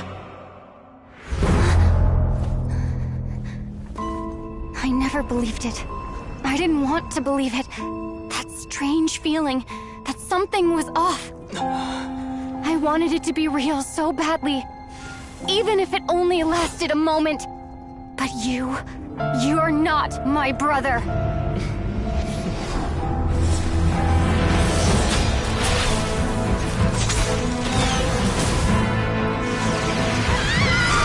Moon Goddess, please save us! Why is this happening to us? Abandoned?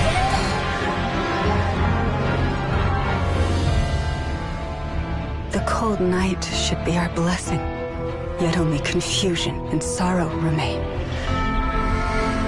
The truth may yet lie beyond the sky, but must we become lost because of it?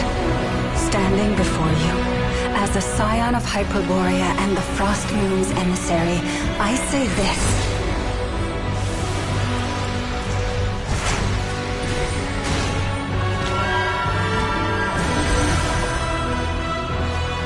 Should the false sky above dim the light of the moon, then from silver blood that flows as rivers, let us weave moonlight anew.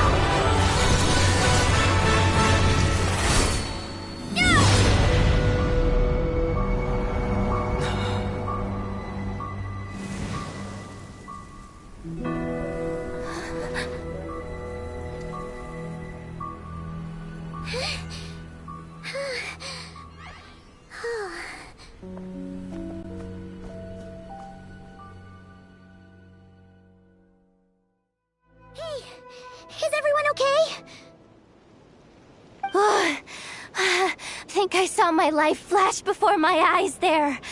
Oh, good thing Laumado was there to save the day. Are you all right, Traveler?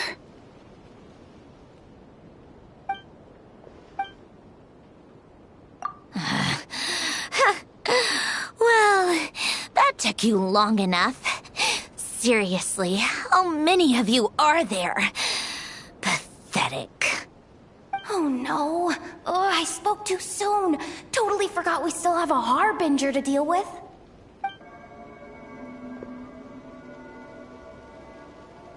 Hey, is that the moon marrow? It was hidden inside that big robot of hers all along. But that robot... That's Polonia to you, not just some robot. Take it, and get lost. Huh? You're just giving it to us? Well, I wasn't the one who put out the order to find this thing in the first place. So if someone wants it, they can help themselves. Maybe even choke on it. See if I care. So, are you waiting for me to change my mind or what? I'd be more than happy to pick up where we just left off. But I should warn you, I'm in a bad mood right now. Let's go. Fine by me. Totally, completely, absolutely on board with that.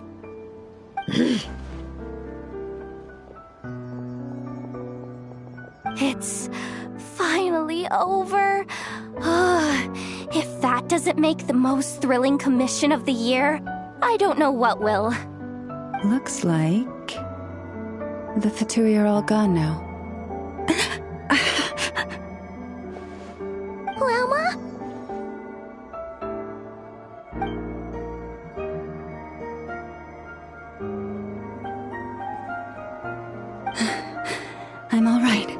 It's just been so long since I truly felt the power of the moon. I thought I sensed the wild hunt nearby. Don't tell me you've already taken care of it. Hey, it's Flynn's! Hey, he's that Ratnik. Unless I am mistaken, you are the Moonchanter of the Frost Moon Scions, are you not? May I ask, what is that in your hand? Please, don't get me wrong. I've been tracking the wild hunt lately, and I've come to suspect that its actions aren't as aimless as they might seem. When I saw what you were holding, I could not help but start connecting the dots.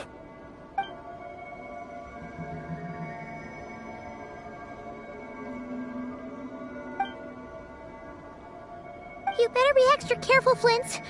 It seems like the Wild Hunt is capable of impersonating people now. Oh, is that so? Funny that. I just showed up completely out of the blue, yet you seem to have no problems trusting me. I apologize. I shouldn't be making jokes like that right now. Anyway, I understand. Thank you for the tip-off. It seems that the Wild Hunt has somehow changed in nature. I'll have to report this to HQ right away. For now, let us part ways here.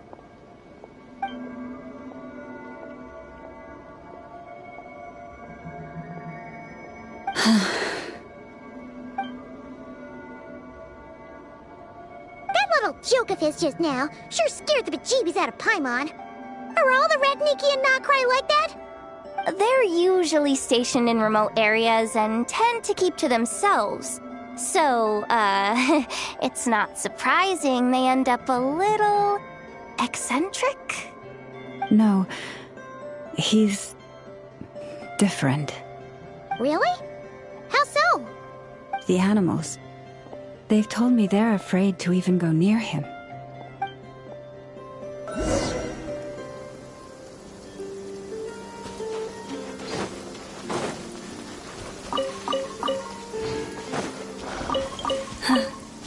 The season of verdure draws near once again.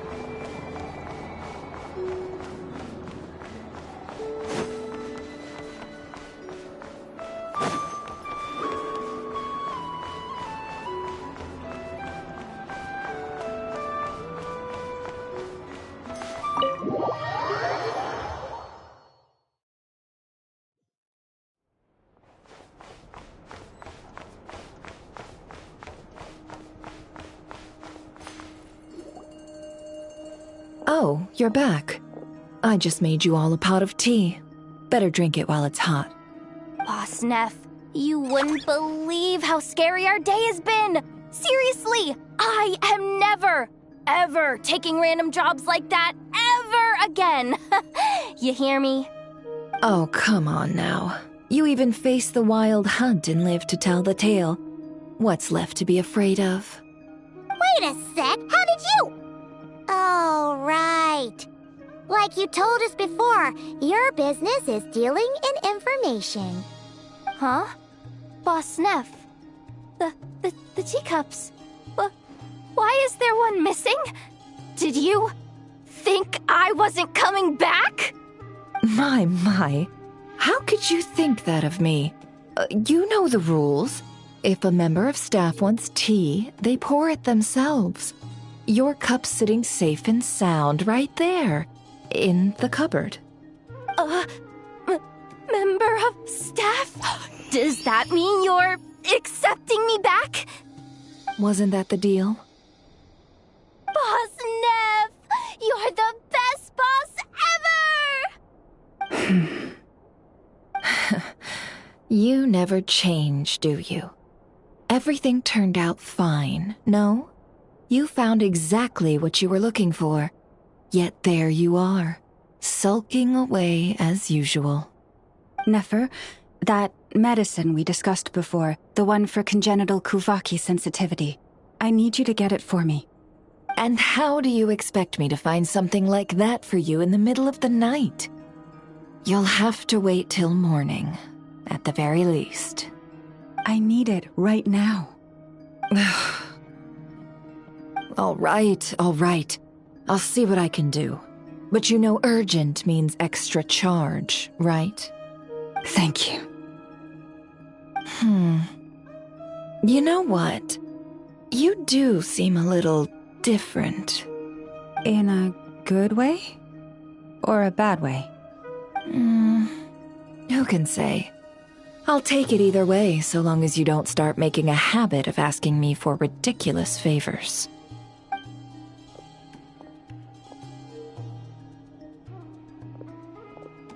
Traveler, Paimon, a lot has happened these past few days. I don't know what I would have done without you. Hey, don't mention it. That's what we're here for.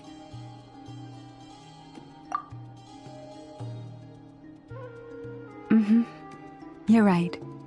And tonight, I'm planning on telling them everything. Tonight? Isn't it a bit late already? The moon shines brightly this night. What better time for the Frost Moon Scions to usher in a new dawn for truth? Thank you for your kind words. But before I do, there's one more thing we need to deal with. Oh yeah! Now that we have the moon marrow... You'll have to forgive me. I used too much of my strength in the battle earlier. I fear I won't be able to help you uncover the truth of the past. Not right away, at least. That's fine. We're gonna be in Krai for a while anyway, so there's no rush, right? Thank you. But there's another problem. How to keep the moon marrow safe now? Huh? Can't we just return it to your secret chamber? The seal has been broken. Even if it were restored, now that the wild hunt has gotten in once, there's no guarantee that it won't happen again. Oh, right. Yeah, that makes sense. Back when the Frost Moon Scion's bloodline still ran strong, in special circumstances, a moon chanter could act as a vessel, safeguarding the relic within their own body. But it is a grueling trial of will and endurance. The moon chanter who did this only lasted 2 days. As for me, I might be able to last 5, at most.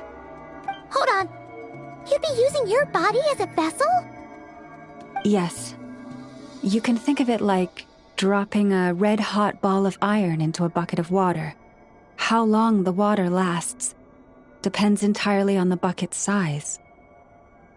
Pardon? Hey! That's not a bad idea! You've always held up pretty well against the abyss. Surely the moon mirror can't be any more dangerous than that. It's not at all that I don't trust you, but it's too risky. But we're out of options, aren't we? Might as well give it a shot.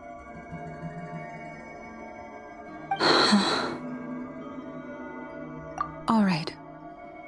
Well, I'll be right by your side. If anything feels off, please tell me immediately.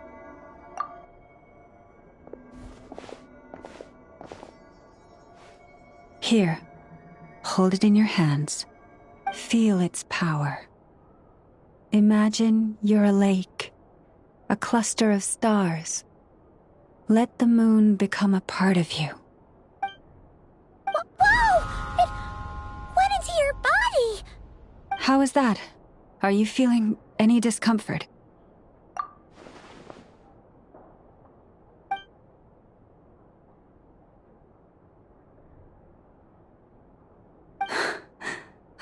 astonishing.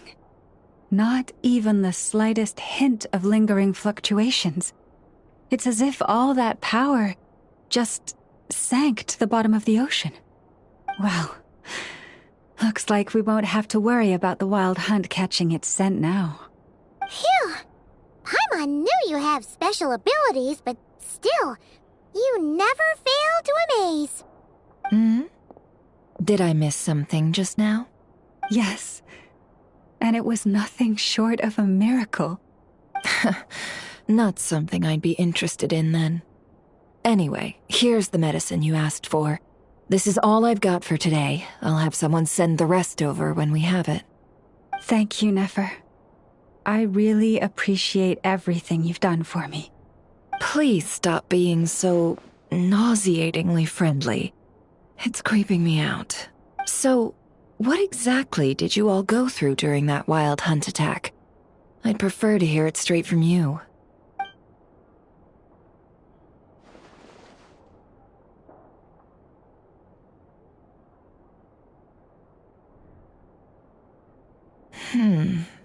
A phantom that can mimic the appearance of others.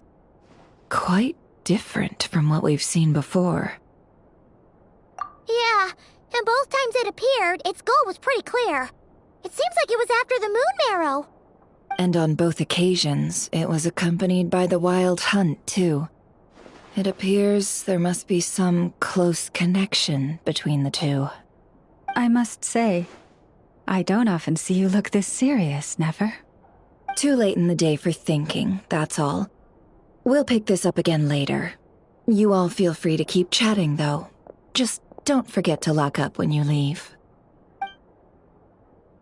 On that note, Traveler, please keep the moon marrow stored within your body for the time being. We'll take it back off your hands as soon as the wild hunt's been taken care of. Once and for all. Of course. Anyway, if the two of you will excuse me, I'm heading back to Hisi Island now. It's time I came clean with the Frost Moon Scions. Hey, we're coming with you! Though, guess we won't be able to do much more than cheer you on from the sidelines. That alone means more to me than you could ever know.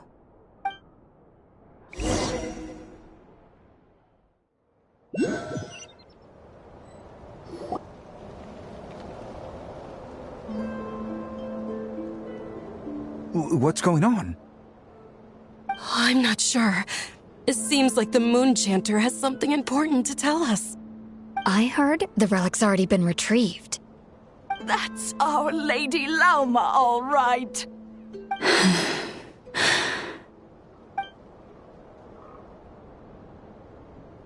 Noble scions of the Frost Moon, my kin beneath the moonlight, I hereby declare the truth to you.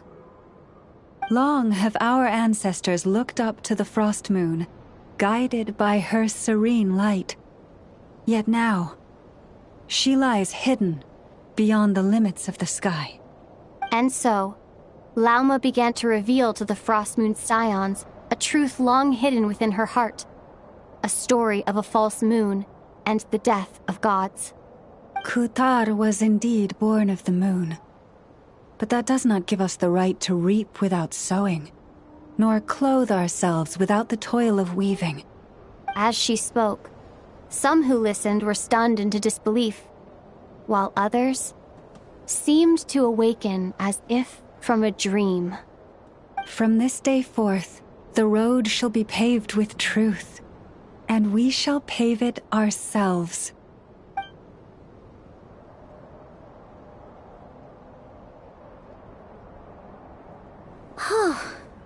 After everything Lauma said last night, Paimon wonders how everyone's adjusting. Still, judging by their reactions at the time, it didn't seem as intense as Paimon might have imagined. Says a lot about how much trust she commands, huh? Hey look! It's Lauma! Welcome, both of you. The animals were most lively this morning. They told me of your coming. Nothing too dramatic happened, did it? No one took it so hard that they went on a binge-eating rampage and ended up cleaning up the whole pantry? Or something? Hey, Paimon's just trying to lighten the mood. Thank you for your concern. Change doesn't happen overnight, and new ideas need time to take root. But nothing as extreme as that has happened, no. Although... Although what? Well, just as I thought might happen, some have chosen to leave the Frost Moon Scions for good. For them, losing their faith was like losing their home. Confusion, frustration, helplessness. I saw it all, reflected in their eyes. Oh. I respect their choice. May they carry the Frost Moon Scion's blessings far and wide, should they be willing to do so. If we meet again someday, perhaps we will be able to sit together and share stories once more. Others sought me out afterward, though, and thanked me profusely for sharing the truth with our people. They said they used to see me as distant, even somewhat unapproachable, whereas now I seemed much closer to them. Like a friend, or even a family member. Sounds like a win overall. Paimon thinks you did the right thing, Lauma. Thank you. Though, I wanted to ask, do I really come across as distant? Well, maybe just a little. To people who don't know you, you are kind of tall, especially if you consider the antlers. I see. That's a bit of a hard one. My antlers tend to grow under the moonlight, so I can't quite help it. It brings me comfort to hear you say that. By the way, how has your body been adjusting to the moon marrow? I'm glad to hear it. I've also suggested to Nefer that we meet within the next few days. We need to figure out how to counter this new manifestation of the Wild Hunt. But for now, let's just relax. I want to enjoy this feeling a little longer, of finally living on the bright side of the moon.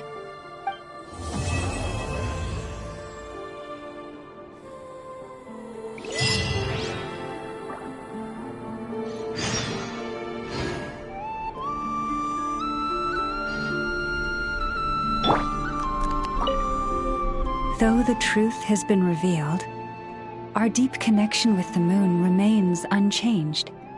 In fact, its power runs in our very veins. What has changed is our understanding of where the true moon lies, and that we must walk our own path in life without relying on a power outside of ourselves. Which is why we now say, come night or day, may the moonlight connect us.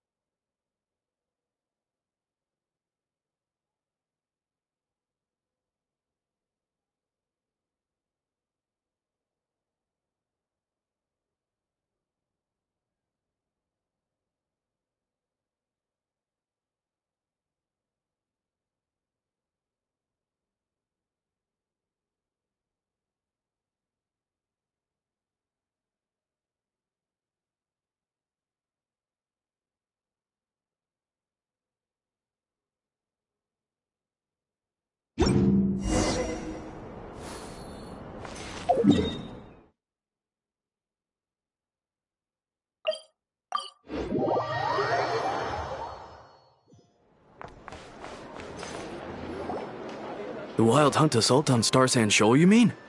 Huge wave. First I've ever seen of that size. Good thing it was so brief. No, I mean there's been another to the north of Nasha Town. What? How many does that make in the last couple of days now? What are the Lightkeepers playing at? Can't be helped. There are only a handful stationed on our side in the first place, and the cannon hasn't been fixed yet either. They've been strained to breaking point for a while now, I'll bet. I'm bugging out if this goes on much longer. And here you all told me this was a good place to do business. Fool me once, I say. Hey now, this could be our big break. My second eldest brother made his fortune off wild hunt attacks, you know. Come on, let's get moving. There won't be anything left for us if we're late. Left for us to scavenge? I did hear about an overturned cargo vehicle over there. Hey.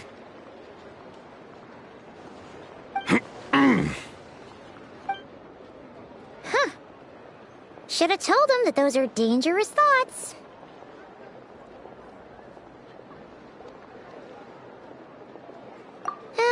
Guess you're right. Even if we solve this wild hunt problem, they'd probably just jump headfirst into some new danger if they thought they could earn some quick mora. Paimon will have you know that when it comes to staying out of trouble, greed and cowardice make the perfect match.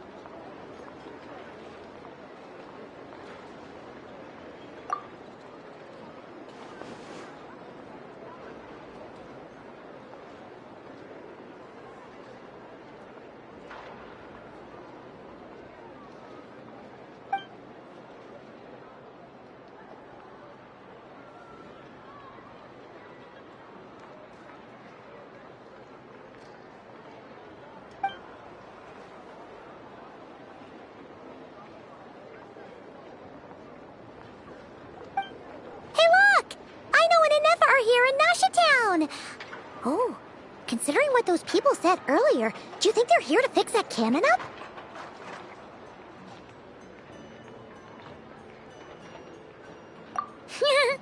Dying to know something, aren't you? You totally zoned out just now.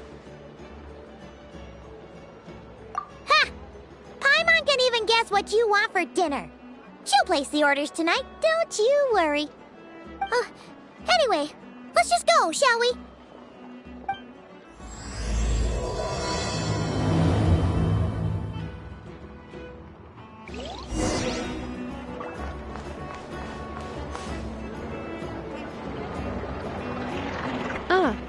Familiar faces identified. Our good friends, the Traveler and Paimon. Whoa! Free manual labor detected! Those evaluations could not be more different. This is Sosi, Sergeant Major of the nearby Lightkeepers. He's stationed here in this town. Wait, that means... He is Flynn's superior, as far as position is considered. A pleasure to meet you all. This is the Traveler and Paimon, friends of ours. They're experienced adventurers who are new to Krai. Hi there! Indeed. The sooner we can get it firing again, the quicker we can ease our current predicament. 2 more wild hunt incursions have come sweeping in at different locations after the last one at Star Sand Shoal. Our manpower is already stretched as it is. This is more than we can handle.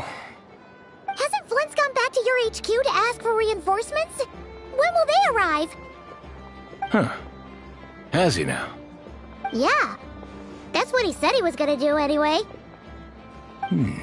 He hasn't contacted me about that yet. As per standing orders, he should be leading a team to root out the wild hunt. But I haven't received any reports for a while now. Well, he does act outside the remit of his orders sometimes. I'm a superior, yes, but I wouldn't say I have much control over his actions. So, he made the call for backup on his own initiative? Hard to say. Contacting HQ's a tricky business. I should know, I've tried. They either refuse my requests outright or end up dragging their feet. And all the while, we're the ones who have to deal with the wild hunt. which, by the way, can strike anywhere in Krai without warning, sweeping across vast swaths of land. This has been a real test of our endurance, to say the least. We need to send our personnel where they're needed most. A single missive will not do much to change HQ's attitude, I fear. Flynn's understands this well enough, I'm sure. We usually sort our foes ahead of time into ones that our Ratniki will take care of and ones that we'll target using the cannon. I finished the preliminary dispatch work already, but this cannon... Okay. Hurry up, I know. Fix this, I know. You fix it if you're in such a hurry. That, or bring me some snacks. This is tiring work over here. Could you at least tell me how long we'll be delayed? We're way past our scheduled firing time. Well, that's your fault for firing too often recently. Machines get overworked too, you know. You could try thinking about their feelings for once, maybe. Sorry, what? A machine's feelings? In layman's terms, this refers to wear and tear. As such, a machine is more liable to fail the unhappier it becomes. The exact probability here would be... All right. I'm not good at this stuff, I know that. But let me stress that we Lightkeepers are the primary financial backer of this cannon. And our backing does cover the fees for subsequent repair and maintenance. And I'd say that was a good deal for you. You should thank the Krumkake Craft Shop. That means me, by the way, for making you such a huge and powerful weapon for such a measly price. Do you even know how much it would have cost you if you bought all the parts legit and fresh off the assembly line? Reminder, your future snack budget will have to be halved without the long-term commission payment, I know. Calculating a viable and cheaper option. Lavender melon candy. What? No! Absolutely not! Let me think, all right? It should take maybe 3 more hours? Wouldn't this place be crawling with more monsters than there are fungi and Sumeru by then? That might not be the concern you think it is. The monsters of the Wild Hunt are only active in the immediate vicinity of its attacks. They will not spread any further, on their own initiative at least. We Lightkeepers will also keep an eye on those areas, both to monitor the monsters and to prevent people from entering the cannon's blast radius. That said, I'm afraid I can't wait 3 hours before dispatching manpower to the locations that the cannon won't be firing on. And here's where my need for manual labor comes in. There are some checks I haven't finished yet, but with your help, I can get the repairs done sooner. Wait, but we don't know a thing about this stuff. How much help will we be? You'll be fine, trust me. Just take this. Oh, and this. Whoa! This book is so heavy! And what is this? You can use Beep Boop Pizza to run diagnostics on the cannon. It'll tell you what to do. And this book will help you understand Beep Boop Pizza. This cannon was built using more than 50 components from different factories and manufacturers. Aino has bound the manuals into one volume. Also, please note, the device's name is Burkida. So, it's manuals all the way down, huh? Yep.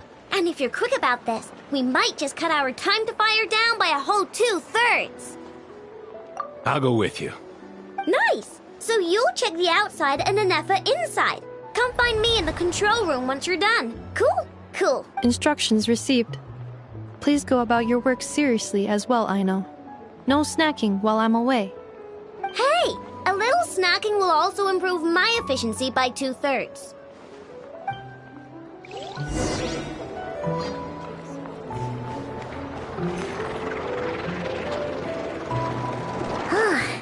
Aino's explanations for things that don't interest her are a bit meh, aren't they?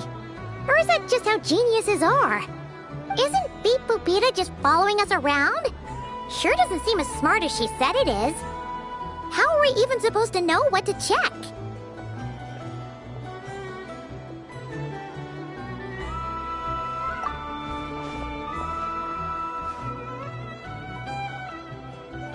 I've watched an Effa perform routine repairs before. It seems some sort of maintenance port must first be found, and then this small robot will automatically interface with it. Ah, so you're in the know. Nice. What does that port look like? Now, that I'm not so sure of. Let's search around together and see what the robot reacts to. Works for Paimon. Is this it? Probably not. Or this one? Oh, ew! Stinks of machine oil.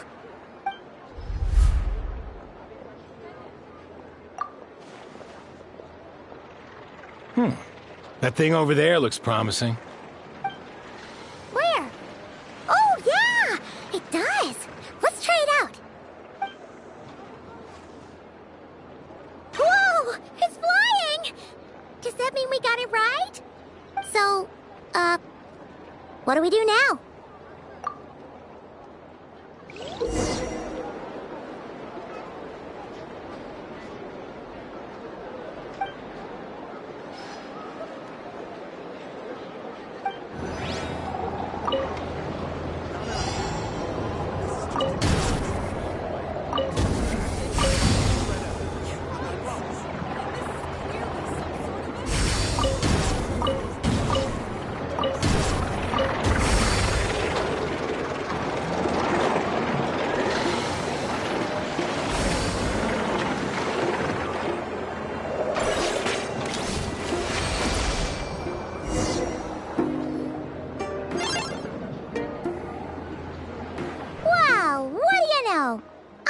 Right. We got this working without understanding a thing Beep Boopita said. Still, it's impressive how you figured things out right away. Paimon's up next, along with this stupidly heavy book. Let's see. Should be just like checking a dictionary, right? The matching result for this symbol is... check passed. All systems normal. Wait. Is that it? Well, as they say, no news is good news. Yeah, guess you're right. Just feels like we did all this stuff for nothing, that's all. On to the next spot, then.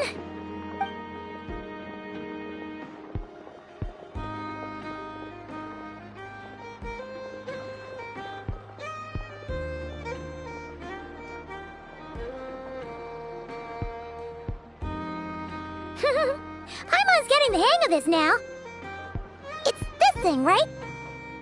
And this time... Huh? Why are you angry?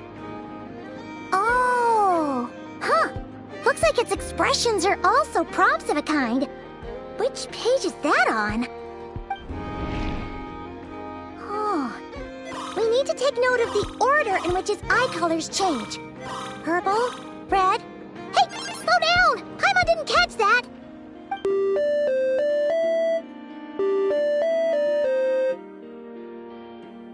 What? So now we've got musical prompts too? Weren't you only supposed to be a beep-boop machine? Alright, one final stop. This was quite a trip, huh? Agreed. I must say, you two have a talent for maintenance work. A bit shaky at points, but not bad for your first job. Huh. Good eye. Paimon's the real deal when she deals for real, you know. Really, I'd have liked to share the load, but you were really getting into it, and I didn't want to interrupt.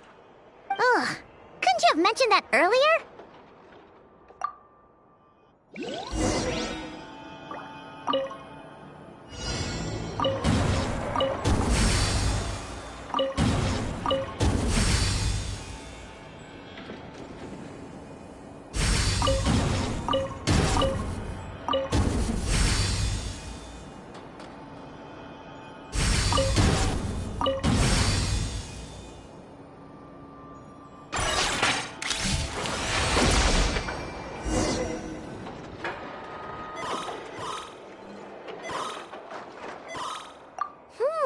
A pictorial prompt this time. Don't worry, Paimon's just about gotten the hang of which prompts are listed where. We gotta take note of the flashing patterns. 1 yellow flash, nothing for 2 seconds, then 2 yellow flashes means the components here are overdue for regular maintenance. Maintenance is a high priority task. The device will be rendered inoperable until it is complete. Switch Beep Boopita to input mode to send out a signal to unlock components. The description of input mode isn't on this page. Ugh, more page flipping. Phew, that was a real struggle. Well, Paimon needs a break now. Yeah, good work indeed. But it seems this input mode requires some additional work to operate.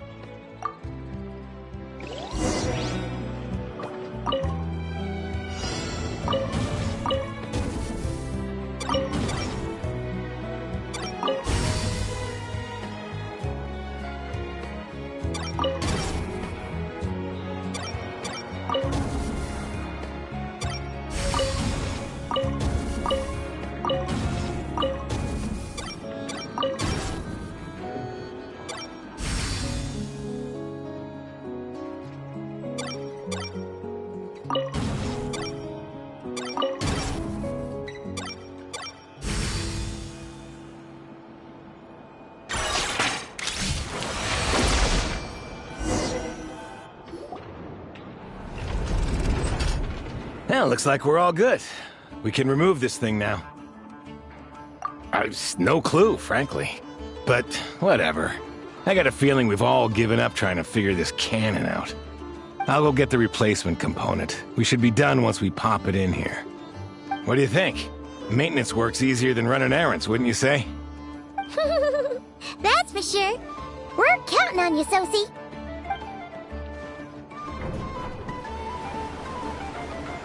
You know what? Paimon took him for the stony type at first, but he's actually a pretty nice guy. Let's wait for him here, huh?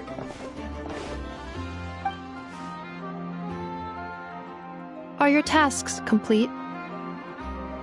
Yep. Sosie's gone to get the replacement component. We'll be done here once we put it on. Allow me to check against the recorded data. Yes. This component is approaching its replacement deadline. The cannon will generate immense recoil when fired. If this is not controlled, the firing platform will become misaligned. This part is designed to anchor the cannon and ensure accuracy when aiming. Huh. So, if the cannon isn't fixed in place, will it start spinning around like some kind of massive firework? A novel analogy, but an apt one. The large-scale damage that might follow would be undesirable by anybody's standards. This component is currently easily damaged. The materials are not up to par, and there are still some design flaws. But Aino and I are working to improve it. Estimated waiting time remaining: 7 minutes. Would you like a crumb kake? Yeah! Dessert's just the best after a hard day's work. Certainly. It will be ready shortly. Observation. Freshly baked crumb kake results in the most efficient improvements upon human happiness indices. As such, I activated an internal heater before starting repairs. Thanks for the treat. Aino's lucky to have you.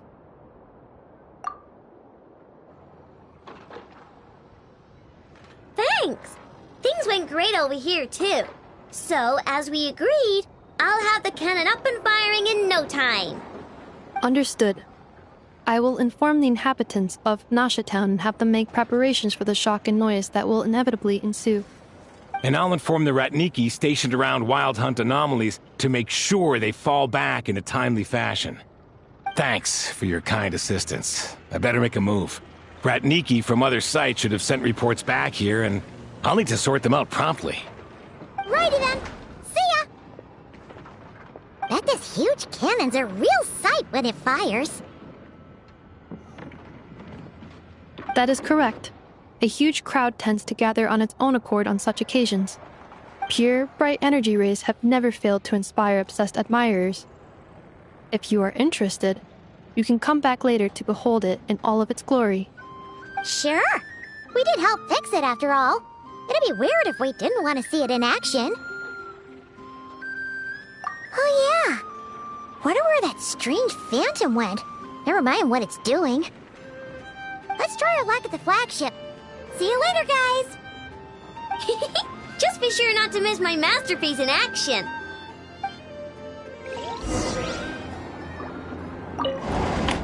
Checking snack stock. Lower than expected. Please, explain, Aino. Later. Can't you see I'm busy? You know, saving the poor, anxious inhabitants of this town?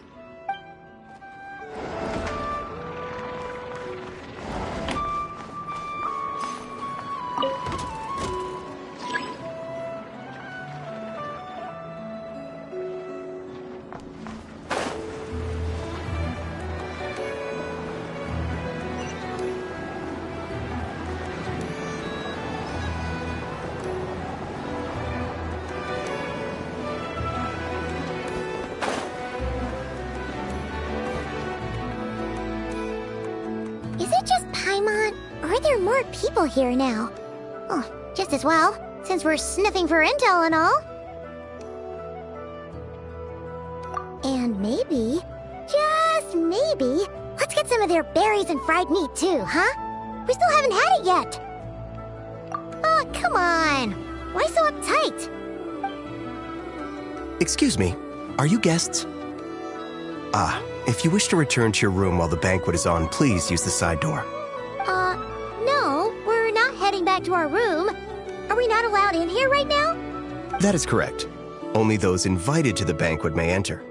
Our goal is to ensure that our regulars can enjoy peace of mind and comfort, so that they can speak freely with one another.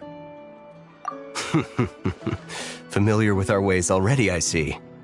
But here in Krai, channels hold equal value to Mora.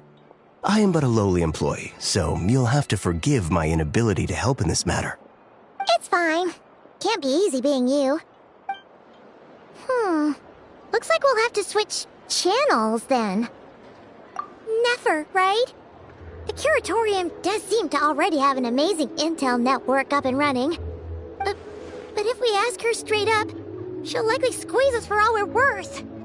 Ooh, Paimon's got a plan! Llama got Never to help her prep some medicine, right? We'll be heading to Hisi Island later anyway to ask Llama to help us use the moon marrow. Couldn't we deliver the medicine while we're at it? If Never doesn't mention a payment, we can cash our services in as a favor. If she does, then we can use it to haggle. The thought of Mora made it worth the effort of thinking up. Come on, let's go!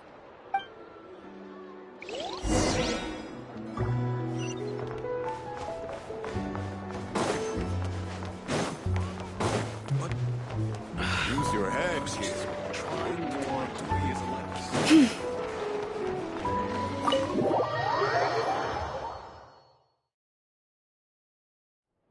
Hey, Black Cat, we're here! Oh, it's you this time. Hello, you two. What's up? Not much. Just here to say hi. Also, we'll be going to Hisi Island later, so we can deliver the medicine to Llama for you if you need. How thoughtful of them.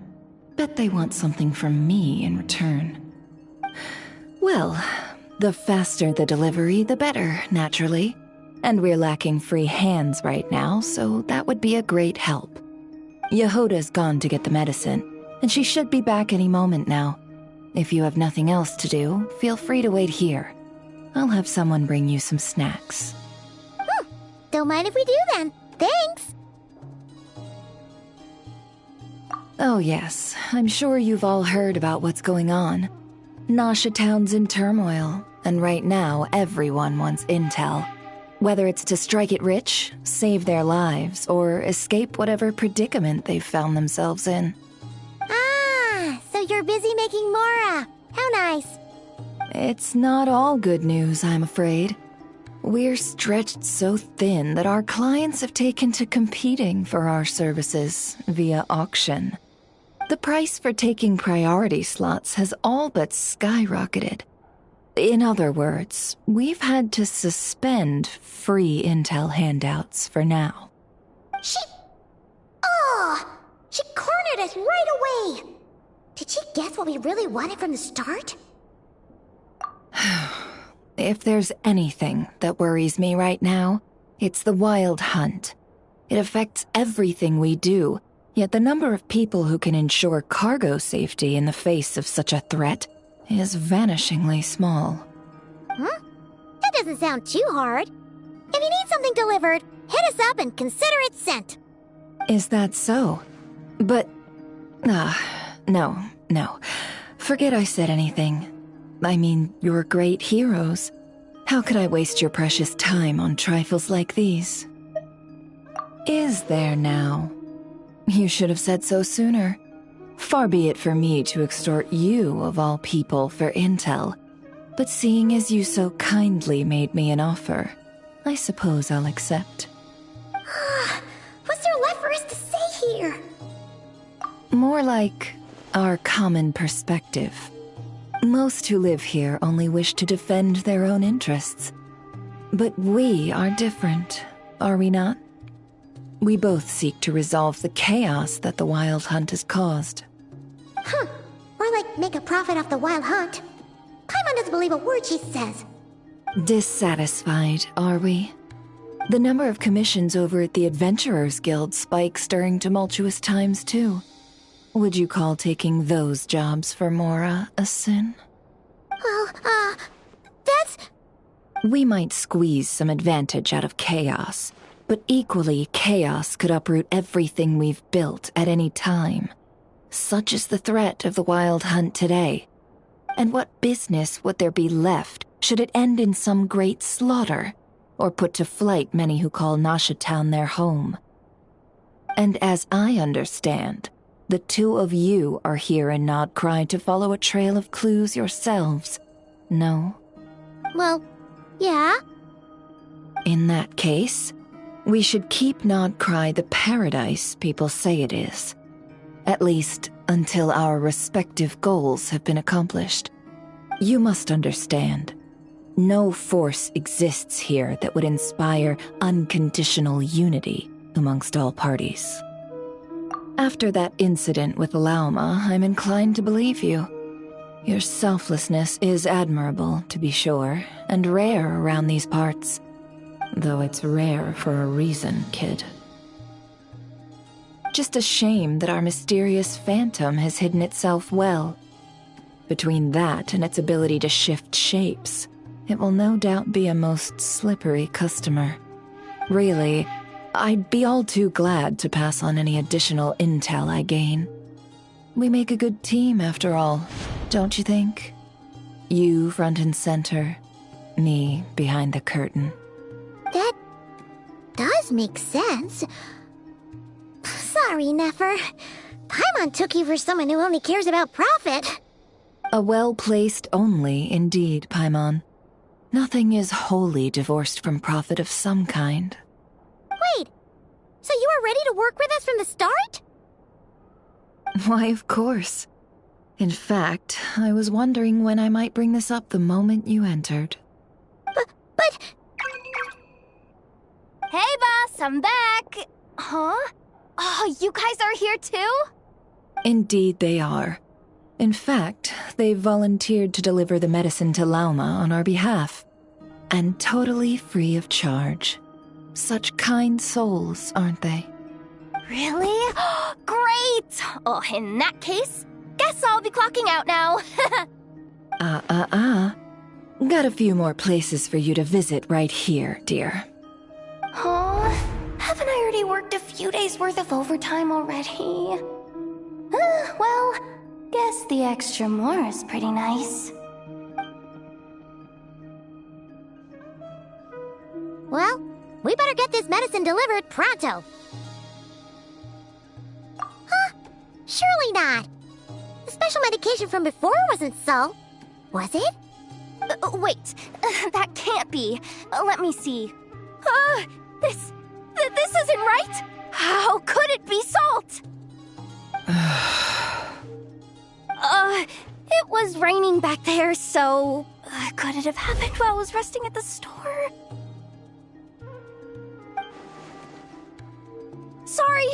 Sorry, boss. I'll get it back right now. Trust me, I'm super fast. Hey! Slow down, you might get hurt! Well then, any plans? If not, what say we go into town and ask around about the wild hunt? We were thinking of doing that, but we didn't get much out of it. The townspeople are a bit wary of us, and we can't get into the flagship right now. Ah, yes, the banquet is on today. Perfect timing. That's where we'll go. Huh? Can you get us an invitation? Oh, come now. What are we, sticklers for the rules?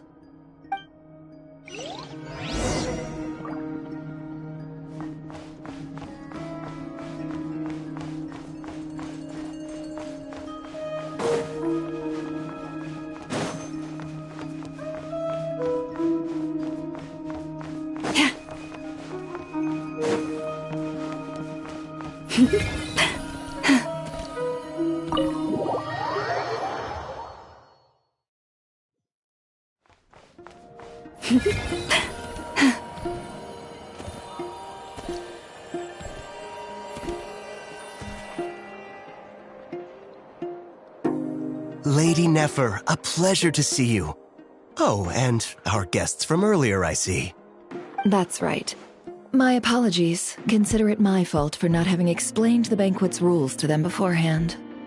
Oh no, it was no trouble at all. Please, do come in. Yeah, sure, thanks. Not even an invitation check? Oh, Paimon didn't realize Nefer was such a big shot. Guess channels really do take you places.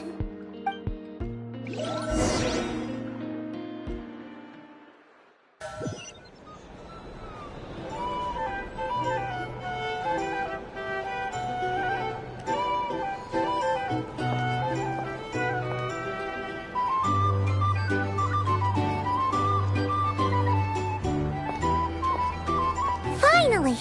Now, what do we...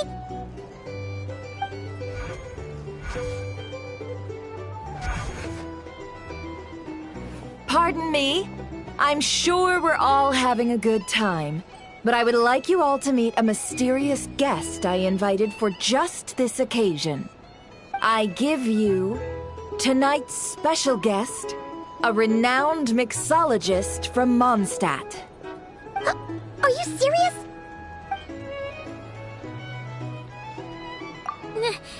Nice to meet you all.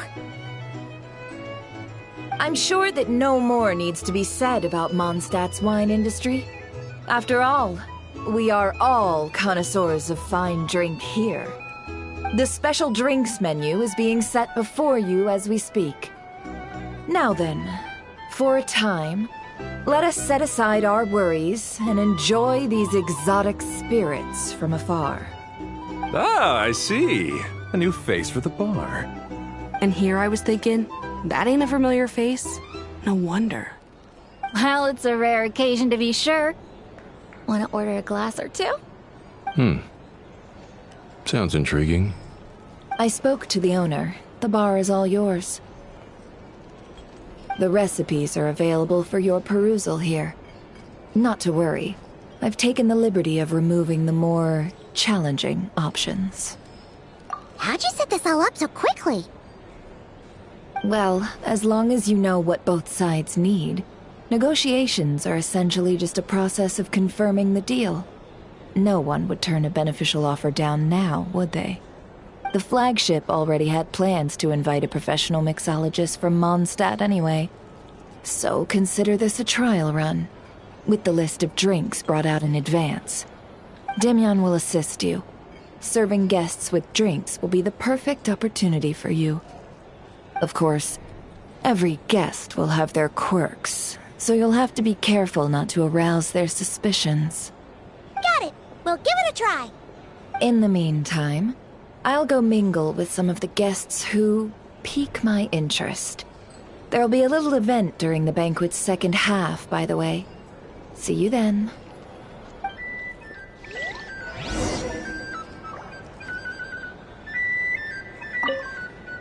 Hello. How may I assist?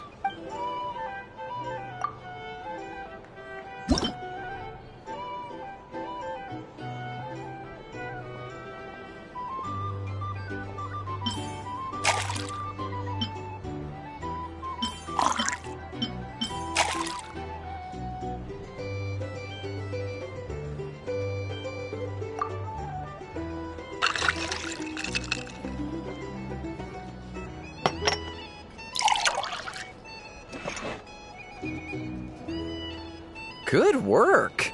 Now then, get the drink to the guest. Wouldn't want to keep them waiting. Ever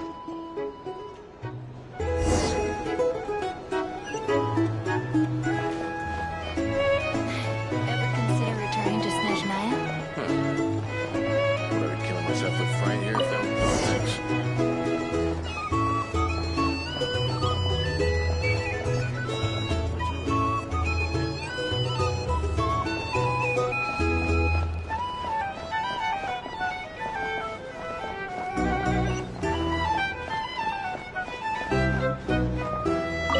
Tell you what, I envy people like you. I'm like a man in a leaking boat, soon to be food for the fish. I wouldn't have come to this dump if there were any better place to be. Come now. Surely it isn't that bad. We've still got the light keepers. You trust them? I wouldn't. Wouldn't trust anyone, really. We're stuck with a wild hunt here. The Snezhnayans can't be bothered, the Lightkeepers can't spare the people, and everyone else, they're a mess. I'd sooner put an ounce of faith into that cannon. Forget it. Let's just drink. Let's see if this new mixologist is worth the billing.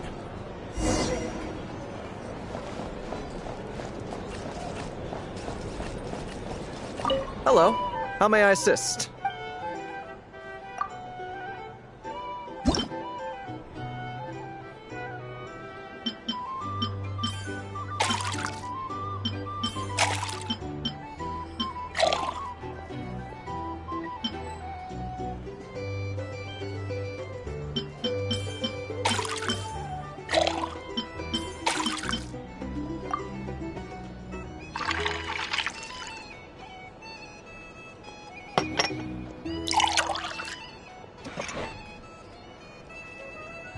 Good work! Now then, get the drink to the guest.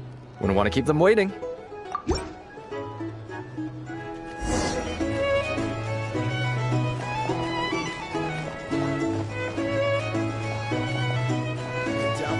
I'll lose money at this rate. Fine, this wild hunt probably just leave it over there. Bet you some people are just waiting for this place to fall further into chaos. You've got a plan for that then? Hard to say. But what I can say is that the situation in Nashitown will get out of hand if that cannon isn't fired soon. That gun's a symbol. The most solid proof that ordinary folks like us can stand up against the Wild Hunt.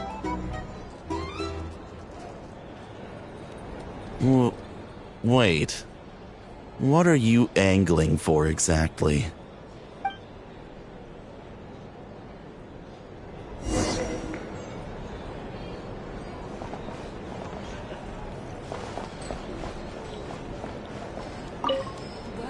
What if that was nothing but an illusion? What if, let's say, the cannon was never meant to be fired? For our sakes, at least. Surely this town is still of value to those who control it. Of course, but that's all it is. Value. For us, though, there's no place but Nashitown. And we're putting its life and ours in their hands. I get what you mean. Let's just see how this plays out first. Seems like they're all talking about the cannon already. Guess that's why Sosie was so anxious. Hello. How may I assist?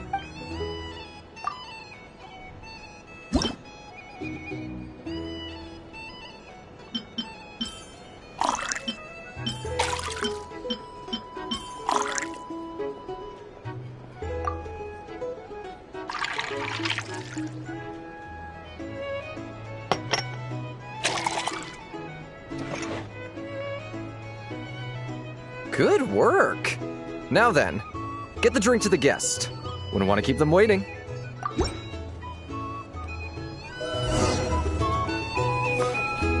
Can't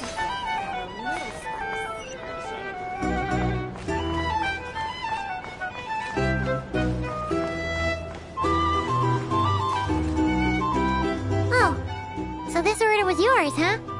Indeed. So, any notable news?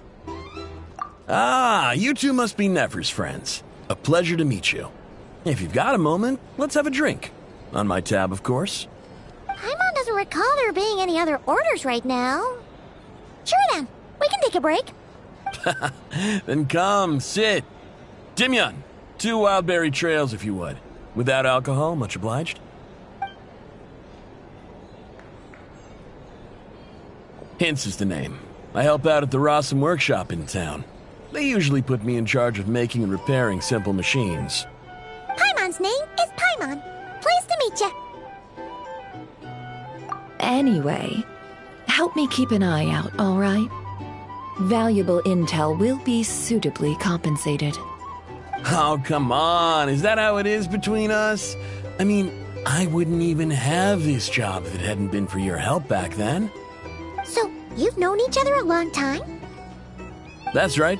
I came to Krai with nothing at all. Would have starved on the streets if I hadn't met Nefer. She lent me money to study a craft, and even introduced me to Aino and the Voynich Guild, which is how I slowly carved out a living for myself. That's a huge favor. Huh. So Nefer can be a nice person sometimes, huh? Well, I'd also say she needed a willing and able machinist at her disposal. Come now, Aino's talents are better spent on issues bigger than basic machine repair and component manufacture. I did think myself a dab hand at such work at first, but compared to her, I might as well be a trainee who couldn't weld a wire to save his life. Got the scoldings to show for it, too. It took me a long while, but I finally got to the point where I could make my own machines, and even maintain some of Aino's relatively complex ones, like Kuvaki detectors or mechanical arms. He's the one responsible for maintaining Yehoda's robotic arm. Oh, speaking of that, didn't Sosi have a mechanical arm too? That's right, one of Aino's masterful designs. I could never design one of those in my life, but if you gave me its blueprint, I could hammer one out. Nowadays, I've got regular customers, which makes for a decent keep. Even got a kid, if you can believe it. I wouldn't have, had you told me my future when I first arrived here. On the flip side, being a family man means I can't just flee this place whenever I feel like it, so I'm afraid I'm counting on you to help solve this wild hunt crisis. All the more reason to be proactive and do your part. Wringing our hands in despair does us no good in times of crisis. Oh, wait. Just another question that's been bothering me. Have you heard anything about people seeing illusions within Wild Hunt anomalies? People they know, perhaps? I have heard of humanoid shapes being sighted, but familiar faces? No. Most would think they'd lost their wits from fright if they started hallucinating. After all, no ordinary person could survive an assault from those monsters. Does this have anything to do with our current Wild Hunt crisis? Perhaps. Perhaps not. All right, I get it. I'll keep my ear to the ground for you, and naturally, my lips will stay tightly sealed. Then we'll take our leave. Enjoy your drinks. He's a social man. You can often find him here chatting with friends, and he's had contact with all manner of clients.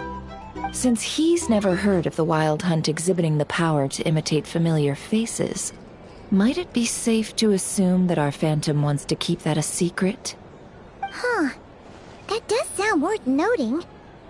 How about we go talk to a few more people? A good idea. And one our upcoming activity will facilitate. Let me show you how it's done. Come, back to the bar.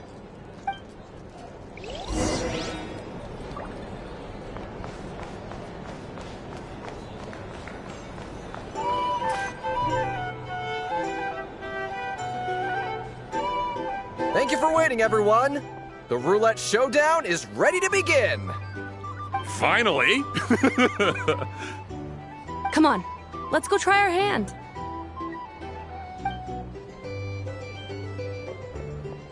Joining us, new girl?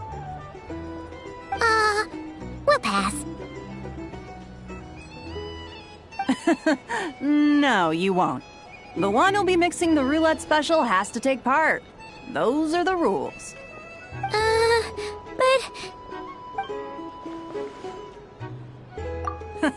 That's more like it. Since we have a new friend with us today, let me go over the rules in brief.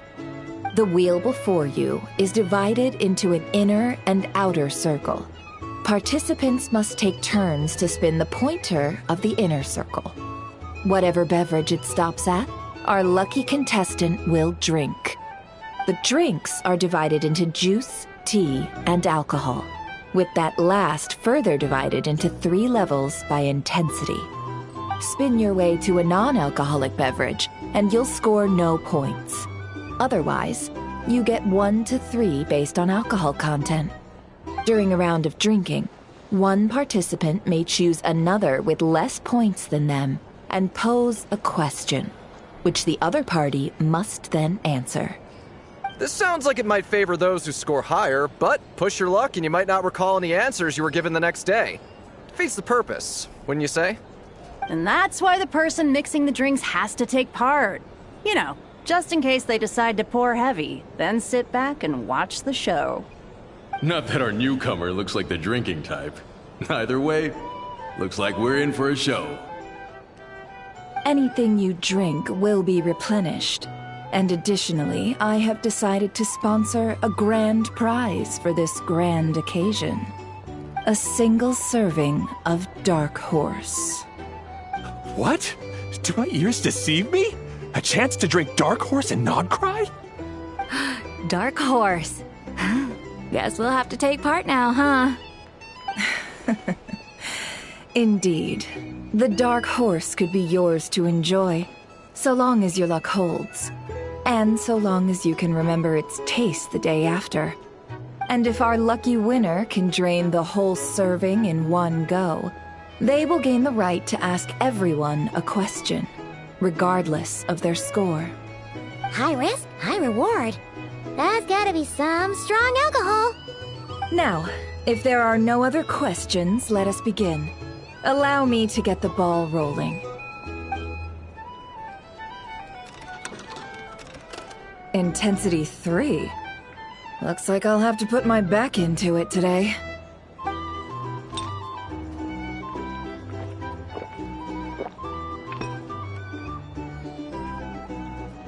Let's go! Wow, this is kinda intense. Oh, my turn. All right, man, fess up. You've been making a killing lately. Where's it all been coming from? Hey, bro. I heard you met up with some big shot from the Voynich Guild. Mind introducing me sometime? Ugh. A normal drink, huh? Must be my lucky day. We've reached the final round of the Roulette Showdown. Let's see who gets the last laugh. I gotta say, you monsters really know your alcohol. This recipe is super good. Teach me, would ya?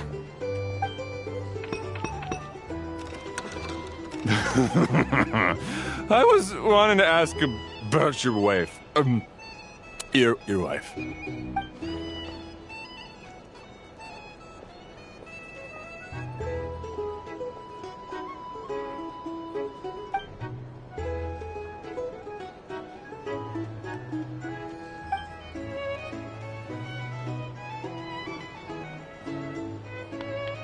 You're up.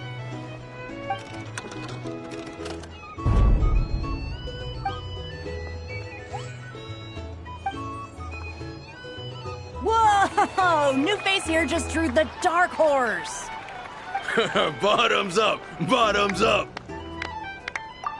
Hey, will you be alright? You wanna just give this one to Paimon?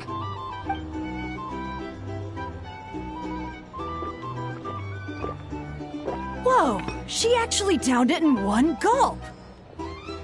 Nice job! No wonder you Mondstadters have such a reputation.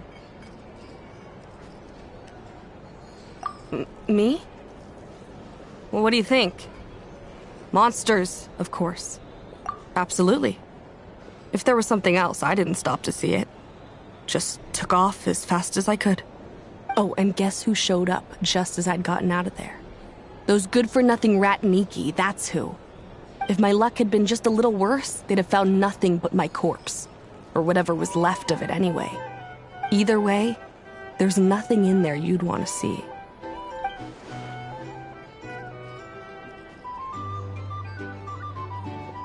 I see some downcast faces. Why, have we all hit our limit? Ha! Says who? I'm still raring to go. 'Cause you didn't drink that much. In that case, let me raise another glass. To a blast of a showdown and a wonderful evening.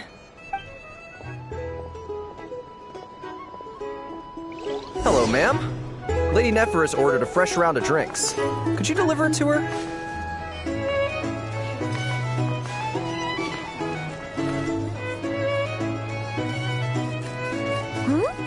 Are they playing cards? I'm gonna spy some elemental dice. Same as usual then? 1 die, 100,000 mora. I'm not here to do business with you. Come now, I've already ordered us drinks. Or are you looking to add another line to your ledger of arrears?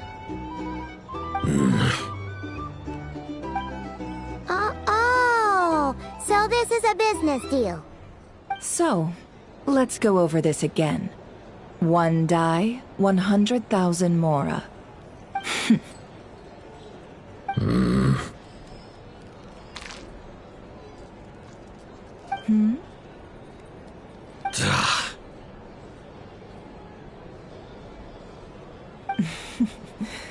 Then we have a deal. Come, you two. Take a seat as well. What are we even doing here? I can give you 3 things. The features of the Wild Hunt, the exact locations where it has appeared, and the intel we've received from the Lightkeepers. The Wild Hunt is in fact a phenomenon linked to abyssal power. Fog and monsters follow in its wake, posing a lethal danger to ordinary people. On the flip side, these monsters cannot leave the fog, so the disaster cannot spread quickly. We already know all that. Fair enough. Then I won't beat around the bush. Here's a map of current Wild Hunt anomalies that I snagged from the Lightkeepers, including the locations they'll soon be bombarding.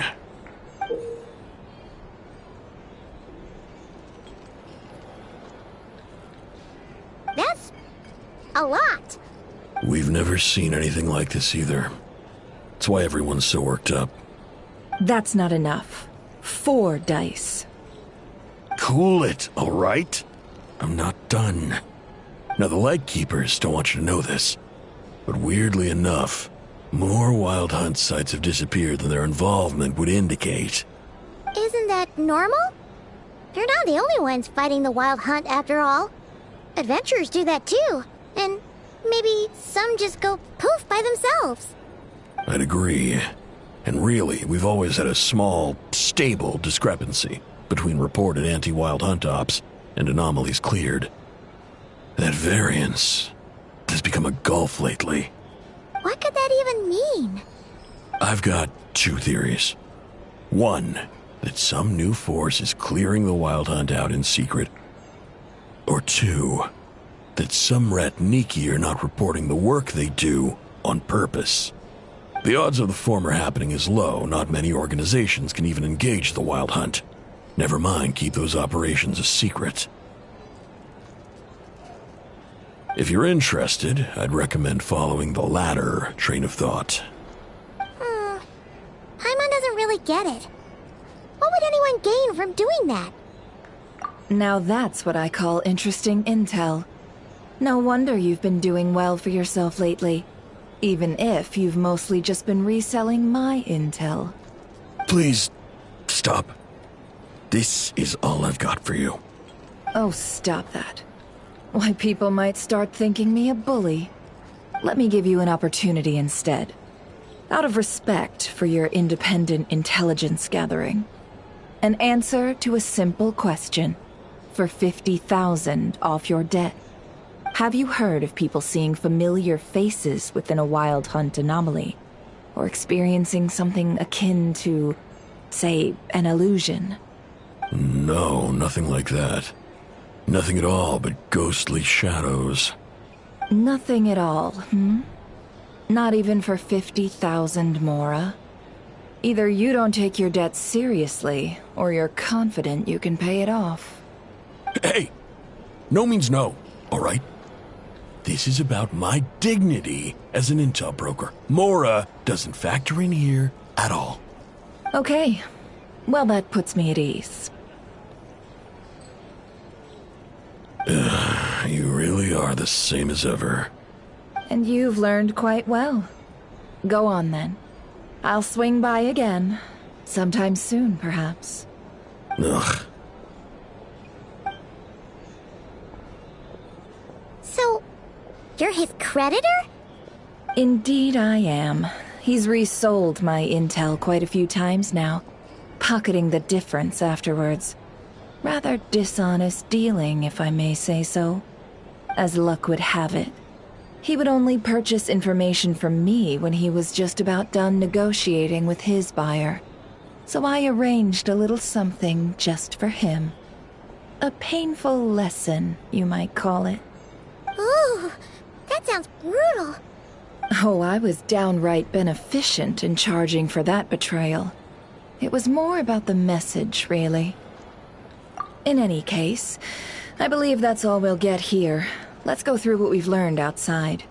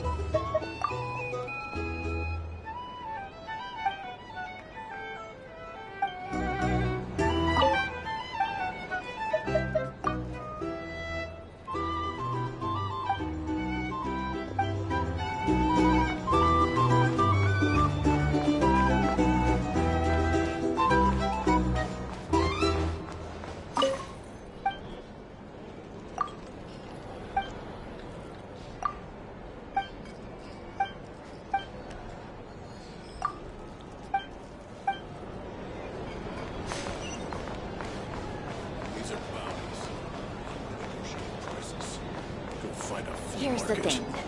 You can't look like...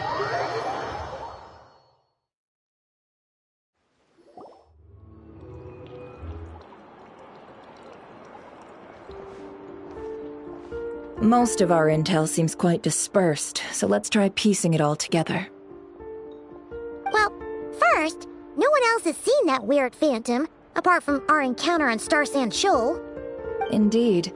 And we have that from multiple accounts, so each statement corroborates the others. What in Teyvat could that phantom be planning? Agreed. Instances of the wild hunt afflicting Nod Krai in general have increased in frequency, but the phenomenon itself hasn't changed much. What you encountered must have been something special, with our mastermind concealing themselves within, in order to target the Moon Marrow. In which case, two questions arise. Who is this mastermind? And why would they want the moon marrow?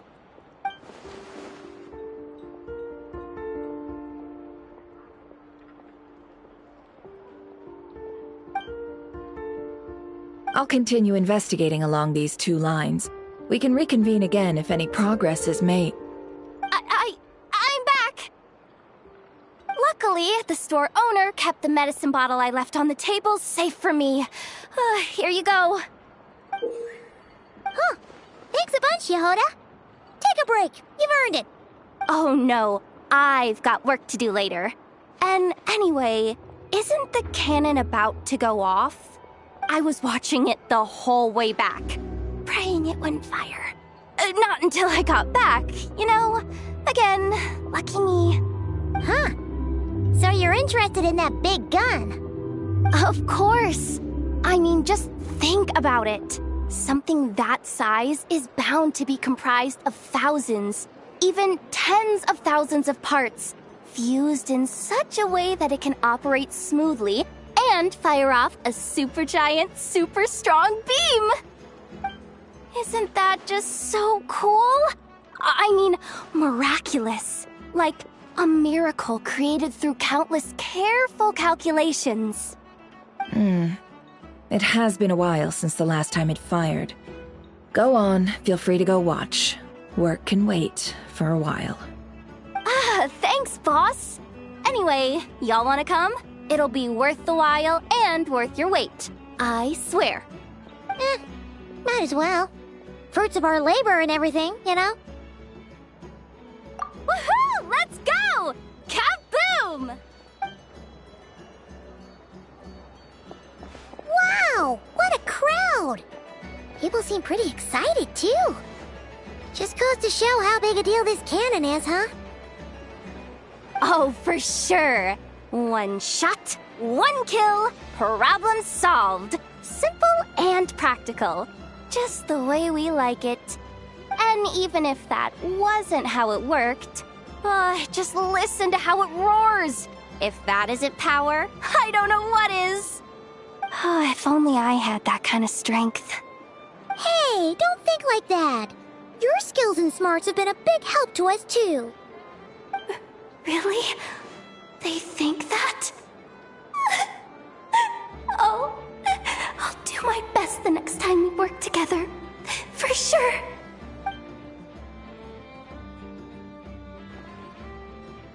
Hey, look! It's starting!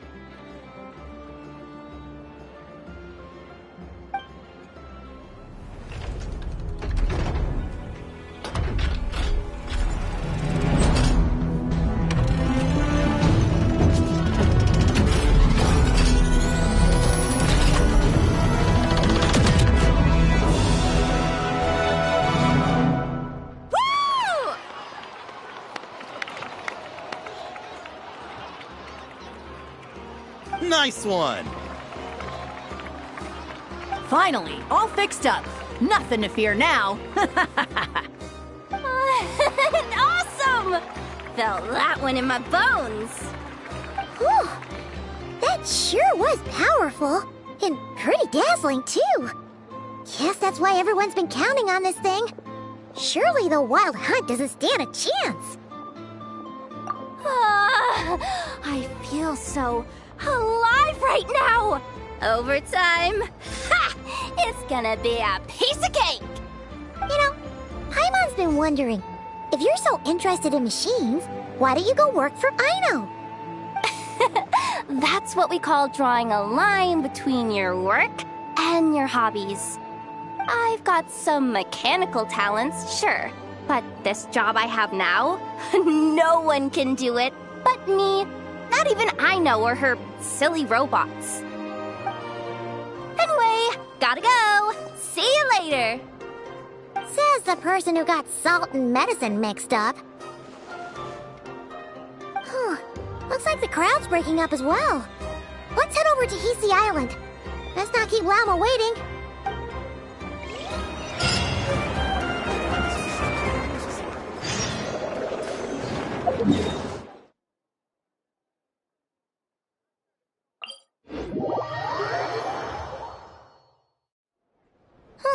Let's see now. What's changed since we were gone? Yeah, if anything, looks like things are settling down. That's Llama for you. Hey there, Llama! We're back!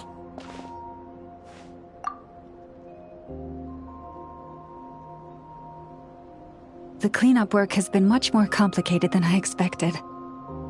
Solving problems that have built up over time is a tall order, to say the least. I believe it will take a few weeks more. Fortunately, those who remained appear to have shaken off the initial confusion and are becoming more proactive by the day. It's as if they've finally been forced to come face to face with what their faith actually is. And it's all thanks to you. No, I should have done this a lot sooner. I've been focused on taking care of myself these past few days, so I'm in a good place. And since you're looking after the Moon Marrow for us, I should be able to help you investigate the truth of the past. Speaking of which, have you heard anything new about that phantom? I've tried asking around, but to no avail. What about you? We haven't made much progress either. But here's what we've got.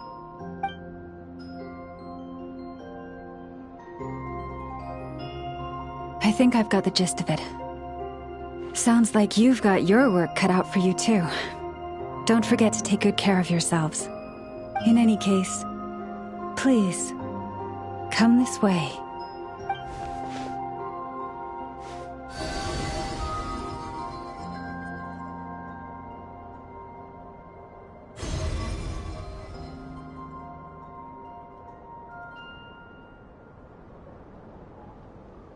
What do you see?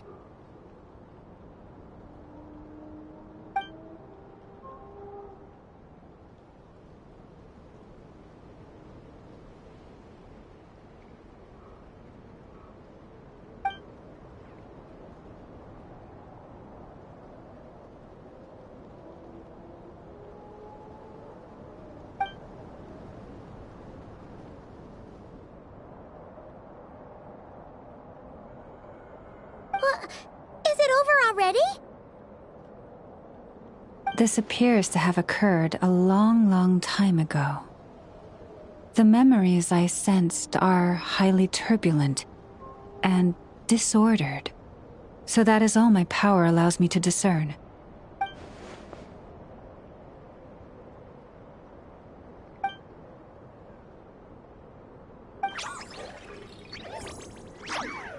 Huh? What's the matter?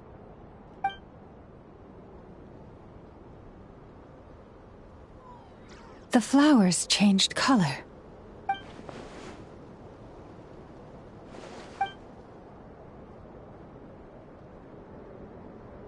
Yeah, we should go see her and see if we can help her in some way. I'll leave that in your hands then. Oh wait, here you go. This is the medicine you asked the Curatorium of Secrets to help prepare earlier. Thanks for coming all this way with it. You've been a huge help. Also, if I may, I have a feeling that Kuthar might be able to help you get a more detailed glimpse at the memories about your spaceship. Oh, that's true. She's the Kuthar after all. But we best check if she's doing okay first. See you later then.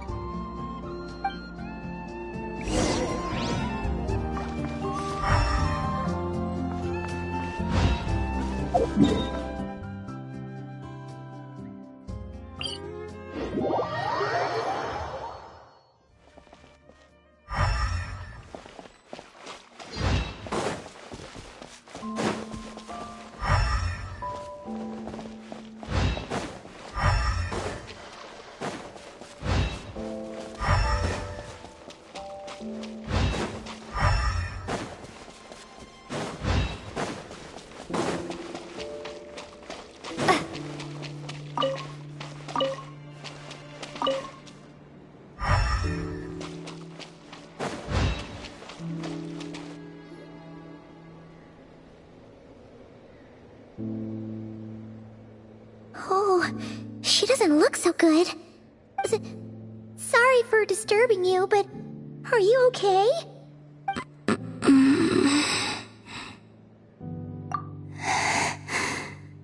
Dizzy. It's like I'm returning to the moon. Wait, it's not that bad, is it? I sense the moon's power within you. We got the moon marrow back from the Fatui. Can it help you in any way? And what do you require this time? Come on, don't even think about that. Right now, you gotta focus on getting better.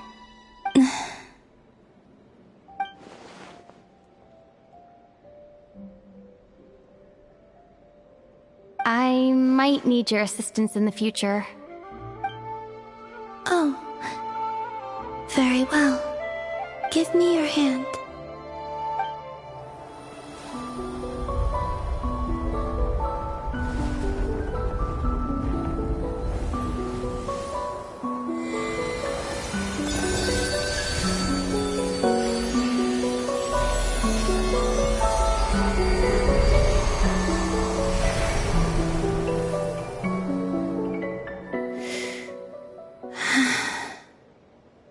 Back to Earth.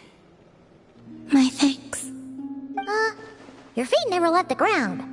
But anyway, feeling any better?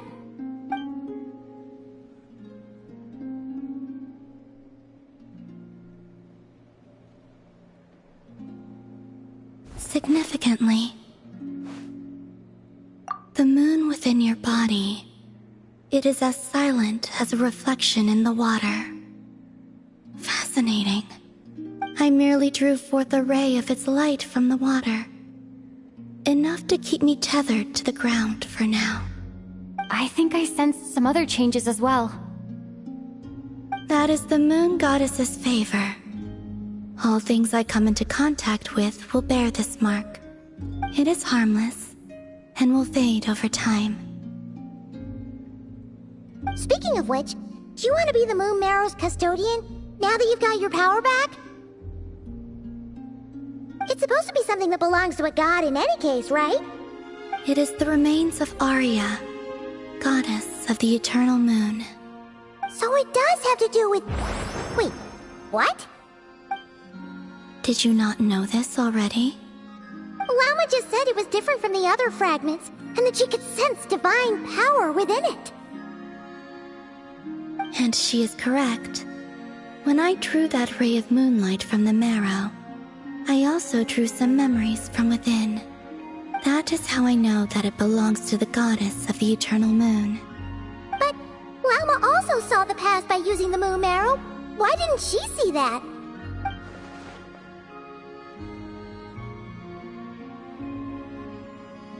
There were once 3 moons in the sky, each belonging to a goddess who ruled over it. But after the War of Funerary Flame, all 3 lay slain, and 2 of the 3 moons were shattered during the conflict. After Arya's death, her power coalesced into this moon marrow. The iridescent moon's remains have never been found. And while the Frost Moon's goddess died herself, her moon was never broken. As the prophecy stated, this moon would birth a new deity sooner or later. The entity the Frost Moon Scions call the Kutar. I can sense that my power belongs to the Frost Moon, but it lies beyond the false sky, too distant from me. Forget controlling it. Sensing it alone requires immense effort. Oh, wait, let Paimon count this up. We have the Eternal Moon's marrow with us. No one can find the iridescent moons. Does that mean you have the Frost Moon's marrow inside you then? No. It can only form after the moon goddess is dead. Consider it a form of energy core. You may as well ask if there are rocks on the moon. Oh, so you're saying that you represent the Frost Moon's power, right? Yes. Now, a god with a gnosis is named an Archon. Since you bear the moon marrow, does that make you a moon goddess? You do not wish to become one? That's not really the problem here. Also, why are you so eager to pass that title on to someone else? Anyway, never mind this becoming a moon goddess stuff for now.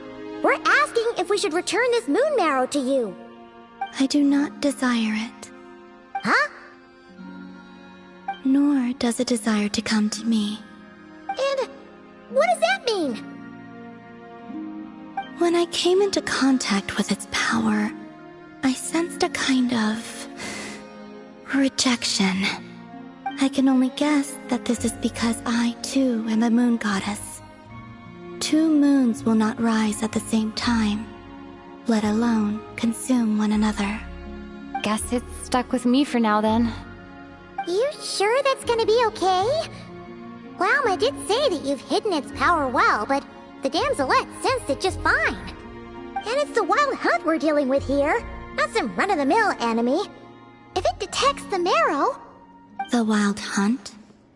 You speak of that phenomenon as if you were describing a person. Well, it sure looks like there's a person behind it all. Someone with a super clear goal, too. They've been after the moon marrow non-stop. That seems to ring a bell. Huh? Is it really? My colleagues used to mention someone, back when I was still with the Fatui.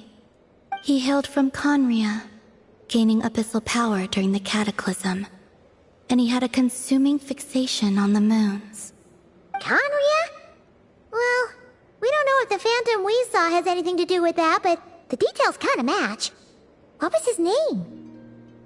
I only know what others called him. The Rehir of Solnari. Huh. There was that title too.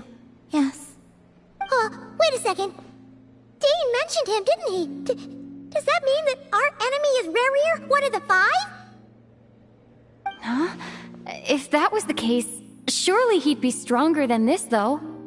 I have heard that he disappeared not long after the Cataclysm. But when I asked my colleagues where he went, they replied, "Do you really not know?" Why would they say that?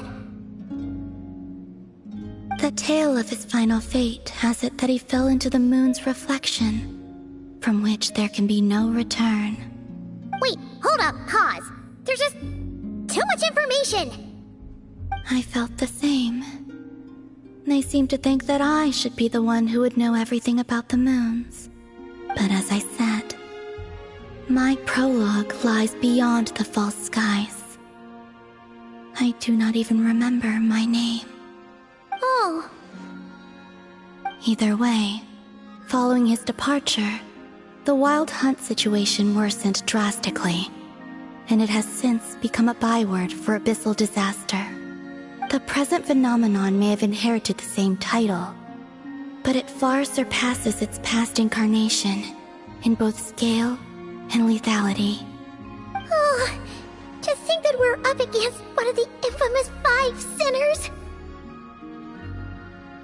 That's way too much for us to handle. That incident on Star Sand Shoal must have been luck then. Or maybe he wasn't giving it his all. And even then, he still defeated Marionette. Oh? What did you just say? Would you mind repeating that? That's your ex-colleague? So, we were on Star Sand Shoal together, and she was beaten by the Wild Hunt, too. Did you just laugh? No.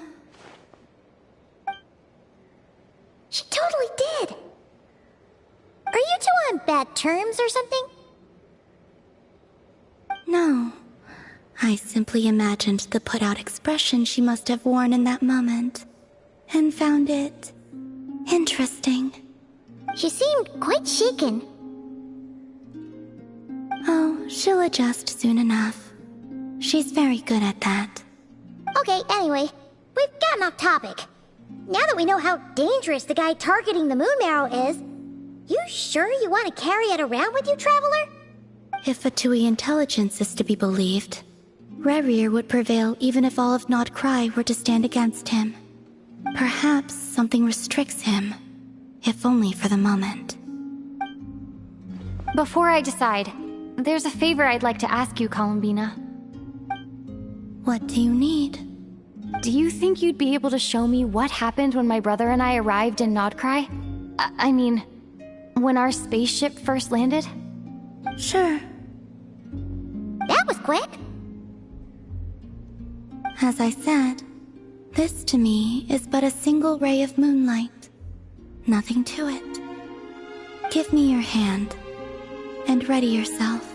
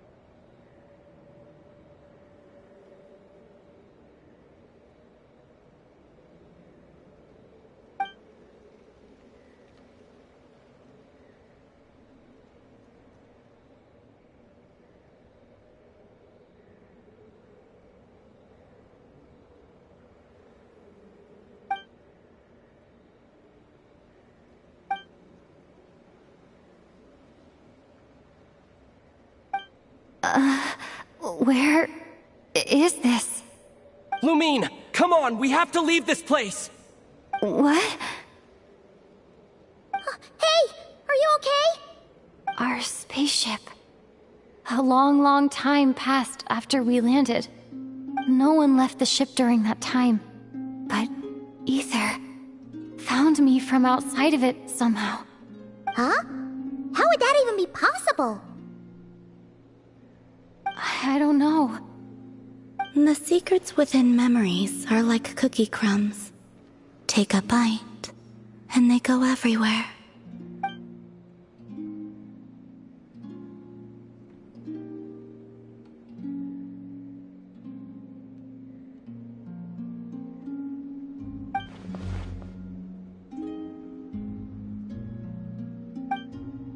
All right. I'll keep the moon marrow with me. Well, if you say so. Paimon can't stop you, but still. Ooh. Will you need my help? I could help you conceal the marrow. You could? Oh, that'd be great. Detecting it within you is already no easy task. But I can teach you to further conceal its presence using Kuvaki. Like this.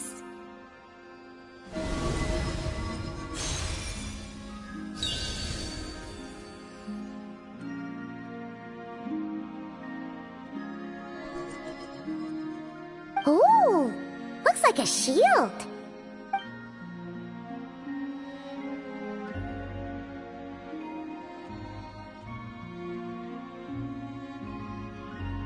Can you sense it? Now, try to maintain it. You learn quickly. Huh. Looks pretty sturdy. Could probably be used in self-defense in a pinch, huh? Are you always here, Columbina? It's kind of dangerous out there, sure, but have you, like, taken a walk outside or something? I dislike strangers. Slightly better. Yeah, the Frostmoon Scions have changed since you last saw them. Who knows? You might actually like him. I will consider it. She seems kind of tired. Either way, thanks for agreeing to help us. It wasn't much. The flowers here.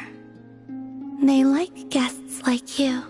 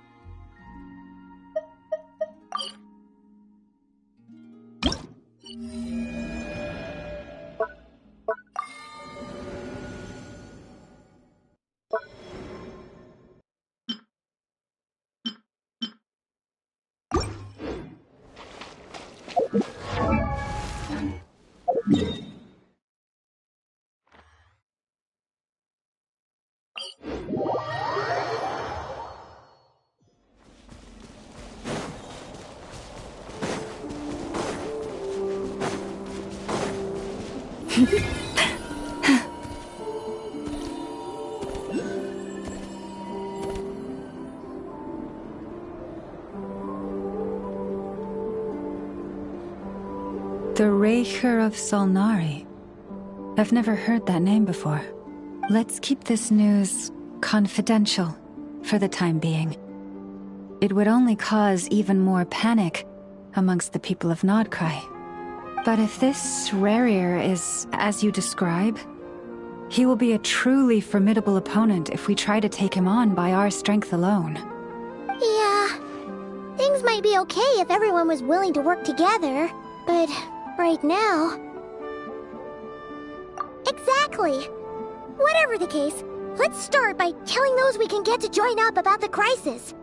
As it happens, we have our own reasons to protect Krai, but even if we didn't, we'd never leave people in the lurch. That ain't our style. Thank you. The Frostmoon Scions will stand with you to prevent this crisis as best we can. In addition, I believe that the relationships between the various factions in this land are not cast in stone. The winds of change are blowing, and we Scions have nowhere to run. Our faith, our sect, all of it is here.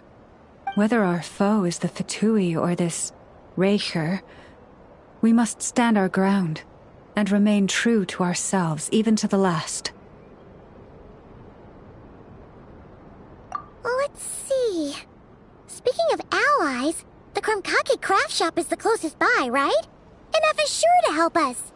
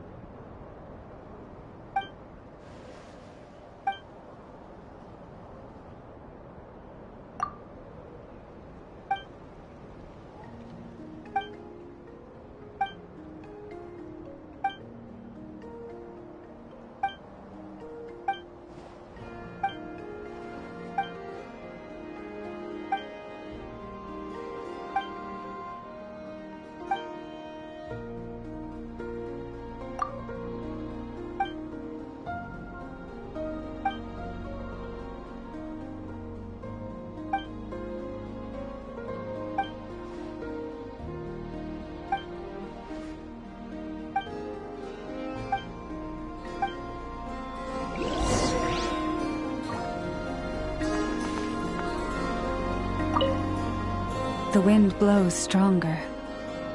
May your path ahead be smooth.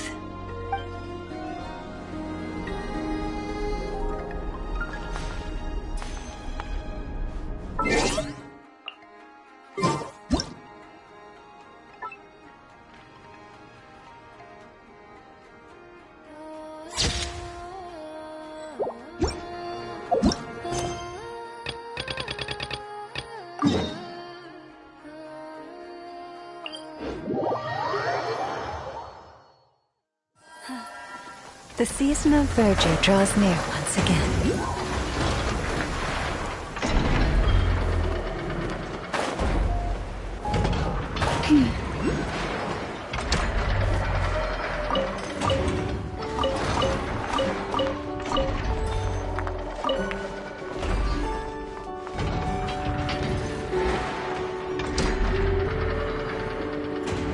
Friendly approach detected. We meet again. Listen! Listen! We've got updates on the wild hunt situation.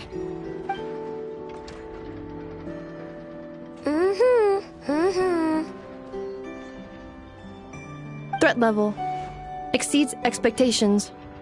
Phew, doesn't matter if he's the Rahira Solnari or Solari or whatever. One volley from my cannon, and he'll be blown to smithereens! You were there when we fired it, right? If that isn't the kind of firepower that helps you sleep at night, I don't know what is! True, but the cannon only works against shambling monsters, right? What if Brewer's super fast? Well, we'll just get enough to go grab him and tie him down. You're not taking this seriously at all, are you? Anyways, firepower is not a concern. See those canisters over there? That's all concentrated Kuvaki, which we'll be shipping to Nasha Town. More than enough ammo in there to blast that Fatui research facility to bits in a single shot. You sure have been looking forward to this battle, huh? Of course! This is gonna be the shot that shocks the world. All of Krai, heck, all of Snezhnaya will know my name once we're through. Sure, travel safe. I know. There remains intel left unshared. Oh, right. Yeah. Since you're investigating the Wild Hunt, something pretty weird's happened in Nasha Town. Should probably watch out for that once you're back. Remember that Sosi guy? The Ratnik in charge of firing the cannon? He's been found dead in their organization's offices. Wait, what? Didn't we just see him, like, half a day ago? Yeah, it's still new news. So not many people are in the know. We were only informed because we'd worked together closely. And even then, only just now. I'll send Anafa over to Nashi Town with some flowers later.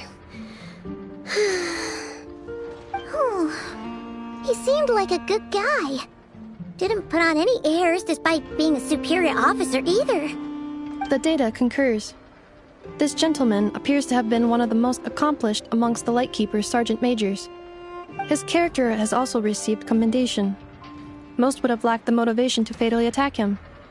Oh, that makes it even worse. Hey, what do you mean, actually? Either way, I'm not clued in on the details. Only Ratniki have been allowed on site to investigate the scene. You'll have to find some way in if you want to check it out for yourselves. Got it. Let's go then.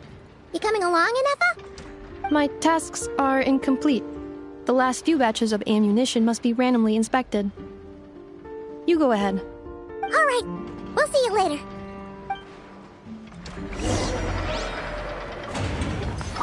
Hang on. Weren't you supposed to bring me some candy? You said you would. Sorry, but things happened kind of suddenly, so... Batch inspection complete. Approved. Next up.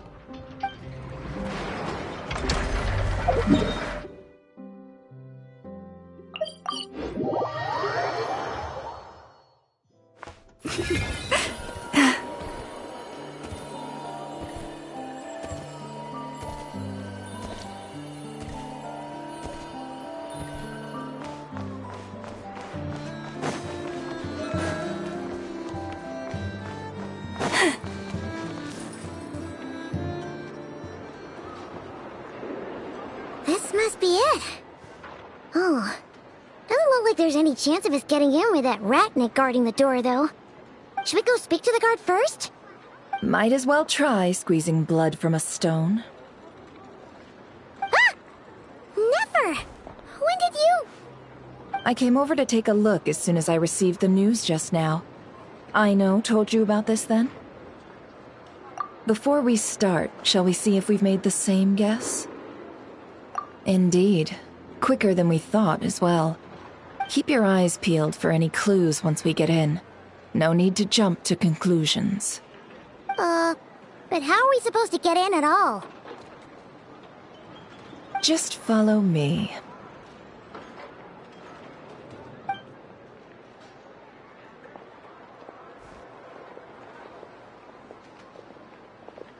I'm sorry, but we're not open to guests right now. Sorry about that. They're here to investigate.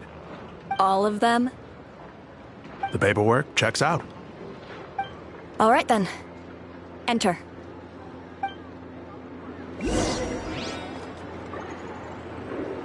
For now, please keep the current situation confidential.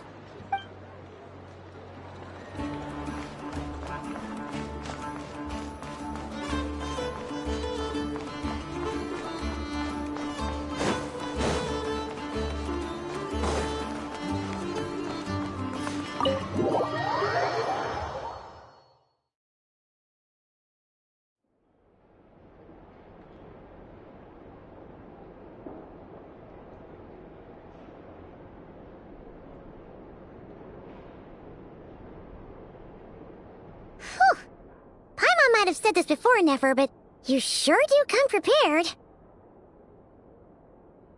Shishich, my old friend. Fill us in, if you would. Greetings. If you would allow me. The murder happened not long ago. The Sergeant Major was killed by a single piercing strike from a polearm. We have performed a preliminary sweep of the crime scene to facilitate investigation. No obvious signs of a violent struggle. No damaged doors or windows. The culprit must have used some other means to enter the room unopposed before performing the deed. Entering unopposed? So, do you think there's a chance that the culprit would usually have right of entry? At the moment, the most valuable lead we have is based on an eyewitness report from a nearby resident. Specifically, that Flint's was seen entering and leaving this place in the time period when the crime most likely occurred. Flint's? We have tried to contact him, but he has not replied. Very odd indeed. So, he's the prime suspect right now, right? To be honest, I'm not particularly inclined to believe that this was an inside job. Flint's can come across a bit eccentric, but he does well in missions on the whole. He also had no disagreements with the Sergeant Major that we know of. So he lacks the motive to commit such a terrible crime. But neither the eyewitness report nor the nature of the fatal wound itself are in his favor. So we are looking for him at present. Looks like there's not much else to dig up here. Let's go outside and discuss what we've seen.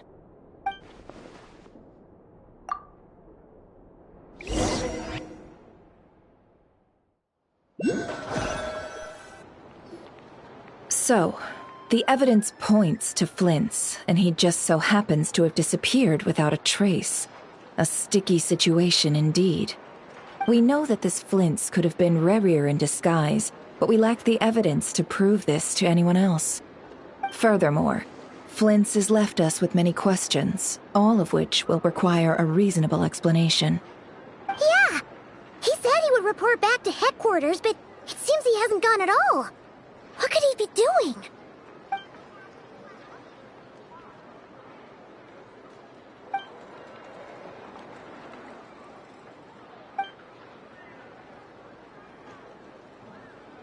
Let's approach the issue this way. First, we must determine our culprit. Was it Flint's or Rerir in disguise? Yeah! What reason would Flint's have to murder Sosie anyway? None, as far as I know. And even if he had a motive, it would have been easier to do so out in the wild, rather than in Nasha Town. Yeah! They would have often gone out on missions together. Plenty of chances there. Yes, but there's one thing worth noting here. Remember the intel we got back at the tavern? No one has ever seen a phantom that can take the form of other humans within the Wild Hunt. This means that he has been hesitant to abuse this ability, or allow it to become common knowledge, likely so that he could act in secret under other guises. But no matter what, borrowing identities comes with risks, right? What if you bump into the person you're imitating along the way? Precisely. In other words, his goal must have been worth the risk, similar to how he came in disguise to obtain the moon marrow. He likely knew then that the real Flints would not appear and get in his way during this time. We'd have to ask Flints ourselves, I'm afraid. But we shouldn't jump to any conclusions here. We can't discount the possibility that he might actually be the murderer himself. Not yet, at least. And there are other, less likely scenarios. For instance, Rarier may have already killed Flints long ago, and been living as him for some time now. Yes, that is our ticket to a breakthrough. Then we've got to find him before the Lightkeepers do, or we might never see him again. Steady now. Our friend should be back soon. We've tracked him down, to a beach north of Nasha Town. The Wild Hunt is present too, so we're putting a force together. I'll have you know that this is top secret information I'm leaking here. Don't worry, you'll receive a top-class reward in return. The beach is all yours. I'll stay and slow the Lightkeepers down. Things might go south if you bump into one another. Oh, right! Before we go, should we reveal Rarier's secret? Since he's trying to keep it all hush-hush, why don't we just pull the curtains on his little trick? That'll teach him to sneak around pretending to be other people. Hey! Why are you laughing? Oh, I was just imagining how satisfying that would feel. But I'm afraid this revelation would only stir up more chaos. Setting aside the matter of evidence, some may trust Flint's on our account, whereas others would suspect him on account of his behavior. Tossing him into a swirling tumult of public opinion like that might just give Rarier more opportunities to capitalize on. And think about it. Once people learn that he can masquerade as those they trust, would they continue to welcome friends into their homes with such open hearts? Unease grips the hearts of those in Nasha Town already. We should avoid throwing more fuel onto the fire. Yeah, you're right. You've really thought of everything, huh? Nothing for it, then. I've just gotta find Flint's. Indeed. But just in case, let me stress once more. We should neither be excessively afraid of Rarier, nor trust in Flint's too lightly. This light source is of special Lightkeeper design. It provides illumination within Wild Hunt anomalies, and can briefly dispel the abyssal fog within. Oh, right. We'll have to deal with that mess, too. Yeah, this'll be important. Thanks a bunch, Nefer. You're welcome. I've charged it to your account, by the way. Hey, you!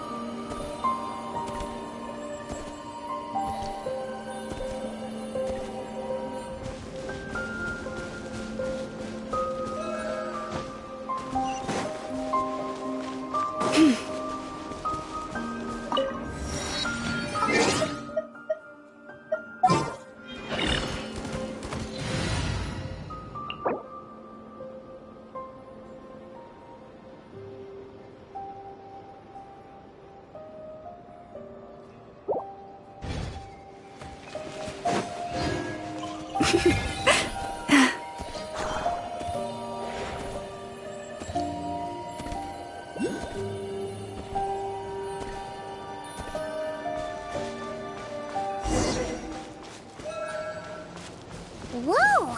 The fog's really rolling in. Is that a Lightkeeper's lantern? Is there someone up ahead? Come on, let's go see. Will at last part ways. Monsters!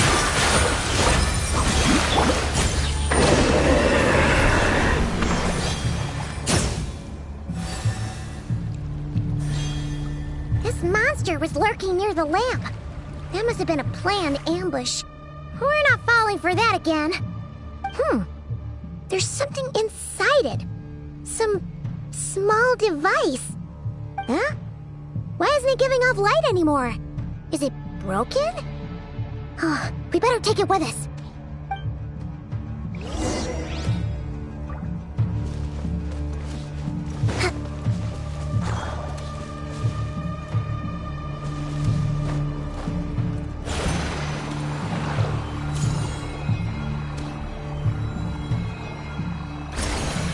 A fight took place here.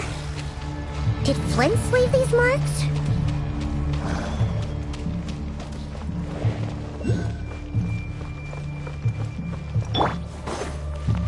Is someone there? Please, help me! Isn't that Flint's voice? Did you hear that? Right. Is that... How shall we save you?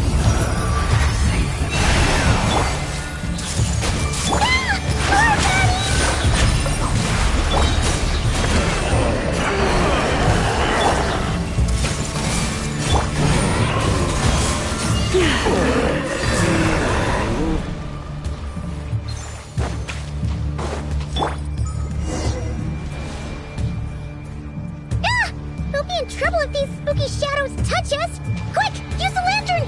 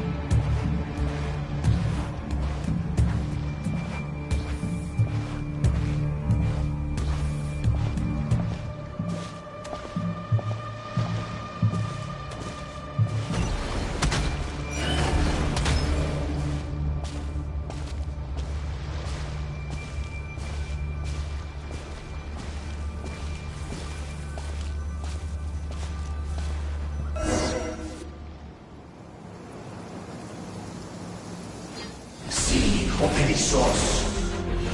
Filio Erigos. Yamalune Sattesi Forampo Kalun. Ilmio Seli Luna Sininso. Sembi Kistul.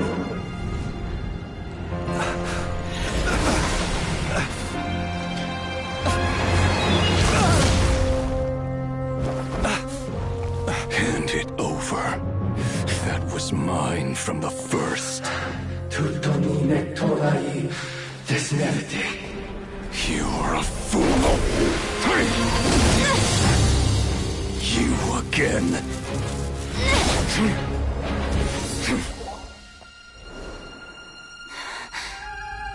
What the? It's stronger than before.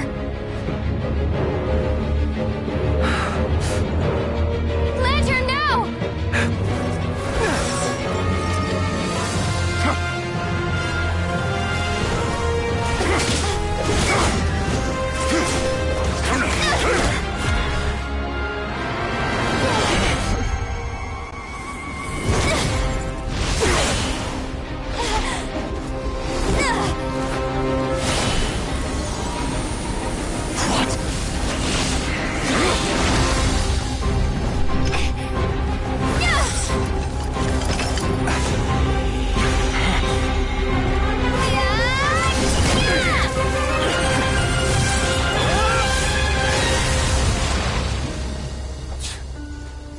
It escaped again. This situation speaks for itself, I presume. So, you were tangling with Rarer out here all by yourself.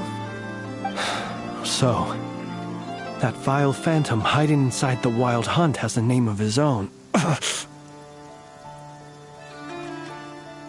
Yeah, you don't look so good.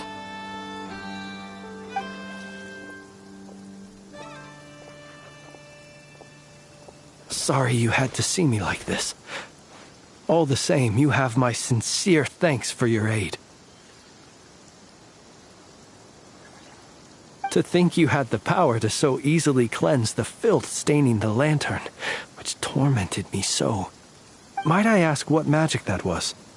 Or whose pupil you are? I believe I might have saved some face had I mastered just a fraction of such abilities. And an enviable constitution it is. A pity that such abilities cannot be acquired. Why did abyssal power just burst out of your lantern anyway? That is a long story. Many moons ago, when on Wild Hunt clearance duty, I shattered one of its cores only for a special crystalline object to fall out. I sensed a power surging within it that was at once familiar yet strangely illusory. I freely confess to being an avid collector of ancient gems, coins, and other curios. And curiosity it was that had me store this crystal inside my lantern. Afterwards, I wound up collecting a few more such crystals quite by accident, and discovered that they could merge into a single piece without my prompting. Though my understanding ends there. It was only recently that they began slowly emitting abyssal energy, which could neither be dispelled nor weakened. Is that what Rarer claimed belonged to him? That must be what he's after then! I concur. And here's the kicker. Before he was exceedingly weak. In fact, I've already beaten him several times, though I could not destroy him completely. But I noticed while engaging him that the crystal fragment would restrict my powers. As such, it occurred to me that I should hide it rather than tangle with him any longer. Alas, he has proved most fixated upon this fragment. And for some reason, his strength has grown by leaps and bounds since I last encountered him. And where, might I ask, would it be safe? Or do you think it wiser I threw it away? Were our places switched, would you discard it, knowing that its perilous might was beyond your ability to counteract, yet capable of causing greater harm should it lie beyond your grasp? Yeah, throwing it away would mean giving the bad guy what he wants. But exposing yourself to its corrosion and growing weaker by the day, That sounds super dangerous too. Only those who shoulder risks are qualified to welcome in the turning of the tide. Those who flee when troubles come are nothing more than deserters. Though I shan't deny that I have your fortuitous arrival and most outstanding assistance to thank for my continued ability to speak such platitudes. Either way, it seems this fragment is now utterly still. That must have made it useless to Rerir. I doubt he would have retreated so readily otherwise. I imagine this wasn't the only reason you came looking for me, though? Well, no, but...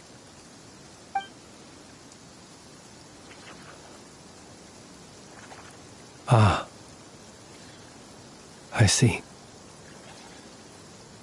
To use the Lightkeepers to find me, I suspect. I did not inform anyone of my true whereabouts, so he should have had more difficulty tracking me down. They alone have the ability to quickly pinpoint my position. Our Sergeant Major has a Kuvaki-powered device that can be used to detect others who bear a lantern. They usually don't pay my whereabouts much mind unless they absolutely must find me. You mean this thing?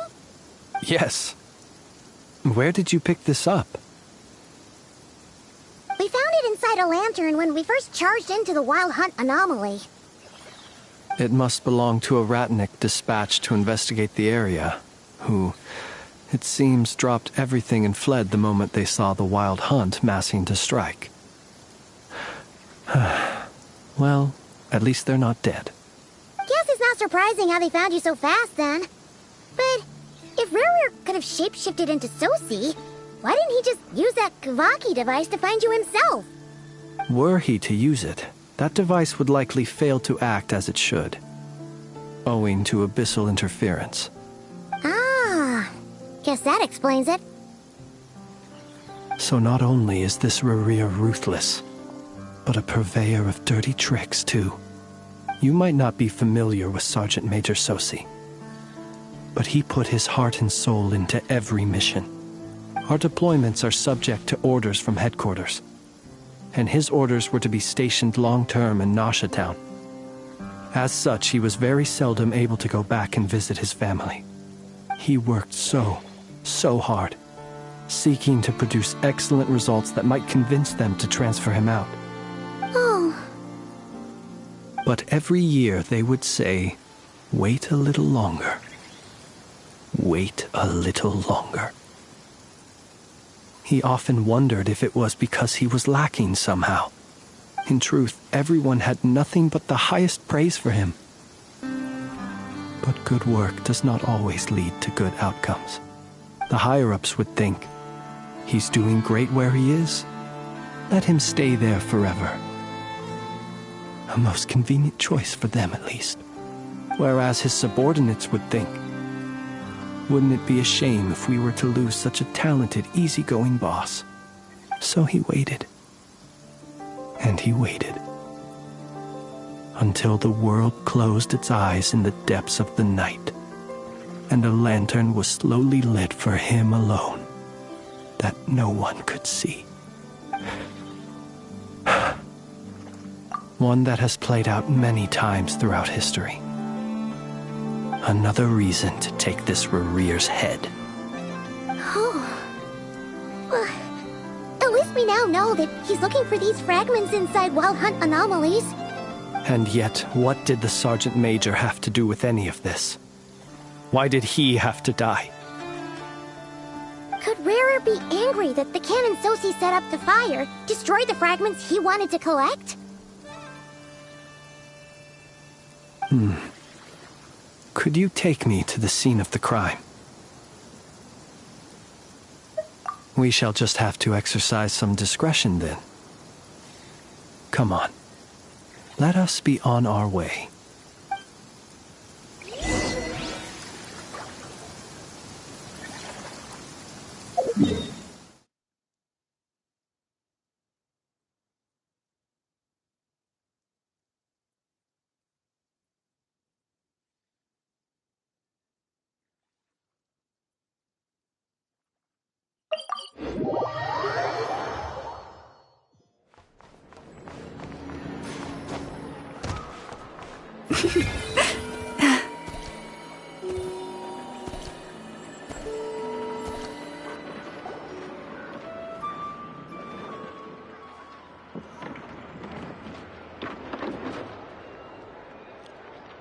I understand the situation more or less.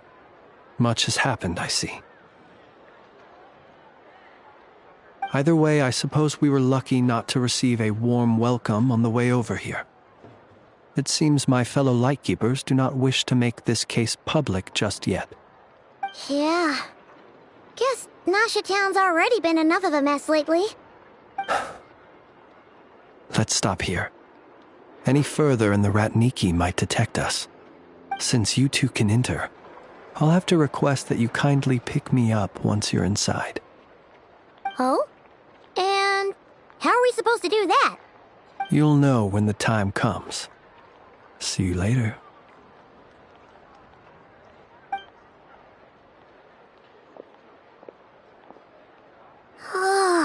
Still acting all mysterious.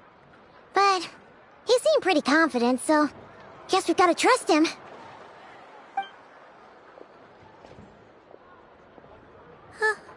Hello? Ah, you're the special assistants for this investigation, right? Yep, that's us.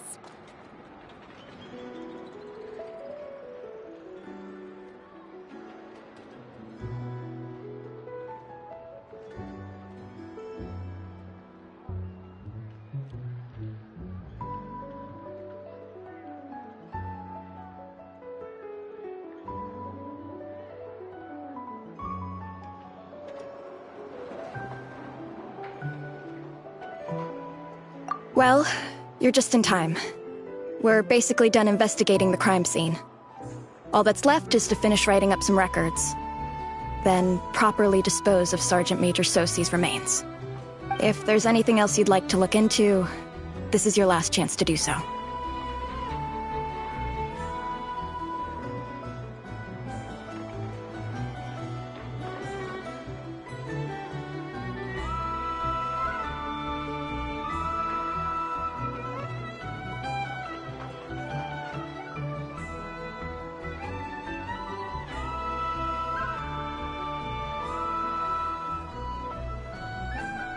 Sadly, no. The motive behind the killing remains a mystery. And while we somehow managed to get news of Flint's, an unexpected accident caused us to miss him. But considering that Nefer from the Curatorium of Secrets came forward to help investigate, I have no doubt that a breakthrough's not far off.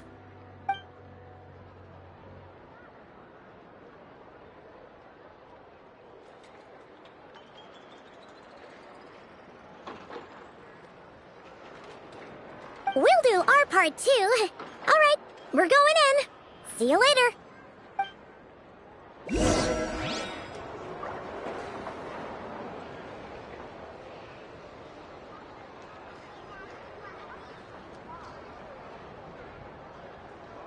If ever you find that the animals in Krai behave in ways you do not understand, just ask me and I will explain.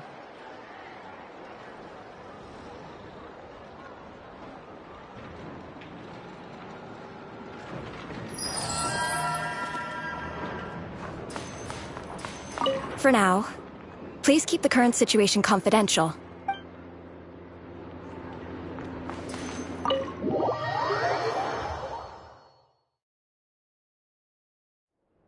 Phew, we're in. Thanks to Nefer's reputation, once again. But we still know nothing about how Flint's is gonna enter, or how we'll pick him up. Never mind how we'll leave later on.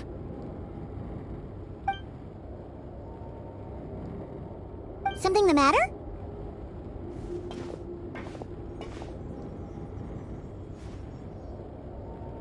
Huh. That looks like Flint's lantern. But where is he exactly?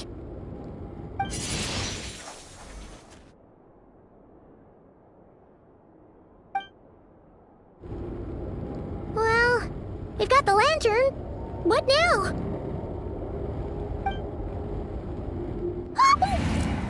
Oh, Paimon almost screamed out loud! You never said you could do magic like that.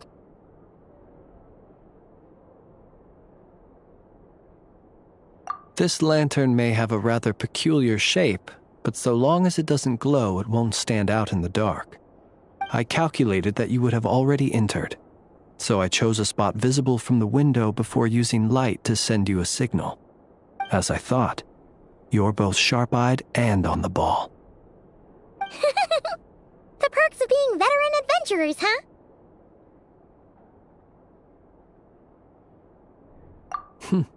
Your composure is more impressive still.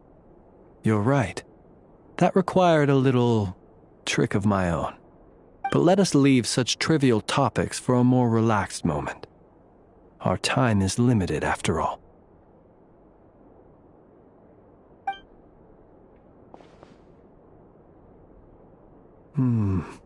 Just as I thought.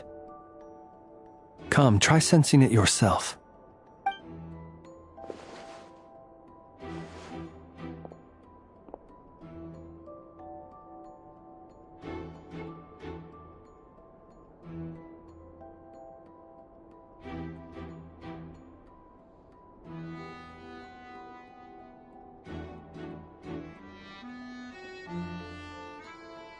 Identical powers must flow from the same source. It was the Wild Hunt, then, that took my form and killed the Sergeant Major. But why do this?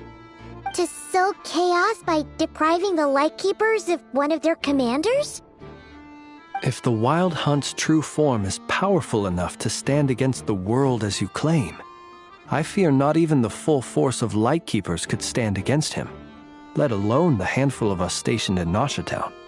He would have no reason whatsoever to pick quarrels with individual ants. Let's look again more closely. We must leave no stone unturned. Well, that makes things simpler. In that case, allow me to disturb the fallen. May the ghost flame guide your spirit. May you rest in peace.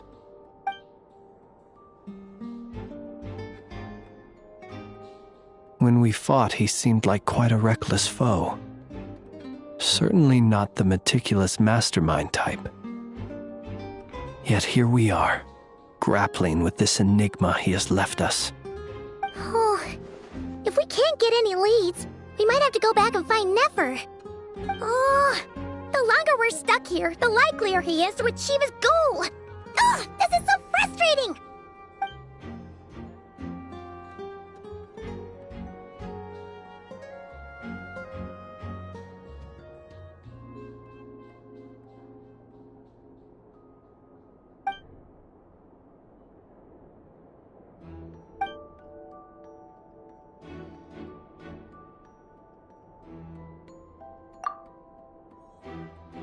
You mean this? I'm not well versed in machinery, but that means his mechanical arm is malfunctioning, right? It might have been broken in combat. No, that's not right. Paimon remembers this signal. We saw it before while repairing the cannon. It doesn't mean that the components are damaged. It just means that they're due for regular maintenance, so the device has stopped operating. But the real problem is that...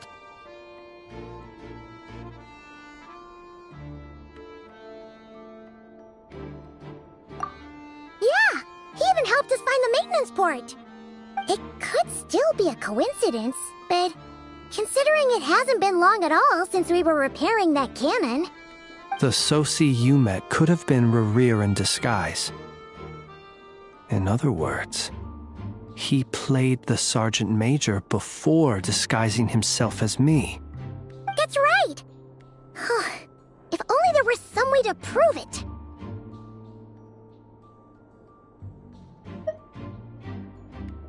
You mean Hintsa? We had a short chat with him once at the tavern, but it's so late. Guess it'll have to wait till tomorrow. I know where he lives. The situation is critical, so let us now take up the role of uninvited guests ourselves. Ah, yes. And one more thing. Remember to pick me up by the window.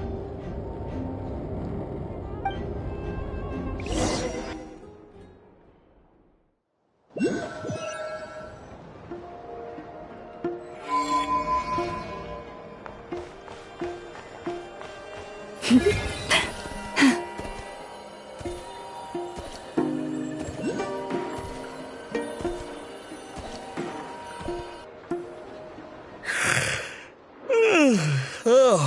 it's you two. And Flint's.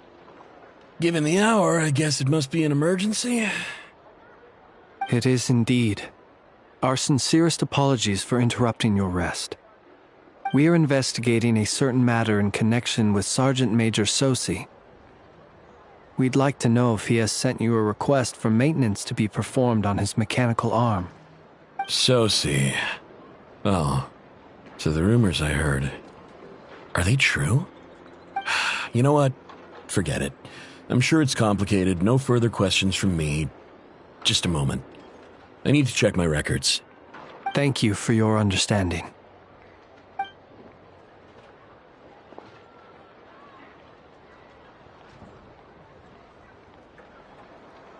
Got it.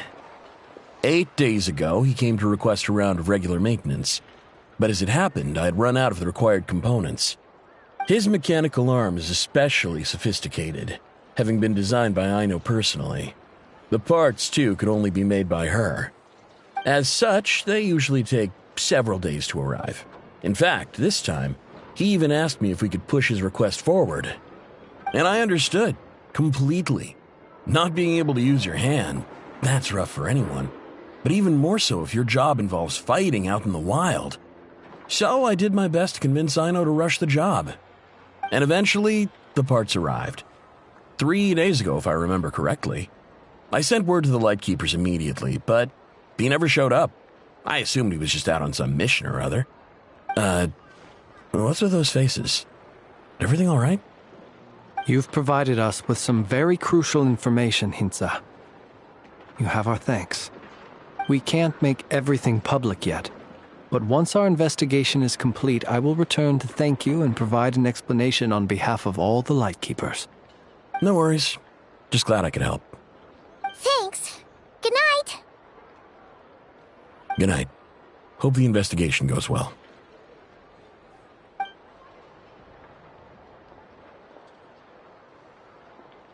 It seems that it is as we guessed. The Sergeant Major Sosi you encountered while repairing the cannon was actually Rerir in disguise. 8 days ago, he had yet to act. But at some point after that, he attacked and imprisoned the Sergeant Major. With the immense gap in strength between them, the job was finished in a single blow. And thus Rerir had no opportunity to discover the malfunctioning mechanical arm. Perhaps his mastery of shapeshifting extends only to outward form, and not therefore to complex internal mechanisms. Hence his oversight of the uniquely mechanical traits of the Sergeant Major's arm, and in turn, this flaw in his disguise. You're saying he thought no one would realize his mechanical arm is actually made of some kind of black muck on the inside, so long as it worked, right? Still seems like there's a lot of guesswork involved here, but it mostly makes sense.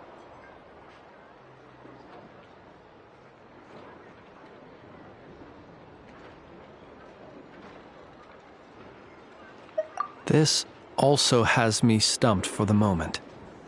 The cannon has always been used to destroy the Wild Hunt, and it works as intended. But how would that help Rerir exactly? Assuming he plans to collect the fragments within Wild Hunt anomalies, firing the cannon works against him, since it would blast those fragments to smithereens. So we solved one mystery, only to dig up another. Whew. This is getting Paimon kinda down. And sleepy too.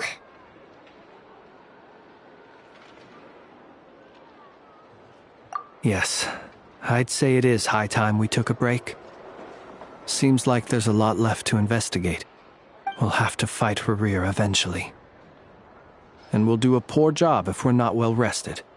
Yeah, we should totally get some sleep first.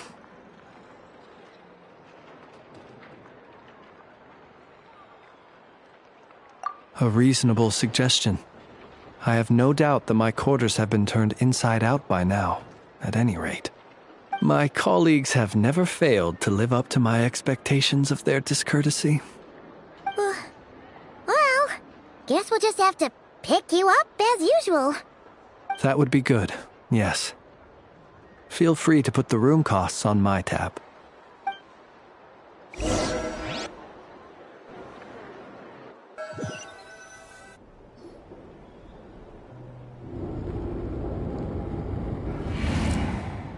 Phew, back inside. We can finally take a breather. Okay, Paimon. In and out. I suppose we could all take a moment to unwind. As I recall, our first meeting took place not far from here. Ah, the nostalgia. Had you already sensed the unique power within my lantern at that time? I see. Words truly do fail to capture your superlative insight. Fortunate then that abyssal energy was only leaking from the fragment in minuscule amounts when we first met. Or I might have been in for a real interrogation. Yeah, hard to say how that would have played out. We've had a whole bunch of unpleasant run-ins with the Abyss. You mean to ask why I'm going this far to oppose him? Well, as a light keeper, I'd say I'm simply doing my job.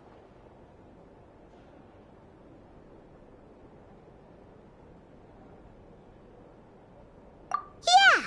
You're covered in more mysteries than Paimon could shake a skewer at. You can't just get out of explaining yourself by making lame excuses. All right. I suppose I do owe you some honesty, whether out of gratitude or the need to build trust. Your deductions have been quite correct. Should one wish to conceal oneself within a lantern, elemental power alone is not enough. You know humans well, and naturally you understand their limits. But some things that humans would consider difficult are quite normal in the eyes of non-humans. So, you mean you're one of the latter? Have you heard of how Snezhnaya was once the realm of the Fae? This race is no longer of any importance, but they still exist, as evidenced by the fact that I am standing before you. We've heard some scattered legends, but that's all Paimon thought there was to it. I once turned my heart toward humanity, and thus did I experience loss. I once labored and did much, and put an end to my tale with my own hands. When you realize you are floating in the middle of a vast ocean, you cannot help but feel that swimming in any direction would be equally meaningless. Would it not be better, then, to simply sink? But before I could sink to truly lightless depths, chance had it that I should be awakened by a band of Ratniki. They were facing a horde of abyssal monsters, and could not last against such a disparity in strength. Yet none fled. Those who dwell in darkness for long enough become exceedingly sensitive to all light. And the first light I saw upon awakening was that which shone from their eyes. Is that why you chose to help them? Perhaps I was moved by their valor. Perhaps I simply saw my past self in them, and was moved to action for the first time in a long, long while. But I was freshly awoken, and my powers were limited. I could not prevent casualties altogether. The survivors and I buried the fallen heroes. That was the origin of the Final Night Cemetery. Well, not exactly. I was just more familiar with them, so joining up seemed the most convenient way to experience human life. Doesn't sound too believable. Well, I believe it. Besides, I'm well past the age when one might believe in things that must be done. Nonetheless, there are still some things I will not allow to happen. The chaos that Rerir has been stirring up is one of them. Tomorrow I shall go and check our records to see if I can find any connection between the Wild Hunt, Rerir, and the Cannon. Will you need us to get you where you need to be? Oh, I'll be fine. I keep a backup copy at my residence in case of emergencies. Can you even go back there right now? Won't there be Red Nikki watching it? Thanks for the reminder. I believe they'll have checked my place, but they won't have stayed. All things are ranked according to their priority, and we lack the manpower for such an open-ended stakeout.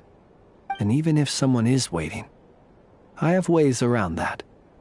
I am the master of my own house, after all. All right then, we'll trust you. We sure ended up chatting for a while, huh? Paimon's super tired now. But, you know, feels like we can breathe easier, now that we know you better. I didn't take you for the cautious sort. Anyway, I hope you'll help me keep this a secret. I'd prefer others not to know about my past unless strictly necessary. Nor do I want to attract more trouble on account of being a fae. Paimon's lips are sealed too. All right. Thanks again for your help. Good night, you two. Finally, we can rest. Let's go get some sleep. There's tons to do tomorrow. It's getting late. The situation is urgent, but rest is vital. Good night, both of you.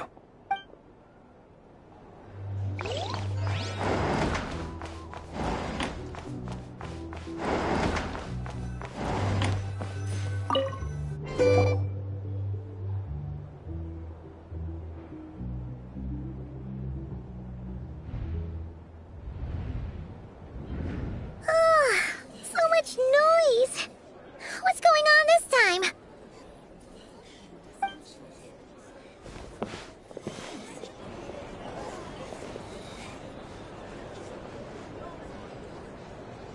Hey! Where's Flint's? Is he here, or isn't he? We would be most obliged if you would pipe down a little, dear guest. Our other guests are resting. Resting? We're all about to be done for, and you're talking about rest? Flint's is a Wild Hunt shapeshifter, here to deceive us all!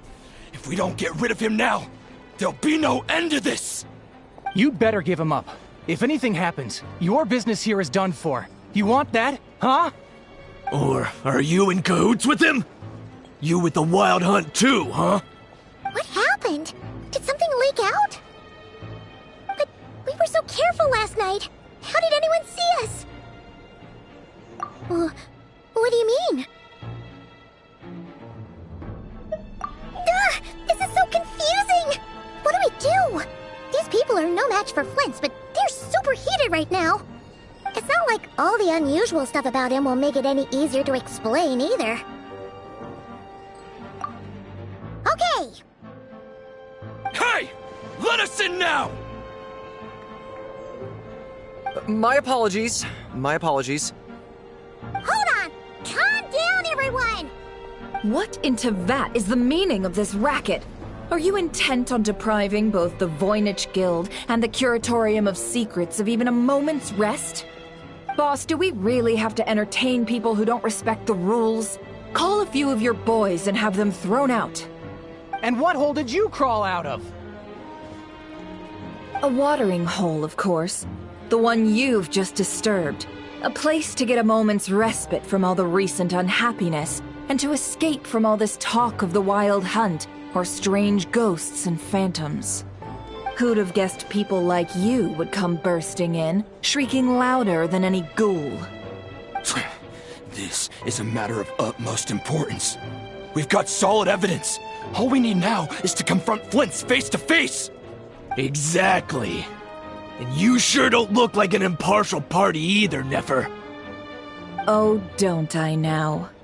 How about this then, boss? Let them do their search. If they find their man, they can have their little chat. But if they don't, then they owe everyone here an apology, as well as compensation for all the racket they've caused. Wait, it's... All right. I suppose that's the only way. If we don't let them in now, they'll be back sooner or later. What a mess. Oh, all right then. Well, I'd say that sounds like an impartial proposal. What say you? Or are you suddenly unsure of yourselves? Come on, everyone! Move it!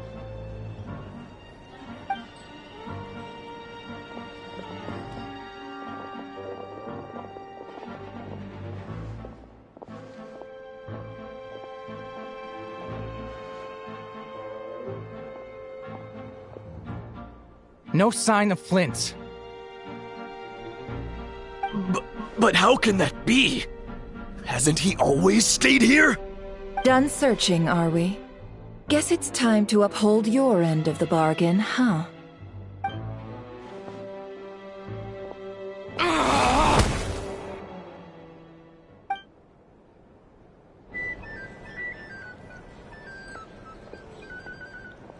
So, Paimon, you've been waiting to ask me something, haven't you?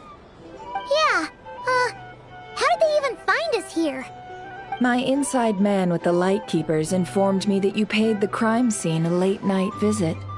I surmise that you must have rendezvoused with Flint's and obtained some new information. Then, early this morning, a group of people gathered at the town gates, news spreading amongst them that the Wild Hunt could disguise itself by taking on familiar faces. Everyone started throwing out the names of possible suspects. No one, seemingly, was exempt. And amidst it all, Flint's name started gaining more and more traction. I'm sure his solitary lifestyle may have played a part, but I wouldn't discount Rerir throwing fuel on the fire in secret. So, did Flint's make his escape after hearing about this? And that's where I, Yehoda, the quick-witted, fleet-footed backbone of the Curatorium, got my chance to shine. While everyone was super focused on the argument in the main hall, I alone noticed an opening. I got her to climb up to a window to help Flint's out, only for her to return with nothing but a lantern. Aw, come on, pause. I was just getting started. We initially intended to bring Flint's back to the Curatorium and wait those people out, but I never expected this to be all that was left. I imagine, though, that he wouldn't have left something that was so seemingly important to him behind. Might he intend to come back and get it later? Maybe. I'm not sure.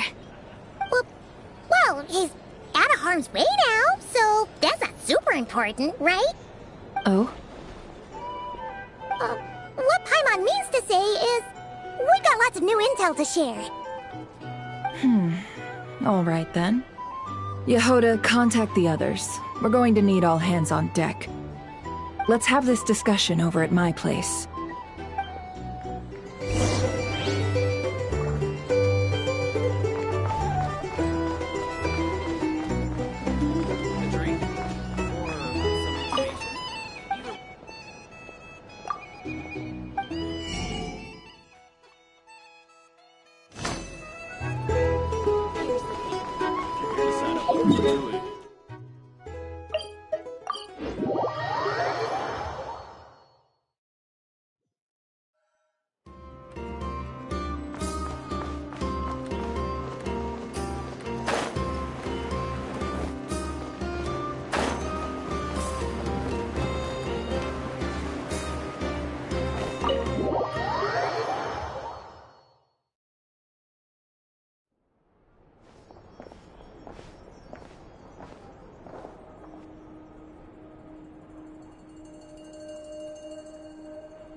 I see.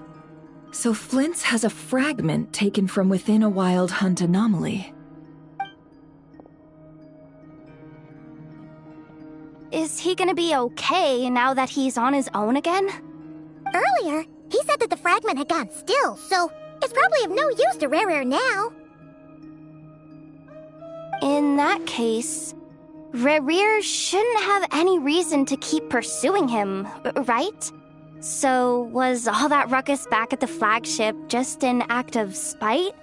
Or what? If I were him, I would have simply turned my attention to collecting other fragments. A reasonable course of action. Remember what we heard back at the tavern? The actual number of Wild Hunt anomalies destroyed has been greater than Lightkeeper records would indicate. Some of these must have been Rare's doing. He must have been seeking more fragments. This much is pretty easy to understand, but why would he pretend to be Soci and put so much effort into getting the cannon up and running again? Maybe 'cause that'd be more efficient than having to clear anomalies himself?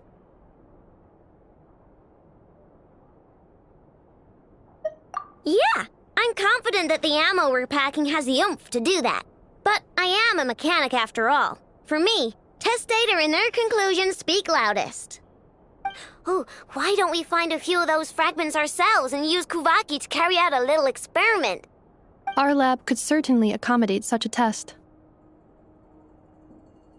In other words, we gotta destroy a couple of anomalies and collect fragments from them, right?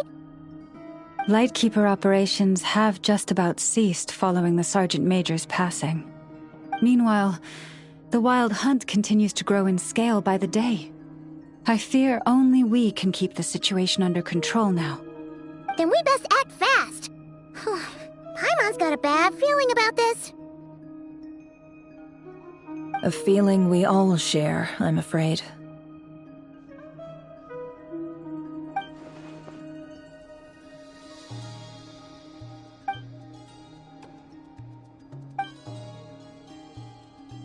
There are 3 Wild Hunt sites that must be dealt with urgently. But I believe we have the capacity to handle it. Works for me. Ineffa and I will take our workshop assistants to deal with one of the sites. The Curatorium will handle another. And we Frostmoon Scions shall deal with the remaining one.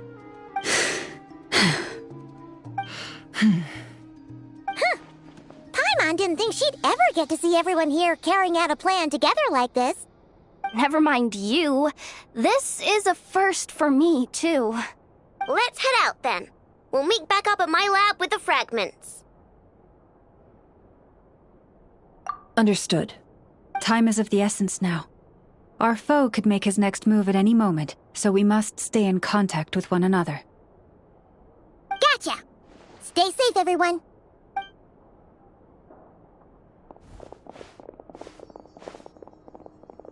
Huh. Anyone seen the lantern? Has Flint's dropped by already? Well, considering what you said earlier, you know where we're going next, right?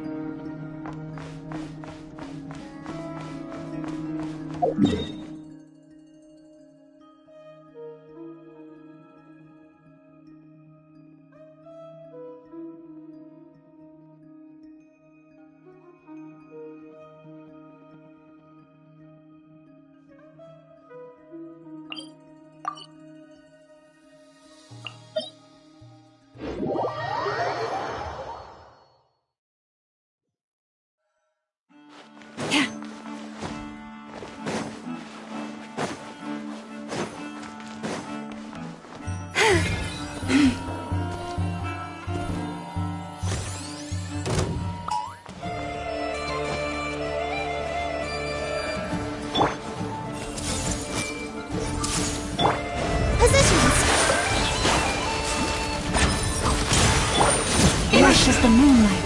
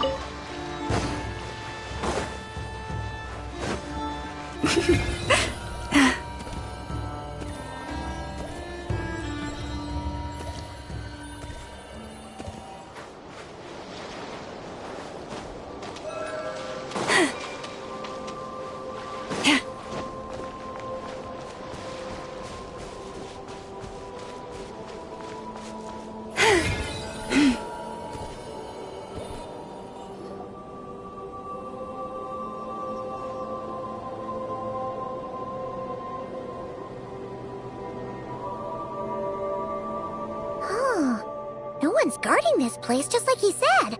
But, where do we find the information he mentioned?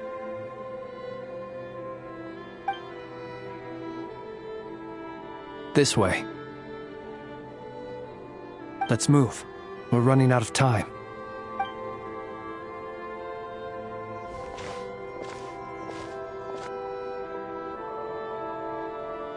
Ah! There you are! Okay, let's split up and make this happen. Or not! How are we supposed to read through this many files? Difficult, yes, but it is also our most efficient option. To expose the true intentions of this Rereer, we need to dive into Nodkrai's history.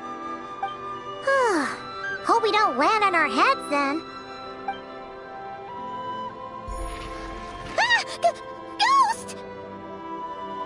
That file suddenly moved by itself! This is a graveyard, right, Flint's? Do these things just kind of happen? Many strange things happen here, but this is not one of them. But that file really did move by itself! Hey, come out! Don't scare Paimon like that!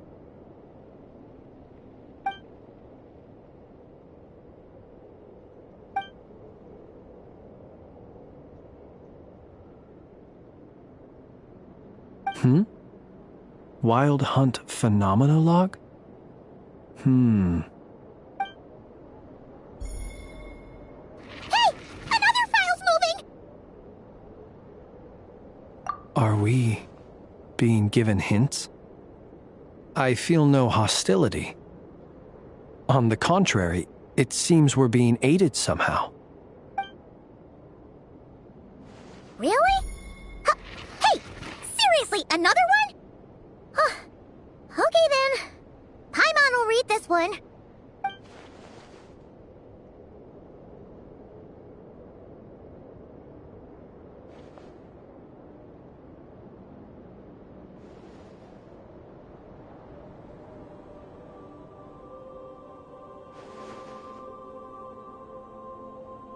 Phew! Finally finished. Paimon sure could use a long break from long words now. Hope she can remember it all. The material I've read through has all been about past Wild Hunt incidents of enormous scale. What about you? Paimon as well. Guess that makes 3 of us. Whatever this is, it seems to want us to notice something. Let's bring our files together and give them another look through. All right. Paimon will go fetch hers. All these incidents look pretty different. Wait. I've noticed something. Before the occurrence of these huge Wild Hunt events, a smaller scale one would erupt in the exact same location. And look. All these smaller scale Wild Hunt site reports share a common outcome. They'd be detected, but would go inactive before any forces could be sent to deal with them. They could then be sealed directly using a tide seal stone. But why? Some of these records are too old.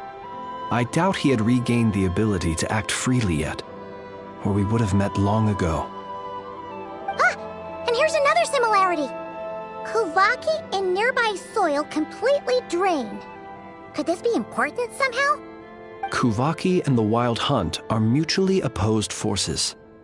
We Lightkeepers previously believed that these small Wild Hunt sites would temporarily go inactive due to being neutralized by the Kuvaki present in the soil. But now that we've synthesized all this data, There is a key issue this hypothesis cannot explain. Indeed. Despite the name, I would not call a Tideseal Stone's sealing powers watertight exactly. But for it to fail and the situation to deteriorate in such short order... Paimon feels like she's almost got it.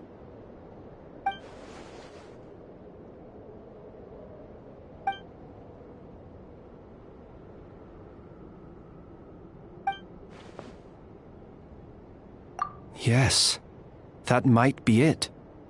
It could be that when Kuvaki and abyssal energies meet, the stronger side will suppress the weaker one. And while Kuvaki can indeed destroy small-scale wild hunt anomalies, should Rerir be strong enough, the Kuvaki might be his for the taking instead. Paimon kinda gets where we're going with this.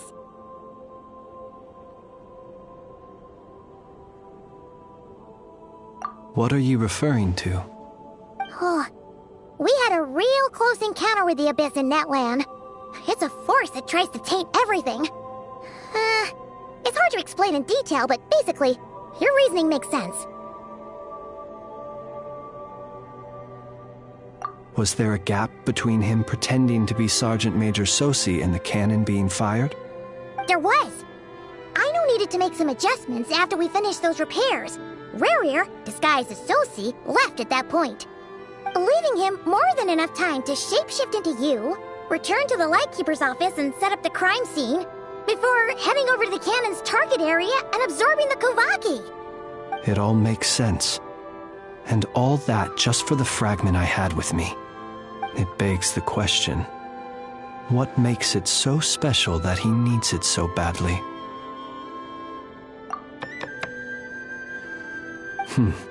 That's odd.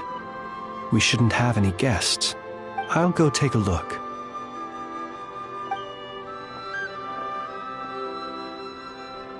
Ah, it's an ibis. It's carrying a letter! Oh, Lala must have sent it. She can speak to little animals. Let's see here. Situation urgent. The cannon began operating shortly after we left Nasha Town and is preparing to fire. It is locked on to Star Sand Shoal. Please return to Nasha Town and assist with all haste. Lauma. That's gotta be Rerir's doing. But why is he using the cannon again? Didn't he already fire it once before? No time for speculation. He's already made his preparations. If you recall, his body was incomplete when we last met. If this bombardment continues to increase his strength, he might regain his complete form. What should we do? There's no way we're getting back to Nasha Town in time. Let's go to the cannon's target site. That's where we should find Rerir, and that's where we'll stop him. One moment. Just let me get this news to Lauma. Nasha Town is in their hands now. Go! Fly! Not a moment to lose!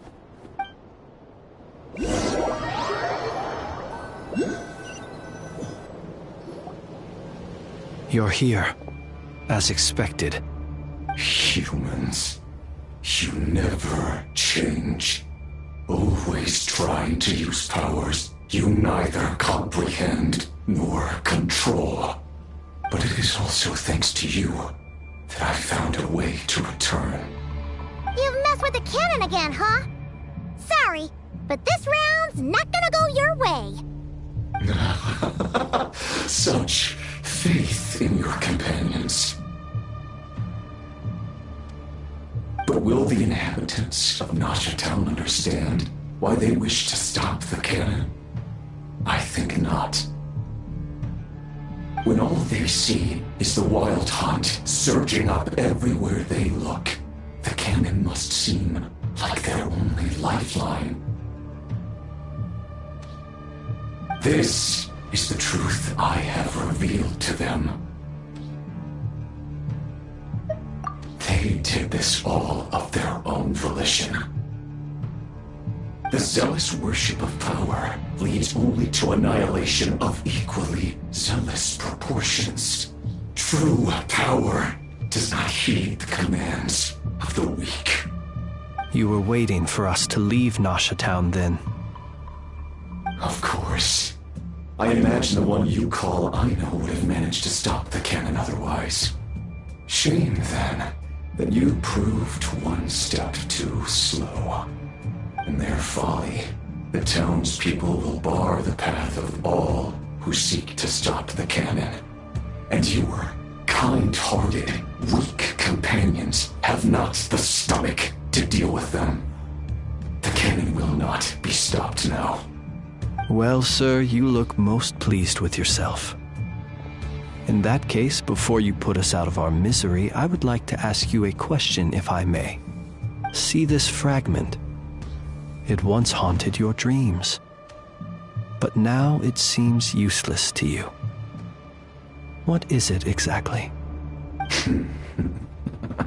That is my corpse.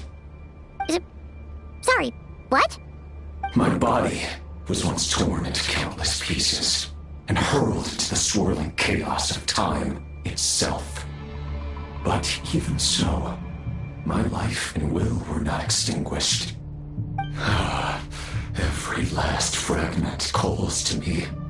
Sooner or later, they shall welcome my return. What are you even saying? Huh. So the terror of the Wild Hunt was in fact caused by scattered pieces of your corpse. I guess they don't call you one of the 5 sinners for nothing. Serendipity guided the fragments to construct an incomplete version of myself, upon which I began collecting more within Wild Hunt sites across the land. But each time, the fragments I obtained were hardly worth mentioning, while that which you hold in your hand was my heart. So that's why it responded so strongly to you. Only by retrieving this most critical piece could I gain mastery over the turbulent Kuvaki energies and be fully reborn. Hence, you fired that first shot, hoping to regain enough power to seize the fragment from me. Are you completely crazy? Weren't you afraid of dying? Dying? Such power has no hope of killing me. It may destroy my form over and over, yet always I rebuild it. It may smash my flesh and crush my bones thousands of times and more, but that is of no consequence to me. What truly infuriates me, however, is how you've destroyed my heart. All that suffering, everything I endured, and all for nothing. I've adapted to the strength and flow of this Kuvaki. The next cannon shot will multiply my strength immeasurably. It will not be a full restoration, no, but it will be more than enough to destroy any in this world who stand in my way. Still, I suspect the Kuvaki will have rendered you down to nutrients for my consumption well before you have the time to kneel before me. Traveler! Behind you! Look at that light!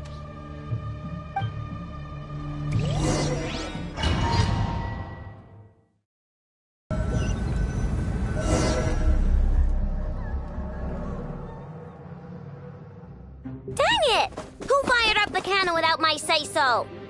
Its defensive barrier has also been activated, likely in anticipation of interference by malicious actors. The air is thick with fear and anxiety. It's spooking the birds and beasts. What exactly is going on? You're here.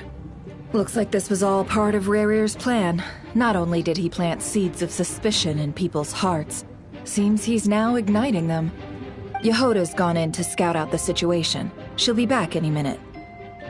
I'm back! I'm back! Oh, it's bad out there. Rumors flying everywhere you turn. Something about the Wild Hunt preparing to spawn a wave of monsters, the likes of which we've never seen before. But that's not even the worst of it. Lots of folks don't even believe the cannon can prevent this crisis, so they're getting ready to make a run for it. Others are trying to make a quick buck out of this whole mess. How could they still be thinking about Mora when such a catastrophe is imminent? Unprecedented danger brings unprecedented opportunities in its wake. A chaotic situation can bury much wrongdoing. Even those who flee without reserve put themselves at the mercy of the divine. Is it any wonder, then, that some will aim to profit? After all, a gamble that might rewrite one's entire life is hard to come by. Even so. Well, seeing as you disapprove of their actions so strongly, Lady Moonchanter, I suggest that you be the one to handle them. Not like that's the only major problem on our plate right now. Affirmative. We must quell the chaos in Nasha Town as soon as possible. Also, the unexpected activation of the cannon entails a high risk of incorrect operation. This must be stopped in a timely manner. Well, about that, people have been talking about how someone might come to stop the cannon. They've decided they won't let anyone in. What? I made that thing! They can't just take it from me! Let me over there! What are they gonna do, stop me? They might, if Rerir has already formulated some countermeasure. For example, he might have spread a rumor that the Wild Hunt would take your form.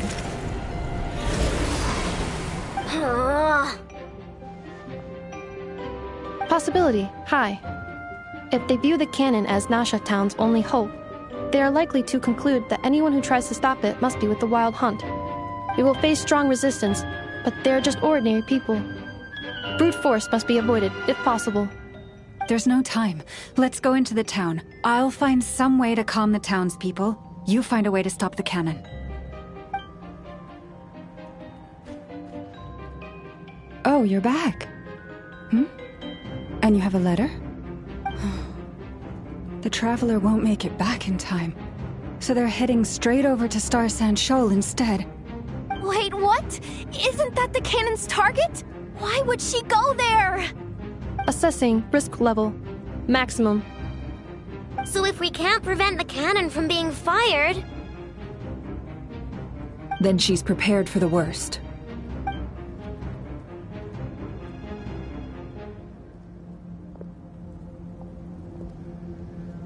And we must ensure that her trust in us is not misplaced. Let's go.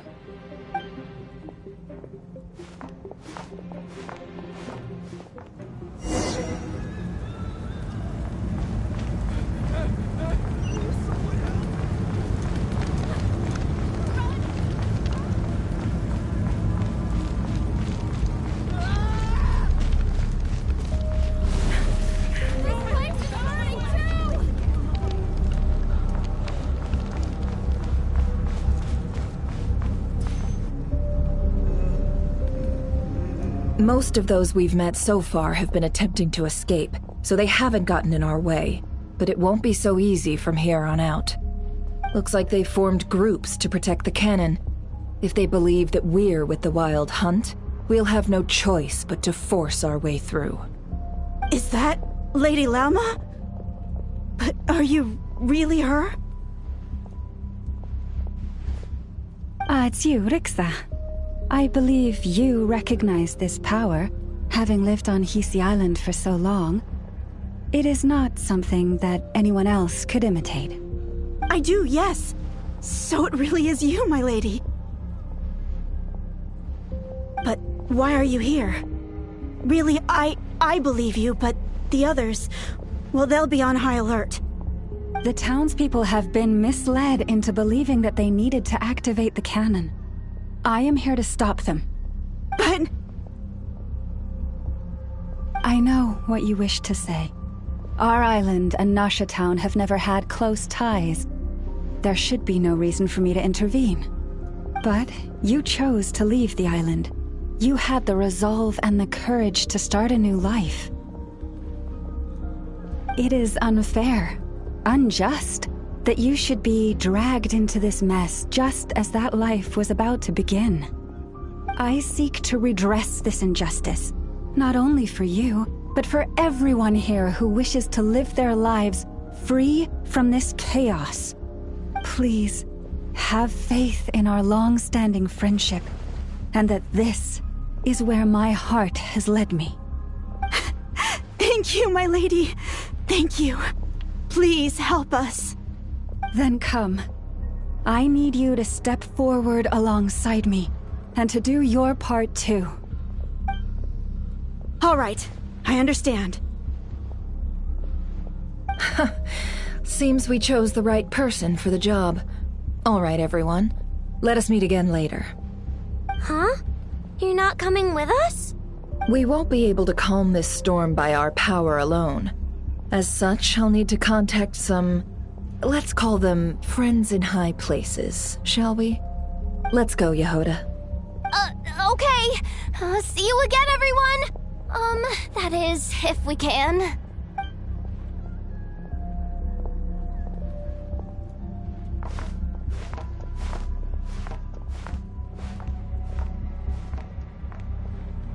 Remember these words. The road shall be paved with truth, and we shall pave it ourselves.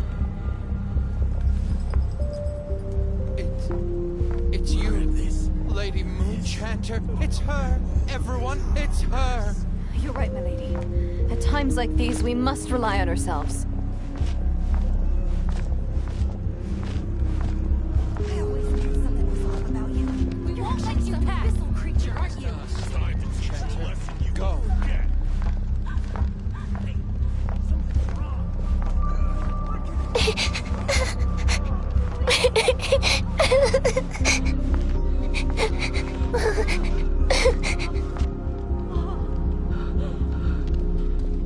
Lady Moonchanter, there's a child here!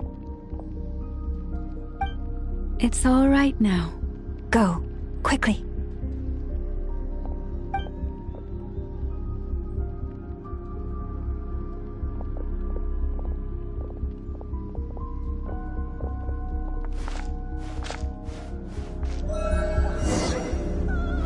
You wretched monsters! You're not getting anywhere near the cannon! The monsters you fear do not exist here. The madness you have fallen to has been the source of untold disasters. You think we had a choice? Destiny is no excuse for greed and destruction. The choice has always been yours to make, and it remains so, even now.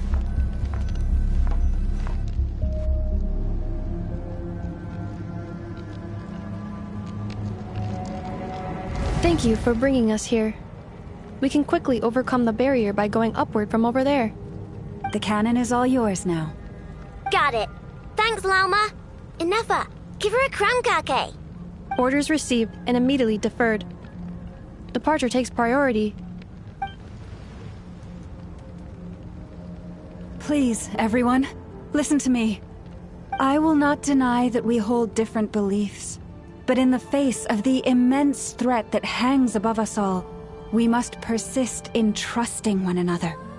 Otherwise, rifts will surely form, prized open by those who harbor ulterior motives. If your fear is born of helplessness, if you flee because you know not how to fight, then follow me, you who are lost. I am no god, but so long as we hold our candles steady and unite beneath the same moonlight, no deception or rumors can be concealed from us. Let us resolve then to defend ourselves and to stand firm against the false illusions by which our foe seeks to beguile us.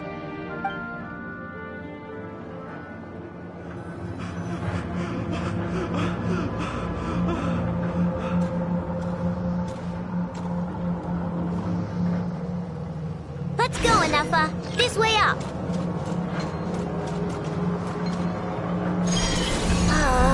This is making me dizzier than I expected. Adjusting route. Make ready.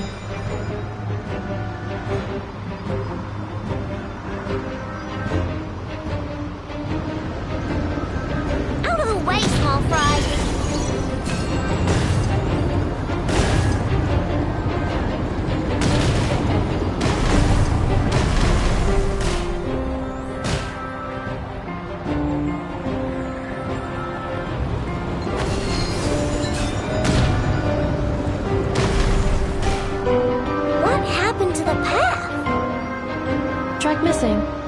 Fall imminent. Come on, come on, come on! And get out of there! Whoa, nice! Preparing barrier breakthrough. Brace for impact.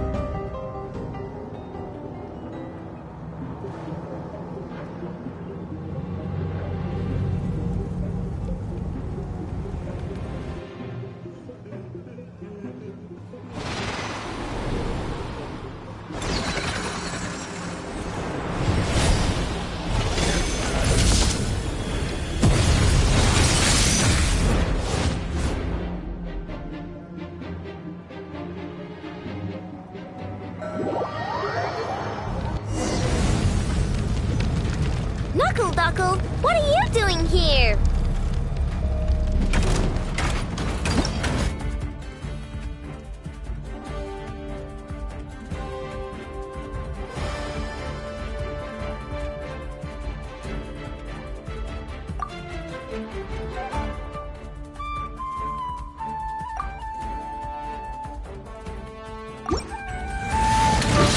Ding dong, water bomb!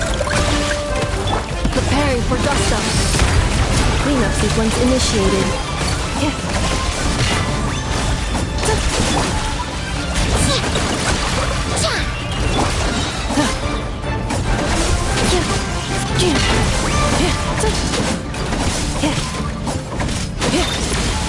Look, your rainbow! We want this! Ultimatum protocol.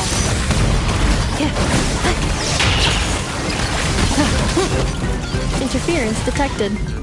Entering countermeasure mode.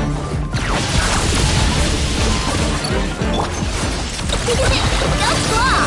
Lash attack!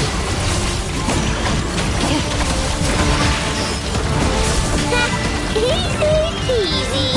What made you think I couldn't take out one of my... This isn't good enough, we gotta hurry! Scanning.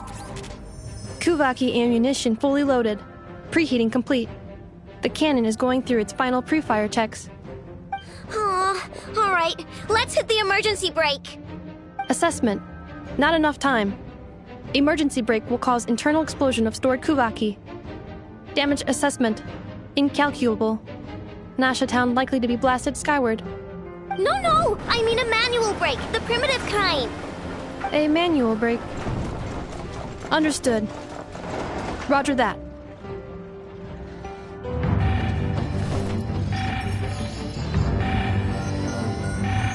We are out of time.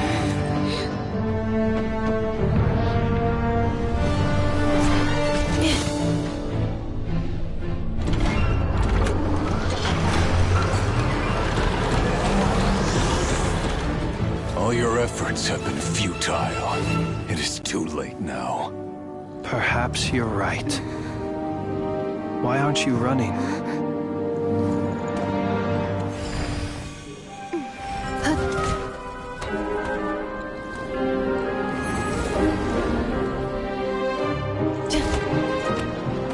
Sigisato passa sax, intimi potutos. In necritus necrus baptisi, cenis omnes tu zonos pentusi. Osesticos palatin pirantur resurrecum, topieto aethion veratum.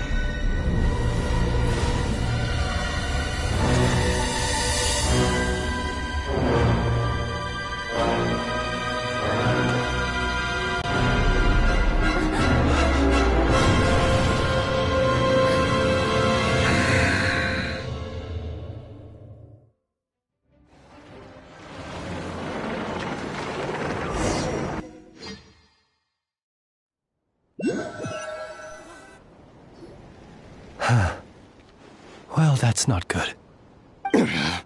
Sluggish. Torpid. This body is a disappointment. I can barely muster 10% of my original strength. You've ruined everything again. Let me guess. You didn't get a human body back, did you?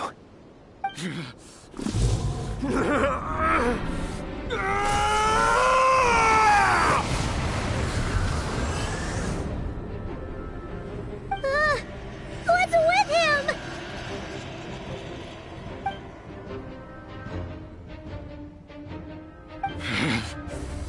Verfnir. Rheindaughter. Flinders. Watch out! Whatever rationality he still had when he was searching for his body is gone. All that's left is the calamity you see before you. A monster fueled by nothing but his own obsession. Matters not. Having a heart. Being human. It's all irrelevant. Completely and utterly insignificant. You matter not. Does anything in this world. None of it matters to me!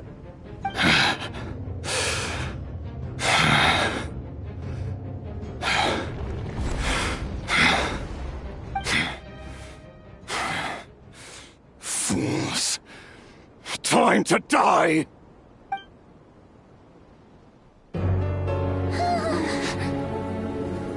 You too have the potential to be driven mad by knowledge. But the truths you seek are so insipid, laughable that you should die for their sake.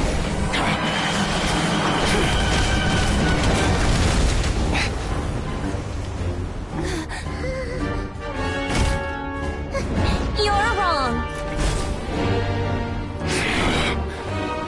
The unknown is but a fog to be dispersed. Knowledge is the true pillar of the world.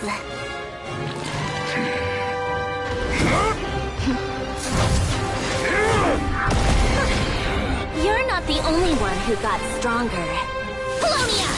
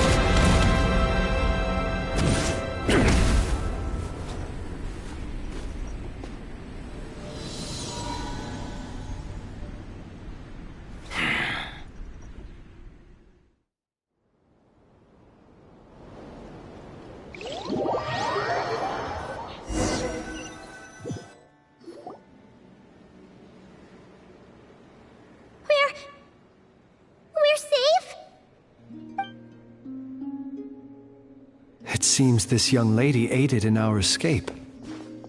You have my sincere gratitude, dear madam. The flowers here bloom in such peaceful silence. I imagine you would not have invited anyone here were it not an emergency. Oh? I take it that means you've been here before then. In that case, I count myself fortunate to be your associate. Columbina! What did you do that for? I studied his abilities inside out, equipped Polonia with comprehensive countermeasures. We were going to settle the score! But he still broke through, did he not? What? You expect a battle to be completely one-sided? I just didn't expect him to have no sense of honor whatsoever. Polonia would have been fine in a head-on clash, but battles just get chaotic. Oh, so you actually thought you could win. Have you been taking care of yourself lately? Your calculations seem to have deviated quite seriously. Perhaps you could try sleeping and rising earlier. Or you could adopt my previous recommendation and... Hey, listen here, Columbina! I tolerated your nonsense previously because we were colleagues. There's a Fatui warrant out on your head, and don't you forget that. Don't make me fight you right here and now.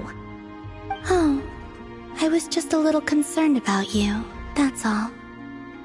Just like that time when you weren't making any progress with your research. So you went and cooped yourself up all alone. That was none of your business! And don't you ever drag me out to one of your freaky hovels again! Come on, Polonia! We're leaving!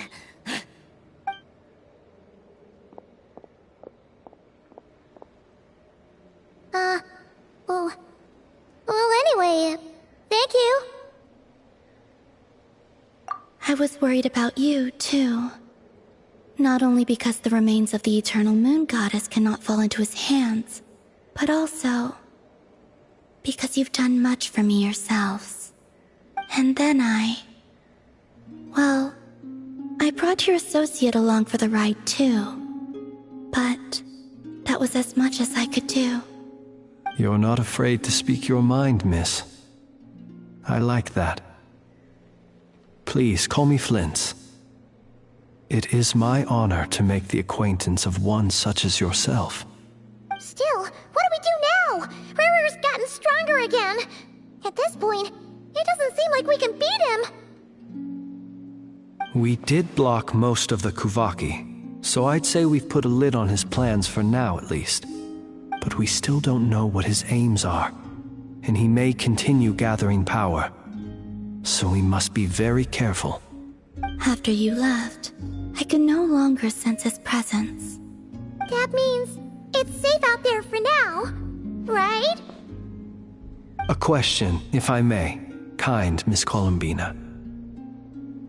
When the cannon's Kuvaki beam was deflected earlier, I saw several bolts of energy streak toward Hisi Island, only to be blocked.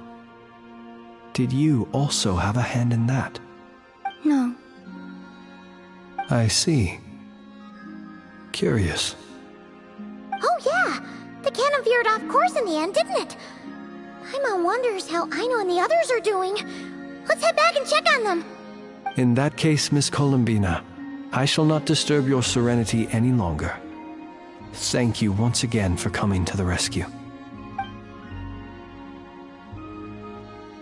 Go now, all of you. Do not worry.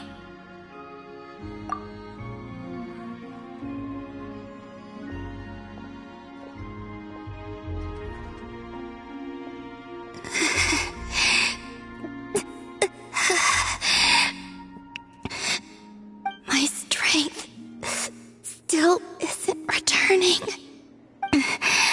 It seems my time is running out.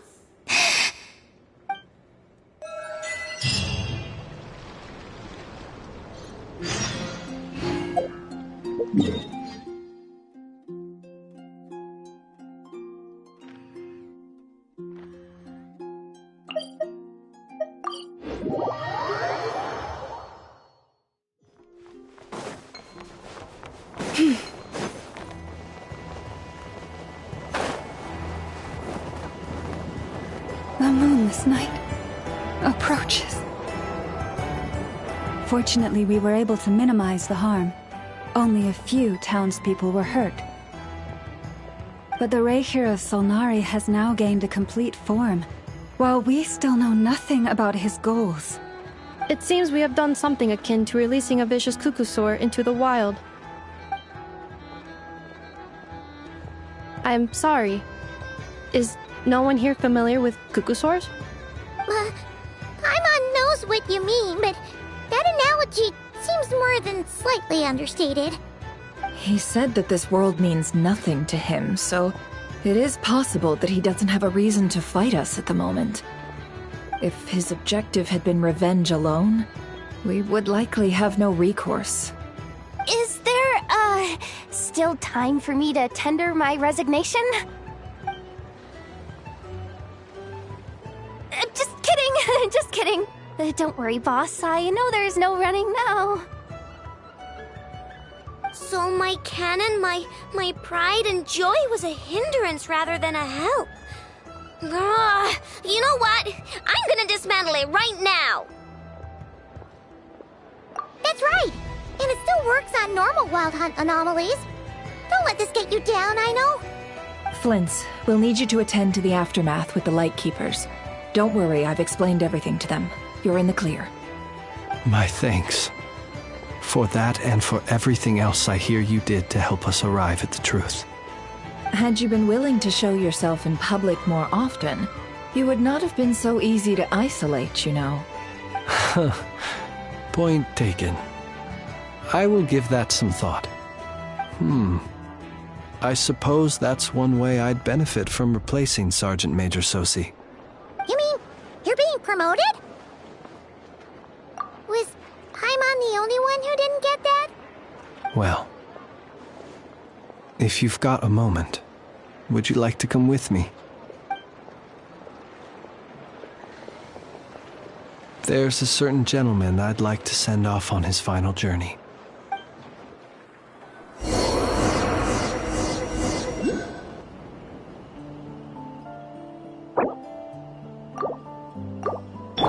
Allow me!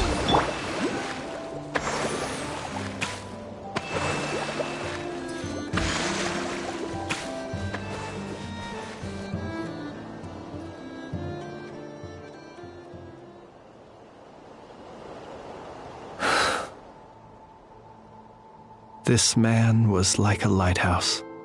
Here he lived as if it were a mere matter of course, and brought light and grace to those around him. But people, once used to illumination, are apt to ignore the lantern's presence. Slowly, gradually, he came to think as such himself. I have achieved too little. I must do better. There is more work to be done. Perhaps his end was tragic. But I remain proud of the way in which he illuminated the path for others. Every shadow born of the light shall remember it. Oh, poor guy. I've heard that one too. Is that so? Well, you're right. It may seem that our efforts were in vain, that Rerir achieved his goals, but we will pursue him to the last. Even if the outcome is not what we wish for, it is not dissimilar to the role of a graveyard keeper. We do not seek to bring the dead back to life, only to grant them peace. Oh, what are you two talking about? Care to explain? Okay. Either way, the Lantern Fae is not playing the leading role in these final rites. Lightbearer, with your blood you have paved the road to glory and justice. Even as we hurry on, bruised and battered though we may be, stay a while and look back upon the world and all its love and hatred, until it closes its eyes in the depths of night, and a lantern lit for you alone flickers softly into life. Thank you for everything, Sergeant Major Sosi.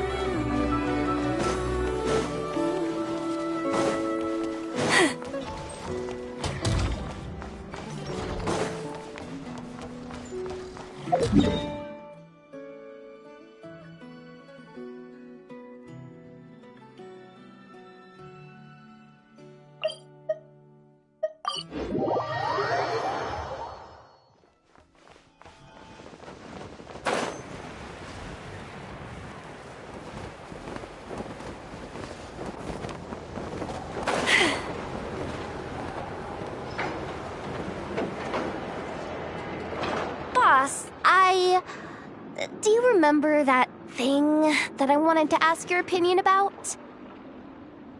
On a scale of 1 to 10, how much effort should the Curatorium of Secrets put in if we were to work with others again? Is that a 1? Isn't that kinda low? Guess again. Wait. You mean 0? But wouldn't we just be slapping our brand on the joint venture and calling it a day? Why even team up at that point? Yehoda, what I mean to say is that there's neither an upper nor lower limit. Aw, that's just like you, boss. Always thinking ahead. Wait a minute. That's not an answer at all. Is it? Oh, come on. Just give me a number, boss. Please.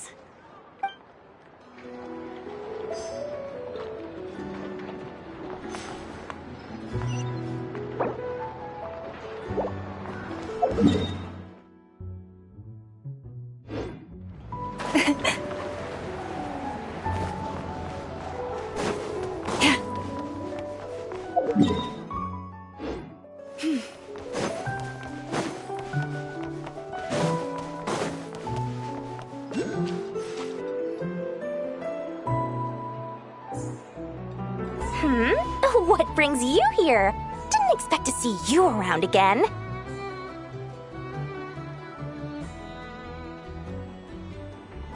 And where have you been, huh? Didn't run away or anything, did ya? Oh, of course not. I was simply elsewhere discussing business deals. Indeed, it was all thanks to you that my little store was saved. I am grateful, so grateful. What? Why, I wasn't acting in the slightest. And didn't I tell you that my prices were reasonable? Oh, but you still turn to that Curatorium of Secrets, or whatever it is they call it. If even regulars such as you abandon ship like this, what can a businesswoman do but take her wares elsewhere? And how should I not be, Running small overseas enterprises is no mean feat. Never mind when such formidable competition exists. Forget it. Fortune and destiny are as one, so there is no use complaining. It's not as if Nefer did me no favors on account of our common homeland when I first arrived. If anything is to blame, it is the lack of opportunity to have her owe me in turn big time. Now then, should she ever need anything, you make sure, no, make doubly sure, to inform me first, all right?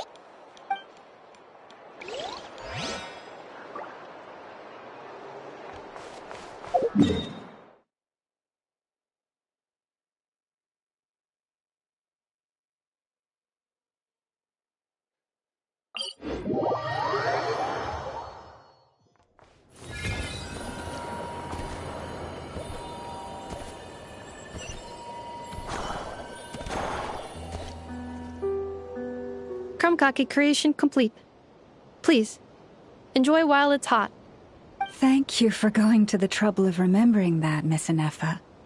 May this taste bear witness to a friendship that will endure forever and a day. Understood. However, I fear that krumkakes do not keep for that long. A week at most may pass before their taste deteriorates. That's not quite what I meant by... Oh? We appear to have some guests. They must have followed the aroma of the crumb cake. It's all right. Come closer. Enough is a friend. Affirmative. In fact, I can devise a cereal omelet based on individual preferences before crushing it into servings to share around. Huh? What are they saying? They are discussing your address. They wish to go home with you.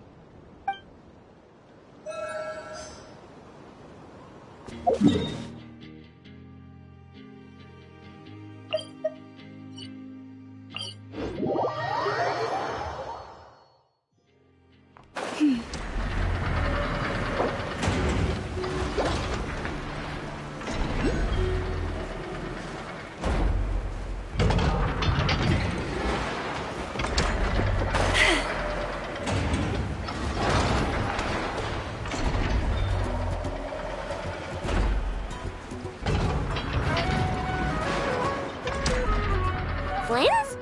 Don't see you coming around here often. Just feel free to take a look. I'm busy right now. Well, I've come to visit you, Miss Aino. Here, I've brought some snacks from town in their traditional butter flavor. So, where should I leave them? Shh! Ineffa might hear you! So, what's the occasion? Are you gonna say that the Rat Niki will be taking over all Wild Hunt incidents after that hiccup with the cannon? And criticize a genius like yourself on account of results that none of us could anticipate. We would not be that crass. If we really did do that, I dare say we shall never again see technological breakthroughs. Sweet talker. It gladdens me to have set your heart at ease. Anyway, what's the matter exactly? Well, could you help me repair this lantern? I did bring it to Nasha Town to get it fixed, but it broke again during our previous battle. You want a genius like me to go fix a lantern? Oh, my apologies. Perhaps this request should be better directed to Miss Ineffa, and perhaps the snacks, too. I mean, I can totally do this, no problem. Wait right there. I'll be done before you can say fix it. Much obliged, then. And next time this happens to you, make sure to come to me first, you hear?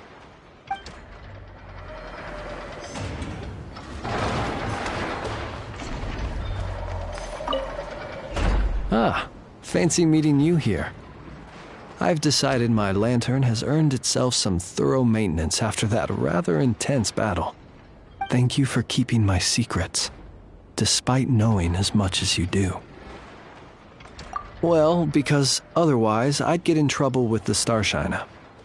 If they couldn't detect my own lantern, I suspect the higher-ups would foist a standard-issue Ratnik lantern on me. A Ratnik carrying 2 lanterns. Imagine that. It would be an aesthetic transgression of the highest order.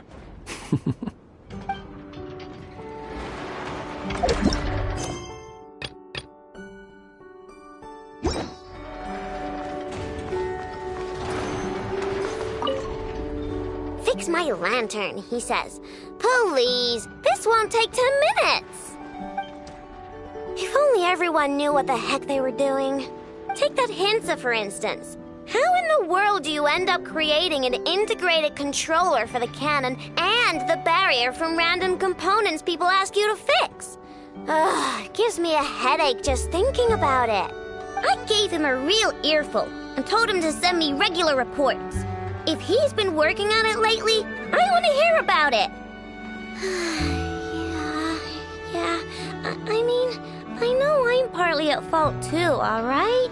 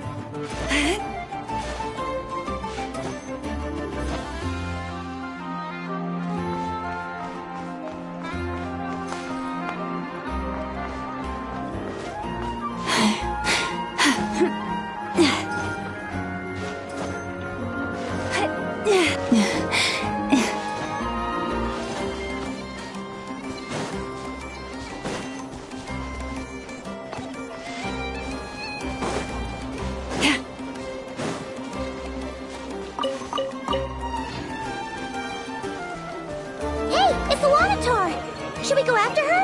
Or do you have someone else you'd like to meet?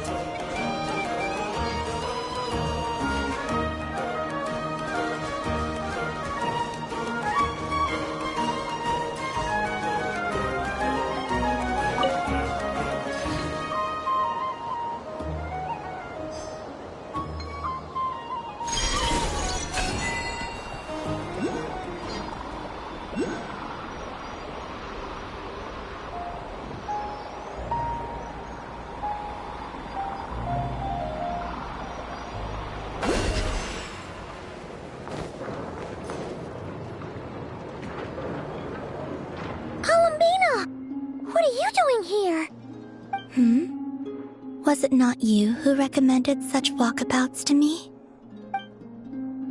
Yeah, but aren't you afraid the Fatui will see you?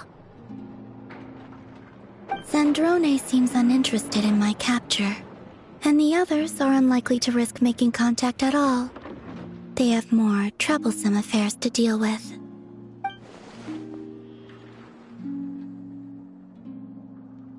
Well, it's good to come out for a walk either way. So, how do you feel? Is Nasha Town to your liking? The flow of Kuvaki is somewhat turbulent, and the people are ill at ease.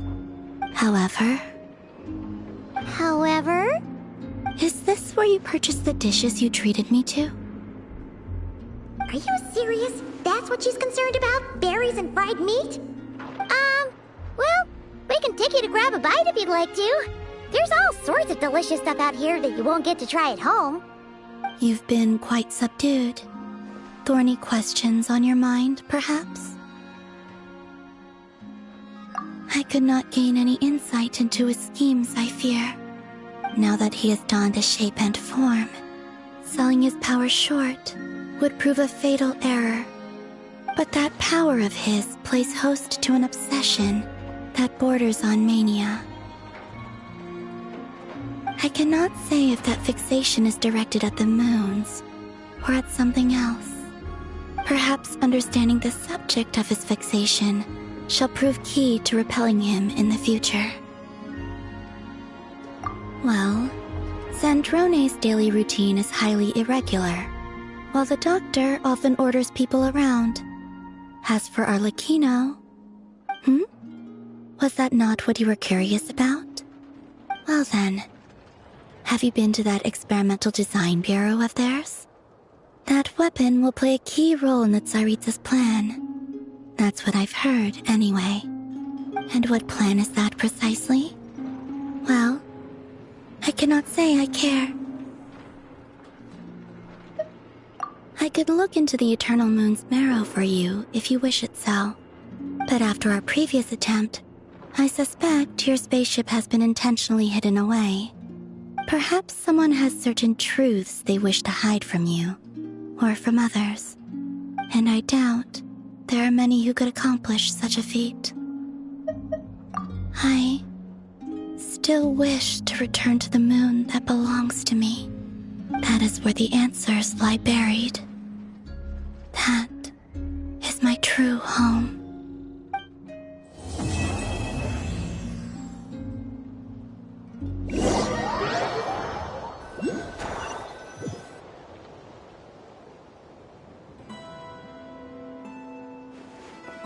Interesting. You followed me this far. Why not show your face? Haha! Right! Right you are. I forgot to introduce myself. The name's Varka, Knight of Boreas, and Grand Master of the Knights of Favonius.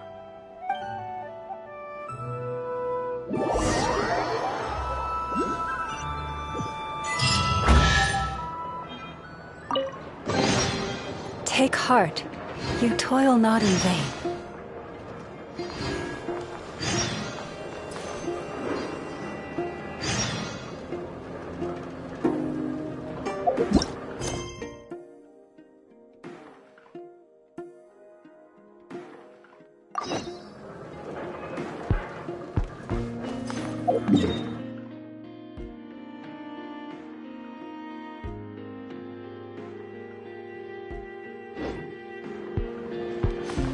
What?